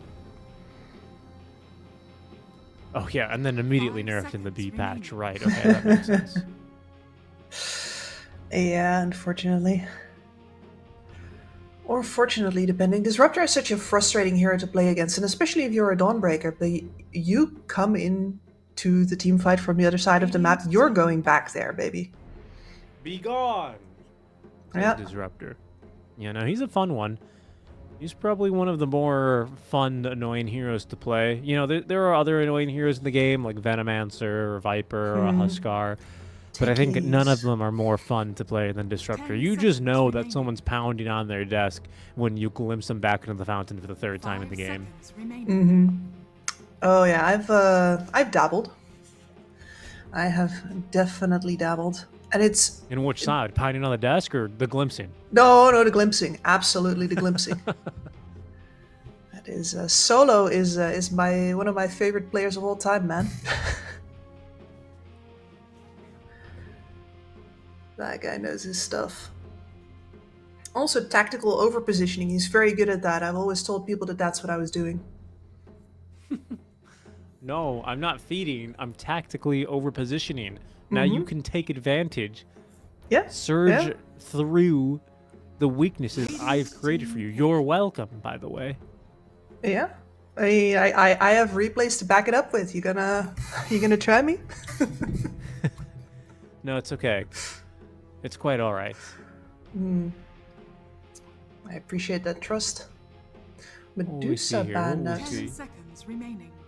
That's a kind of a weird one, honestly. I mean, I know we're seeing a lot more of her, 5 like this seconds offlane Meteor Hammer shenanigans stuff, but haven't seen a whole lot of her in NA so far.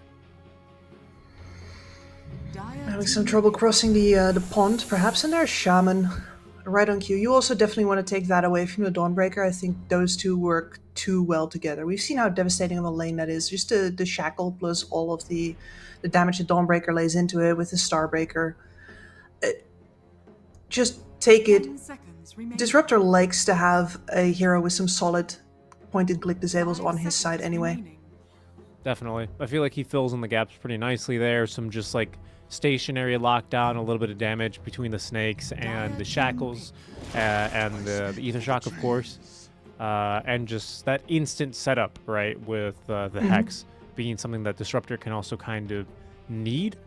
You know, like the static storm and the kinetic field, essentially, they've got a little bit of a setup time, and that can sometimes be problematic. So 10 I do like this. remaining. I don't always love two support openers, to be honest with you. No, me neither. And sometimes that can create weakness. We'll see if 9Z are able to kind of pick apart anything here between these two Radiant heroes. team pick. Yeah, I wonder. I was about to say I was wondering when we were going to see Muerta, back when we were talking about heroes that weren't making their appearance just yet. I just wonder if these two teams know each other, and that's why the Disruptor had to be picked immediately. Because I would personally not have expected them to ban out a Disruptor 10 because they were playing seconds remaining. Dawnbreaker. I think you could have just picked up the Shadow Shaman early instead and waited with the 5 Disruptor. seconds remaining. And then you could have potentially avoided picking two supports immediately. But who knows? Maybe you just don't want to risk it, and that's fair. But then now you gotta show a lane. Yeah, that's true. And then 18th pickup coming for 9Z, where they get to basically counter a lane, either with a mid or with their carry. And you basically have to show two cores here. So what do you do? Well, Just do you safe gotta and go. off, I guess. Radiant team. Yeah, or flex between those roles. That's not flex. That's off. There's no room to draft like an Oracle or an Ench without doing something a little funky here for 9Z. That's doable, though. 10 Some seconds. Muerta core. Dire team pick. Yeah, Muerta been seeing a lot of carry play recently. You Oracle, though, I wonder. It's pretty good.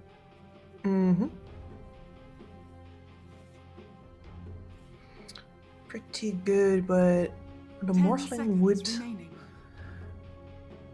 really enjoy 5 feasting on that seconds later remaining. as well. That said, in the lane, Morphlings are scared of it. Yeah, that Purifying Flames doesn't Yeah. mess around in the air. Kind of scales crazy. So, no, it's going to be a Sven instead, so probably just relegating this more to then to a support role alongside the Nature's Prophet, looking for mids in our last picks. And that already puts you at a very melee-heavy set of cores for 9Z now. The Dawn and the Sven versus Morphling Darkseer.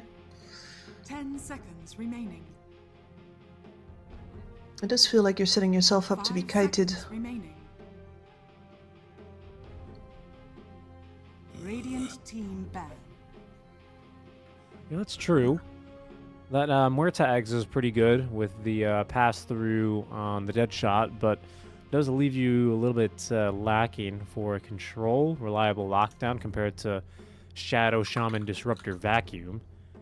10 seconds remaining. I mean, 5 Chain Gang the would have been a Muerta nice Axe fix. is also great. I don't want to say that Muerta has now, especially on the support role, also become like Disruptor, a hero where you just build Ags.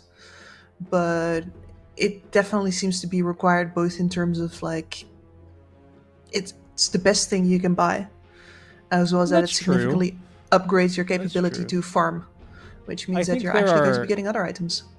I think there are, pardon me, I think there are games where the Atos can still be a strong consideration, a strong contender. Maybe against a Darkseer Morphling that you could make that case. But I hear what you're saying. I think like anything but Ags is grief on Disruptor. I mean, we'll see here what they actually build on him. But you're- I think you're correct as well. Yeah. Disruptor's allowed to get like one personal token of survival, you know, like a Glimmer Cape or a Babis or something. Like that's allowed, but no proper item that does not Yeah. start with an A and end with cannons. Yeah. Force staff maybe if you're 5 playing against a seconds Riki. remaining. Mhm. That's about it though. Yeah. And the OD ban is rather interesting as well. What more is like what other lockdown mids do we really have? I feel like that's not really something you see a whole lot of. I think here. Lockdown mid. No, like if you say lockdown mid to me, I'm immediately like, oh, you mean Primal Beast? We really don't play that guy these days. DK is a carry Sand now. King mid, maybe. Yeah, that happens from time to time. Fire team pick. Not the worst, but you want to see your matchup for the Sand King. Yeah, that's true. So you're blind picking into this. That doesn't feel great. You can't. I was gonna say you can't blind pick a Kunkka here because you can't see the bat or not, but you can't blind pick the Kunkka here because he's banned. 10 That's true. seconds remaining. You could blind pick a bat. 5 Bats are always seconds blind remaining. anyway, right? Yeah. Pretty terrible eyesight. You could also think about, I don't know, something like an Invoker maybe? Proper team fight control. I think that Yeah. hero is like with the rework of the with facets again, and then of course with the Spirit Vessel being properly back, I think that hero is worth a consideration.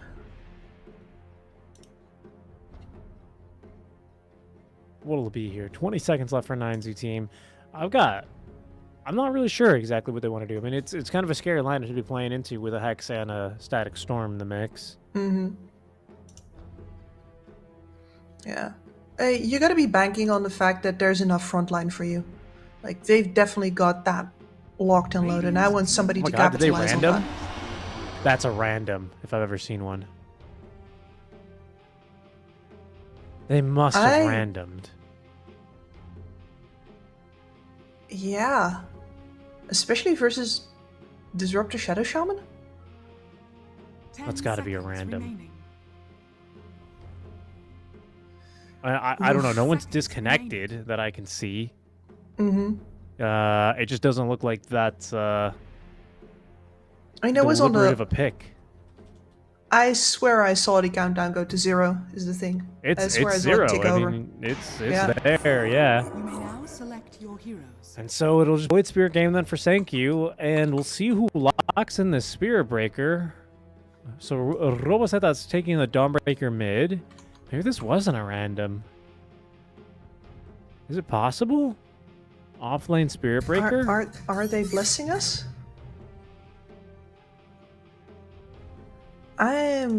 Okay, so what is the case for the offlane Spirit Breaker in this game then?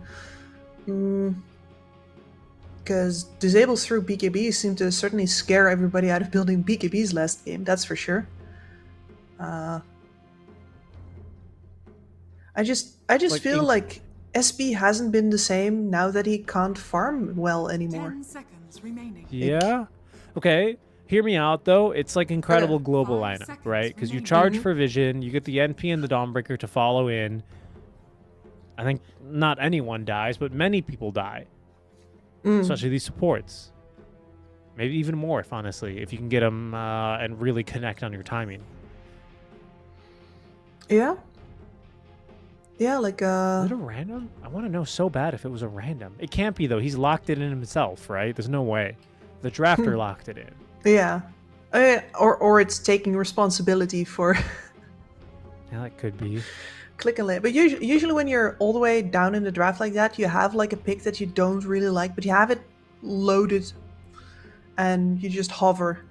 Like if you don't get any alternatives, you take that one. I want to know so bad. I wish there was like a little chat message that was like, they randomed. But we'll never know. You think it can work? The Spirit Breaker? Yeah. I mean, global pick-off, the supports are decently vulnerable, yeah, especially the Disruptor. You're never catching this Void Spirit, though, not with this entire lineup, honestly. Yeah, that's what's kind of scary about it. I don't know, Kips. I don't know. I don't know When, either. And it feels... well, It's so hard to evaluate because you don't know if you should be taking it seriously or not. It's like reading... It's like, am I actually, seeing a decision somebody made, or am I reading tea leaves? Am I trying to ascribe intention to something that the machine gods decided for us? I cannot believe that worked. I mean, we've hit a pause here on the dire side. Everyone's connected. Everyone's bought items. Nope, no, the MP hasn't actually. So that'll be that. Giving us some time for speculation. I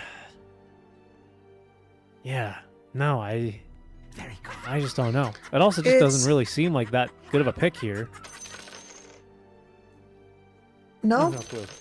No, like the versus Spirit Breaker, things that you hate are stuff like, well, the instant hex, for example. Cores that you can't really go on. Cores that really like copying you. Morphling is definitely game to become Spirit Breaker for a while here and there. Loves it when he increases mobility like that. I do see like in the game plan where he fits in though, because Spirit Breaker is really good at one thing, which is picking fights. And the Dawnbreaker is decent at that, but if you want somebody who is just guaranteed going to get you a scrap every single time, much like you want to fucking go mate would do on a good Friday night out, like that Spirit Breaker for it. You're gonna get a scrap if you want it. I'm not saying that Yeah, he's gonna watching come out the- alive.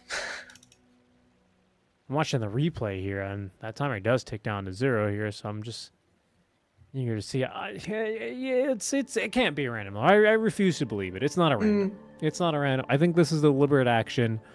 I think this is a pocket pick for them. Play in their pocket, you might even say. Maybe it can work. Maybe it can work. I see a lot of difficulties for him this game, especially, kinetic fields. I think they picked. It didn't tick to 0 on the reserve time. It did on the left, but it didn't like where you select the hero. I think they did pick. I think they did have something selected here. So maybe that's gonna be okay at the end of the day. Yeah, I'll listen. We're just gonna have to roll with it, much like whether they picked it on purpose or not. They are going to have to. Very true. Very true. You've been disrupted.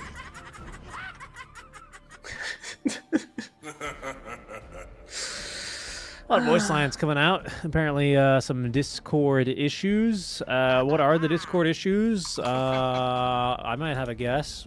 Excuse me, Captain. What the heck is this Spirit Breaker pig, bro? Don't worry. Don't worry. We're cooking. Let me cook, he says. Yeah. I mean, you gotta make something out of it. I'm looking at the opposing lineup here as well. Like, I think if you're Ryodan, you're quite happy to play this game. Your Morphling might have to be a little careful, but like, when should you not on your Morph? He's got great heroes to run interference for him. He's got great abilities to seal. Dawnbreaker. Dawnbreaker's a great copy. Spirit Breaker's a great copy. Murta will do in a pinch.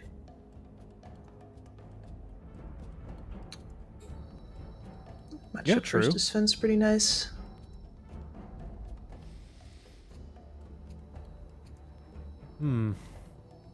It's a Dawn mid too at that, huh? I wonder how that changes things. Obviously, the rotation game is nearly unmatched.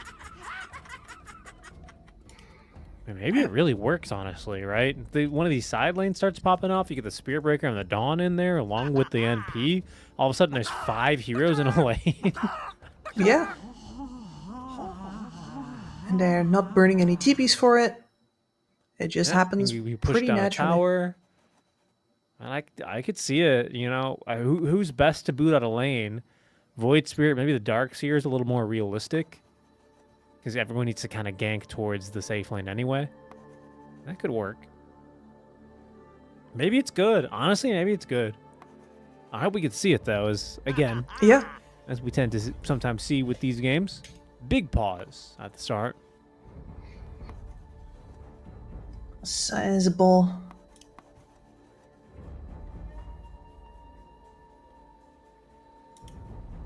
It's the thing that also worries me is that he doesn't have any cosmetics on his Spirit Breaker. This is just plain old, bland. You want to know what worries me? Tell me. The company that a lot of people use on a daily basis and take as fact and they chat everything to, ChatGPT, they started out making Dota 5v5 bots. Deep somewhere within ChatGPT is that archaic OpenAI. knowledge. Like the fires beneath Mount Doom. One of these days that thing's going to come up and it is going to just absolutely, I mean, I don't even know. It's going to ho-ho-ha-ha them or something. We're just going to get run over by some nasty OpenAI shenanigans. It's unbelievable. It's true. I mean, there are a couple of things that I think are in Dota that are undeniably linked to people having to face OpenAI at some point. Like the biggest one is the value of cutting waves, right? That's something that OpenAI was absolutely the thing that introduced that. I can't even say the ones because it's not a person. Just a thing that And buybacks, Imitates. I think. Like the aggressive buybacks. that thing aggressive would do. buybacks. Yeah. And- Sometimes too much, right? It would like buy back like, oh my god, guys, come on. Mm-hmm. It would buy back like a minute and a half into the game, 1 AFK. Shout out to my friend Marv who used to do that. We still call it the Marv back in this household. But what was it, TI7? Wasn't TI7 the insane buyback TI, if I'm remembering correctly? Like everyone was Yeah, buying might back have been. all the time? My memories of 6 and 7 are the vaguest because I was in those for quite long. And really the only thing you do when you're in the tournament is you tunnel vision your own games. Yeah. And like the fact that everybody's buying back, if your team's not particularly focused on it and you don't have time to make that pivot, you can't do that anymore. You don't even notice it. I had no idea what Wings was like because we never really played them in TI6 until I went back and watched the replays. It's quite incredible to be like, oh, these guys won the tournament, huh? No, I totally get what you mean. And the I couriers totally aren't get the you, man. couriers a remnant of OpenAI as well? Because they needed to get 5 couriers, otherwise the AI couldn't learn how to play Dota because they didn't know how to They use couldn't courier. share. Right? They Yeah. couldn't get over step 1 of humans. That's why they'll never overtake us. We did it. You don't know how we did it? We did it. It was a meritocracy. Whoever dies buys the courier. That's how we figured it out. 30 seconds. We pulled ourselves up by this bootstraps. You know, it's Oh, just yeah. the simple way. Whoever dies, or alternatively, the most smug, self-sacrificing bastard on the team. Like, it's I only usually roll me. 5 people. Yeah. Absolutely. That was me. And I would die first. It was a little bit of both. A little bit of column yeah. A, a little bit of column B. You know, what can I say?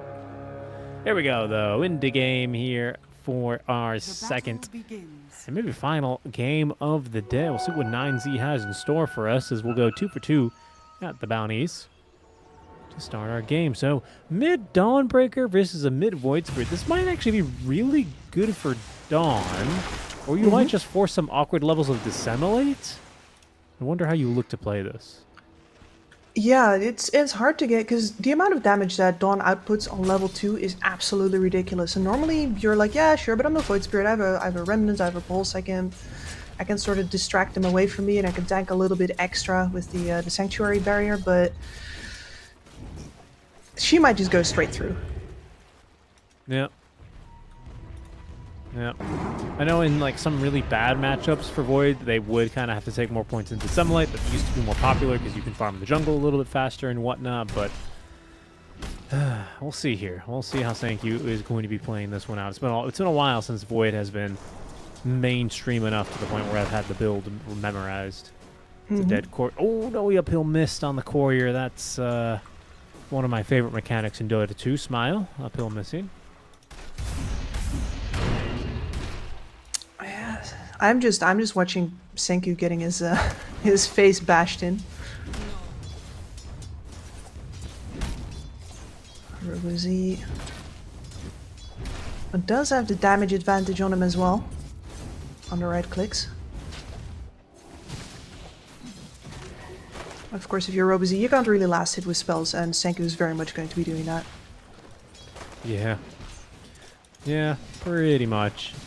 That's how you keep an edge in this lane and not just get completely bodied. Ooh, the Aether Remnant got eaten by something. That's going to trigger a little quick Starbreaker Celestial Hammer combo. Top lane. The TP back in by Nero from short range. Didn't actually quite sprout up the Shadow Shaman, and because of that, he's going to turn into a chicken. The foul play is going to get him out of harm's way for now. Always a little bit awkward when you get saved that close to death on a support early, because it's like, okay, now I've got to stand over here for 30 seconds. Good luck. Yep. I mean, it's worse when you're low mana, though. At the very least, XSG had basically his full pool left, so he's not just sticking around because he has nothing better to do. He can actually still be a threat if he watches his spacing. Very true. Yeah. He's going to be just fine. Plus, you know, you lifesteal a little bit off of the shackles. It's not really lifesteal, but the ability heals. But it does mean that they're going to be unable to contest this next little pull. Wasn't like a full pull anyway, so it seems like Darkshade, he'll still get up to level 3 pretty comfortably here with that level 2 Ion Shell. You'll have your shackles and Ether Shock, so plenty of damage is about to come online in that top lane. We'll have to keep our eye on that. Down bottom, quick charge here onto the Disruptor with the dead shot to follow up. Morphling running down the Muerta now as we shift on over there, where the Muerta is just a bit too speedy, even for a waveform Morphling. And say what you will about the questionable pick here for the 24 Spirit Breaker, 23 Spirit Breaker, I believe. It is doing very well in this lane. He's just so tanky. Yeah, I mean, 5 base armor, not half bad. A lot of right-click damage to start off with as well, but of course, like, neither his animation nor his, like, the utility of his spells are anything to particularly write home about in the laning stage. This is really all about for him just scraping together the levels until he can start properly charging. Yeah, some bashes. Yeah, Down bottom certainly makes he's the getting trading so more efficient. lucky. Doesn't even have the bulls hit facet either. He's just lucky, just skill. Yeah. What can you do? Pushing the Morphling under the tower now, and yet I gotta say that is definitely the Disruptor. Great laner if it's just about trading, but he can't stand against the damage. And there's Yeah, they've nothing actually your got Disruptor him. can do for you. Yeah, it's not like a heal lane or anything else like that. No. Okay, There's maybe some they were max really limps. cooking with the Spirit Breaker pick. Yeah. Can you imagine? We spent like 10 minutes wondering if it got randomed. Really, just the biggest haters on the planet. They are gonna win this one in style. We're gonna look like idiots. I kind of like it when that happens, honestly, because it's not every day that you just get like a genuine lesson in how creative you can be in Dota 2.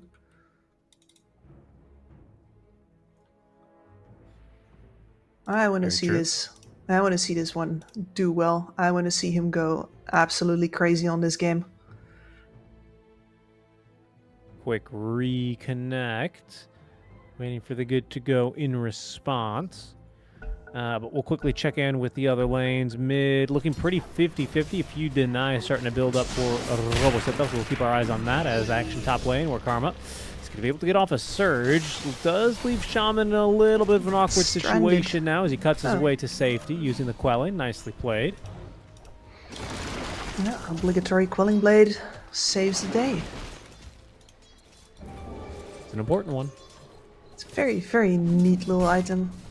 Like, I wish it was just a little bit better for supports to just carry around with you.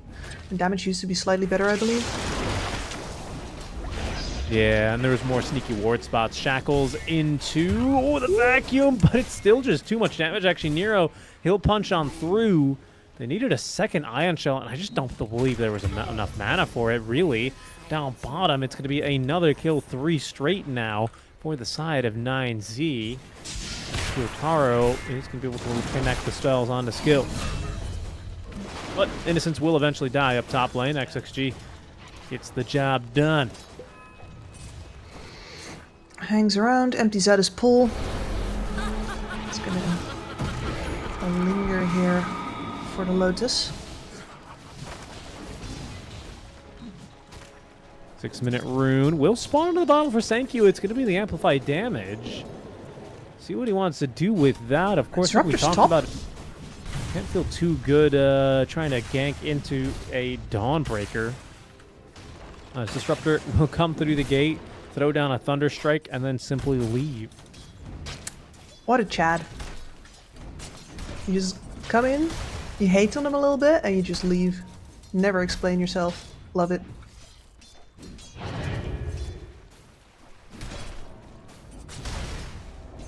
Radiant's bottom tower is under attack. I'm going for the Morphling. He was so high agi there. Yeah, that's Radiant's bottom the tower Morphling is main under gambit, isn't it? And if skill gets bashed here again under tower, no, he's going to be just fine. Maybe actually another bash would have been for the best, as the Void Spirit's going to TP on through and get hit with another pause here. Hey, the bashes are magical, man. You can have all of the armor in the world, and it's not gonna do jack for you.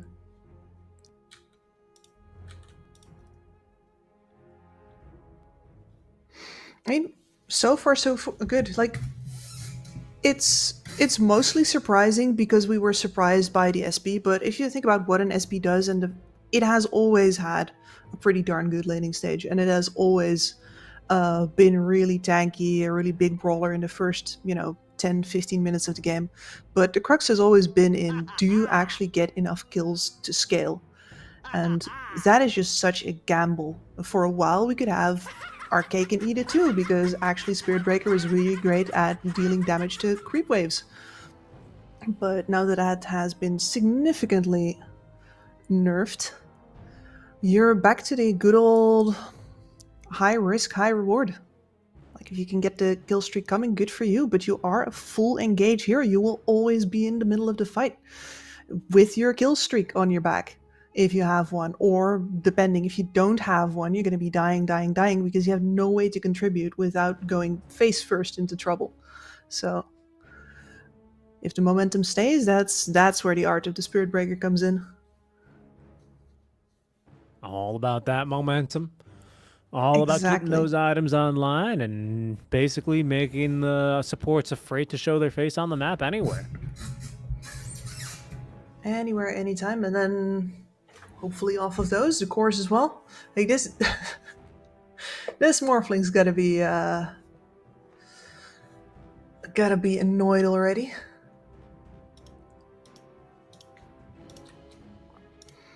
A level Especially with 6. a vessel queued up there for Nero. Yeah, level 6 from Void Spirit, level 6 as well for Robo Z. We'll see if we're going to see a Solar Guardian here. I'm also a little interested by this Vanguard super early here by the Darkseer. Okay. Yeah, I mean, it makes him basically immortal in this lane, right? All they have to offer is physical damage, right clicks, barely any spells. It means that he can stay alone and the Shadow Shaman can go off to, you know, take the Shrine of Wisdom, stack, contribute to other lanes. And then later It's a massive on... Serpent Ward kind of a game here as well for the Shaman. So eager to see that starting to get used as we will continue here, unpause the match. That's going to be that Urn of Shadows online then for the NP. Just keep an eye for his rotations now. So I'm eager to see how Karma is going to be able to do here. Is he going to start like cutting these waves? Looks like he's going to be in the process of doing so now. Deny there on the flag bearer, but again, it's this. It's going to be this darn Vanguard, like you say, that's going to make him a bit more sturdy, a bit more difficult to kick out. He could honestly play that much more aggro if he wanted to, I think. Like, not necessarily to the point where you're baiting out a Dawnbreaker rotation, like he does have to be careful for that, but he can definitely push it a little. Shield Rune showing bottom into the bottle here for Roboteta as the glimpse comes through in time. Unfortunately for him, Nero up on the high ground and a beautiful sprout here into the calling. Good enough for a second. That was fantastic. Made to measure, not an inch off. Oh, painful. And yeah, of course he's not carrying a Quelling Blade, because he's always going to get out of Sprout, right? Right. A lot of things of silence. Down he goes. Shield Rune is also for Roboseta. Means, yeah, he's pretty comfortable to continue pushing here. Even tanks a tower shot or two. He's got such a big shield for this early on in the game. That's problematic. Top lane, at least, Karma, he's going to be able to start cutting these waves, getting his items online a little bit sooner. Maybe he can draw some attention to make sure this Void and this Morphling can actually get their game online. But so far, so good for this early game draft for 9Z, as they have a 6-1 kill lead, 3K up. Not that significant, but could continue to roll into something. Yeah, all three lanes are ahead is the most important thing, I think. And that just gives you trouble getting leverage if you're Riyadh. Who's going to make the move? Nobody feels confident. Nobody feels like they won. Oh, Yep. Getting ran down. There's going to be... Oh, wow. The counter ultimate there on the Solar Guardian. Keeps Kiyotaro alive. Doesn't actually net him a kill. Thank you, getting his volley of spells back online here shortly as it's the Shaman who's chased down. Actually missed the auto attack on him thanks to the Sister Shroud. Now he turns into a chicken. They continue to dive and eventually land that last auto attack they need underneath this tier 2 tower. This might be a little bit too deep though, as Blood Grenade thrown by skill. The bashes out from the Morphling morphed into the Spirit Breaker. Collect a double kill then for Sankyu. That is very well played there, as the support and the offlaner drop in exchange for only a chicken. a single chicken, yeah, and that's immediate earn charges for Senku, who's also very close to finishing up the Spirit Vessel pretty much immediately. Gonna be of great help for him to hopefully, well, he could be the guy that actually gets the leverage in this game, especially since you can stop by your Darkseer, get an Ion Shell, go wreak havoc elsewhere. Yeah, the Sven has been slightly constrained. He's had to, like, kind of, you can see now, chase Karma around, just make sure that the tower is not going to die to creep. So he hasn't been able to, like, have a super efficient farming pattern here. Pardon me, but otherwise has had a very solid lane. I think, excuse me, that's going to be the main concern here for Riyadh. Not quite yet, not for the next, like, 5 minutes, but something's going to need to change about that. But, you know, getting Sankyu involved here early, good start. Yeah. And the fact that Sven has been kept occupied by just the Darkseer means that there was a triple stack for both the Ancients as well as the camp, and both have now been cleared as... Oh, Big Snake. Big Snake is down. Sankyu, he's getting charged down, but first, Roboseta's going to die to that Snake. Yotaru, okay, he is not respecting the snake here. He's in for a little bit of a rough time. There's a charge completed. No bash underneath that tower. However, as brought back in, glimpsed into snake range, means it's going to be a kill here for skill. They also actually managed to put down the Spirit Breakers, so it's Kyotaru who just fighting better here, honestly, in this mid lane so far. Yeah, and it's the second Ryodan, time, sorry. right? Once again, more or less outplayed. Not really much of synergy between the heroes of 9Z there.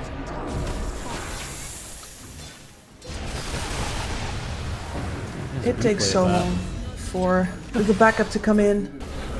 And then when it does, they're very much split. You just don't get past this massive ward, and in the meantime, you're diving alone on the Spirit Breaker. Yeah, you're tanky, but you're not that tanky. That's really done a lot to elevate the game for Sankyu. Suddenly, he's 4-1-0. He's got a bottled Arcane Rune, a full Spirit Vessel, and will not be stopping to transition into... Well, no, actually he is. He's got the Vessel, right? But straight into the Ag Scepter next. Yep. We'll see how that goes along, but you know what? Karma has also been farming beautifully. Vanguard first item has net him the full Arcane Boots. It's net him the full Mechanism now. He's even got this chipped vest with Labrani enchantment, so he's tough. He's a tough little guy. Very sturdy. He is, and everything put together just means that, you know, triple lane loss, something that really should not happen, has been basically made up for, and it wasn't even anything that Riyadh themselves had to force, right? They just made a couple of really good reactions to their opponents trying to leverage, and now they are, I don't want to say in control of the game, but definitely feeling much more confident, especially after taking that enemy middle tower down. Yeah, I mean, they might feel in control. They're going to make this first smoke move now with Sankyu and both supports. Ultis are ready to go. Massive Serpent Ward and Static Storm. Gotta be a little bit careful with this Sven, but Ryodan once again ready to defend their Wisdom Shrine. This happened last game as well, if I'm not mistaken. Sankyu, he is going to avoid that Storm Bolt, and Snake planted down. Roboseta, he's coming into a bit of a rough one. He's actually going to be glimpsed out. They might have wanted to keep him here, if I'm being honest with you. Either way, it will end up in the death of Nero and Innocence. Kyotaro realizing he is in far too deep as they give chase here, using actually, of all things, the Nature's Prophet illusion from the Wall of Replica. Won't actually be able to catch up to him. Hold on, they've TP'd after Roboseta, and Sankyu gets a double kill in two very different parts of the map. Yeah, Kyotaro, he is ticking down here. Oh no, this is... Okay, 4 dead then, just like that. Okay. I was keeping an eye on XSG previously because he was out-leveling his Darkseer lane partner, but he has a blink already. RoboZ did not see that one coming. Wow. Wow. I mean, that's the power of Big Snake. Yeah. I'm starting to understand why people are in the pocket of Big Snake, because it seems to pay. It does. And look, you're just not killing that thing, honestly. No. And wow, I mean, kind of incredible. Didn't we see this last game, or was it Ryodan who were the ones that kind of ran into the enemy wisdom to die? Was Innocence last game actually same location as well, just later on in the game. It was around 22. Same kind of mistake, and of course, like this time, it's so tempting. You have 3 global heroes on your lineup. If I get in trouble, surely I can just bring in the cavalry and it's gonna be fine. But yeah, as it turns out, especially when you can pick the location like that, if you're Ryodan, you're like, okay, fine, you're fighting here, that's cool.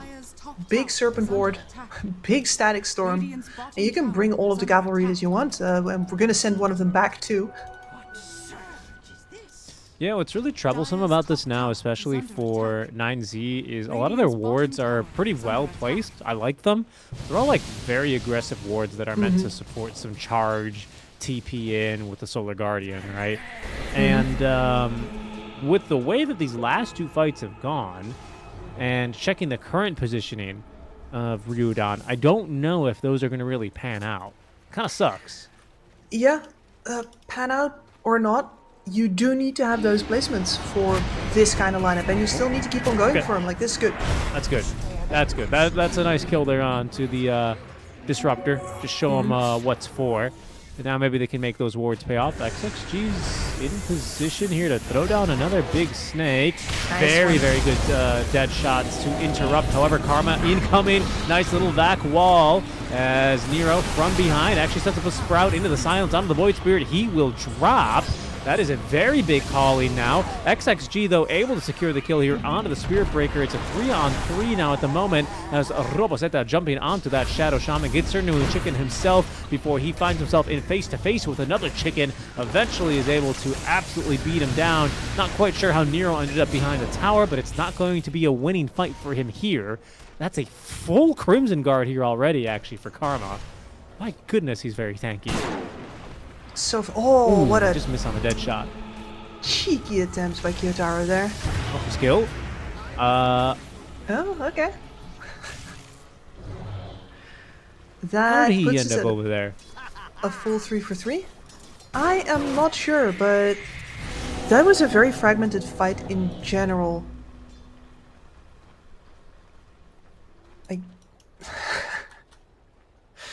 I'm very We glad died. that I got the recap. We died twice in that fight. It's a 4 for 3, I believe, actually. But the Sven dies, the Spirit Breaker dies, and the Morph and the Dark Seer live, so probably still better for Yodan. It's hard to say. At the very least, the fact that, you know, you're fighting and you're going equal does feel good for 9Z as well, because they were getting a little discouraged there. They are putting in pressure, they are getting kills. Right. I mean, really, it's kind of a, I don't want to say a stroke of luck, but they're lucky that the Crimson Guard completely didn't turn that around. They actually really struggled to kill that Void Spirit, even if it was silent and stuck inside of a Sprout. Suddenly, it's almost thought that was going to go down. This Crimson Guard is very problematic. SSG! Got him. Oh, no, and they've got another. Shackled continuing here onto Nero, and not a way out for him either. That's nearly the Ag Scepter completed now for the Void Spirit. It would have been, actually, if Morphling didn't snipe the entire wave. Lane Tax, he came over to your fight. He Radiant's gets stabbed at middle creeps. tower is under attack. Now the big word, so good for taking down Roche as well. Yeah, it's funny how we come back to this. I remember the last time Shaman was super, super meta. It was the same thing. Like, the Serpent Wards did, like, 3 times damage to Roche for some reason. It's piercing. You would basically just let the Serpent Wards solo Roche. It's kind of the same thing now. You just need a core that has damage, and the Serpent Ward can tank. Yeah. Bonus damage to non-hero, non-heavy units. Roche looks pretty heavy to me though. I'm not really... It's got a good point, yeah. Did I just fat shame Roshan? Is that what I just did? I think you did. Dire's middle I think you did a Sorry, little bit. sorry, big guy. What do you think? He's got to get on Wagovi or something? You don't tell him what to do. He's perfect the way he is. Our little He thieving is. creep that got turned into a monster that gets killed over and over again, Sisyphean style.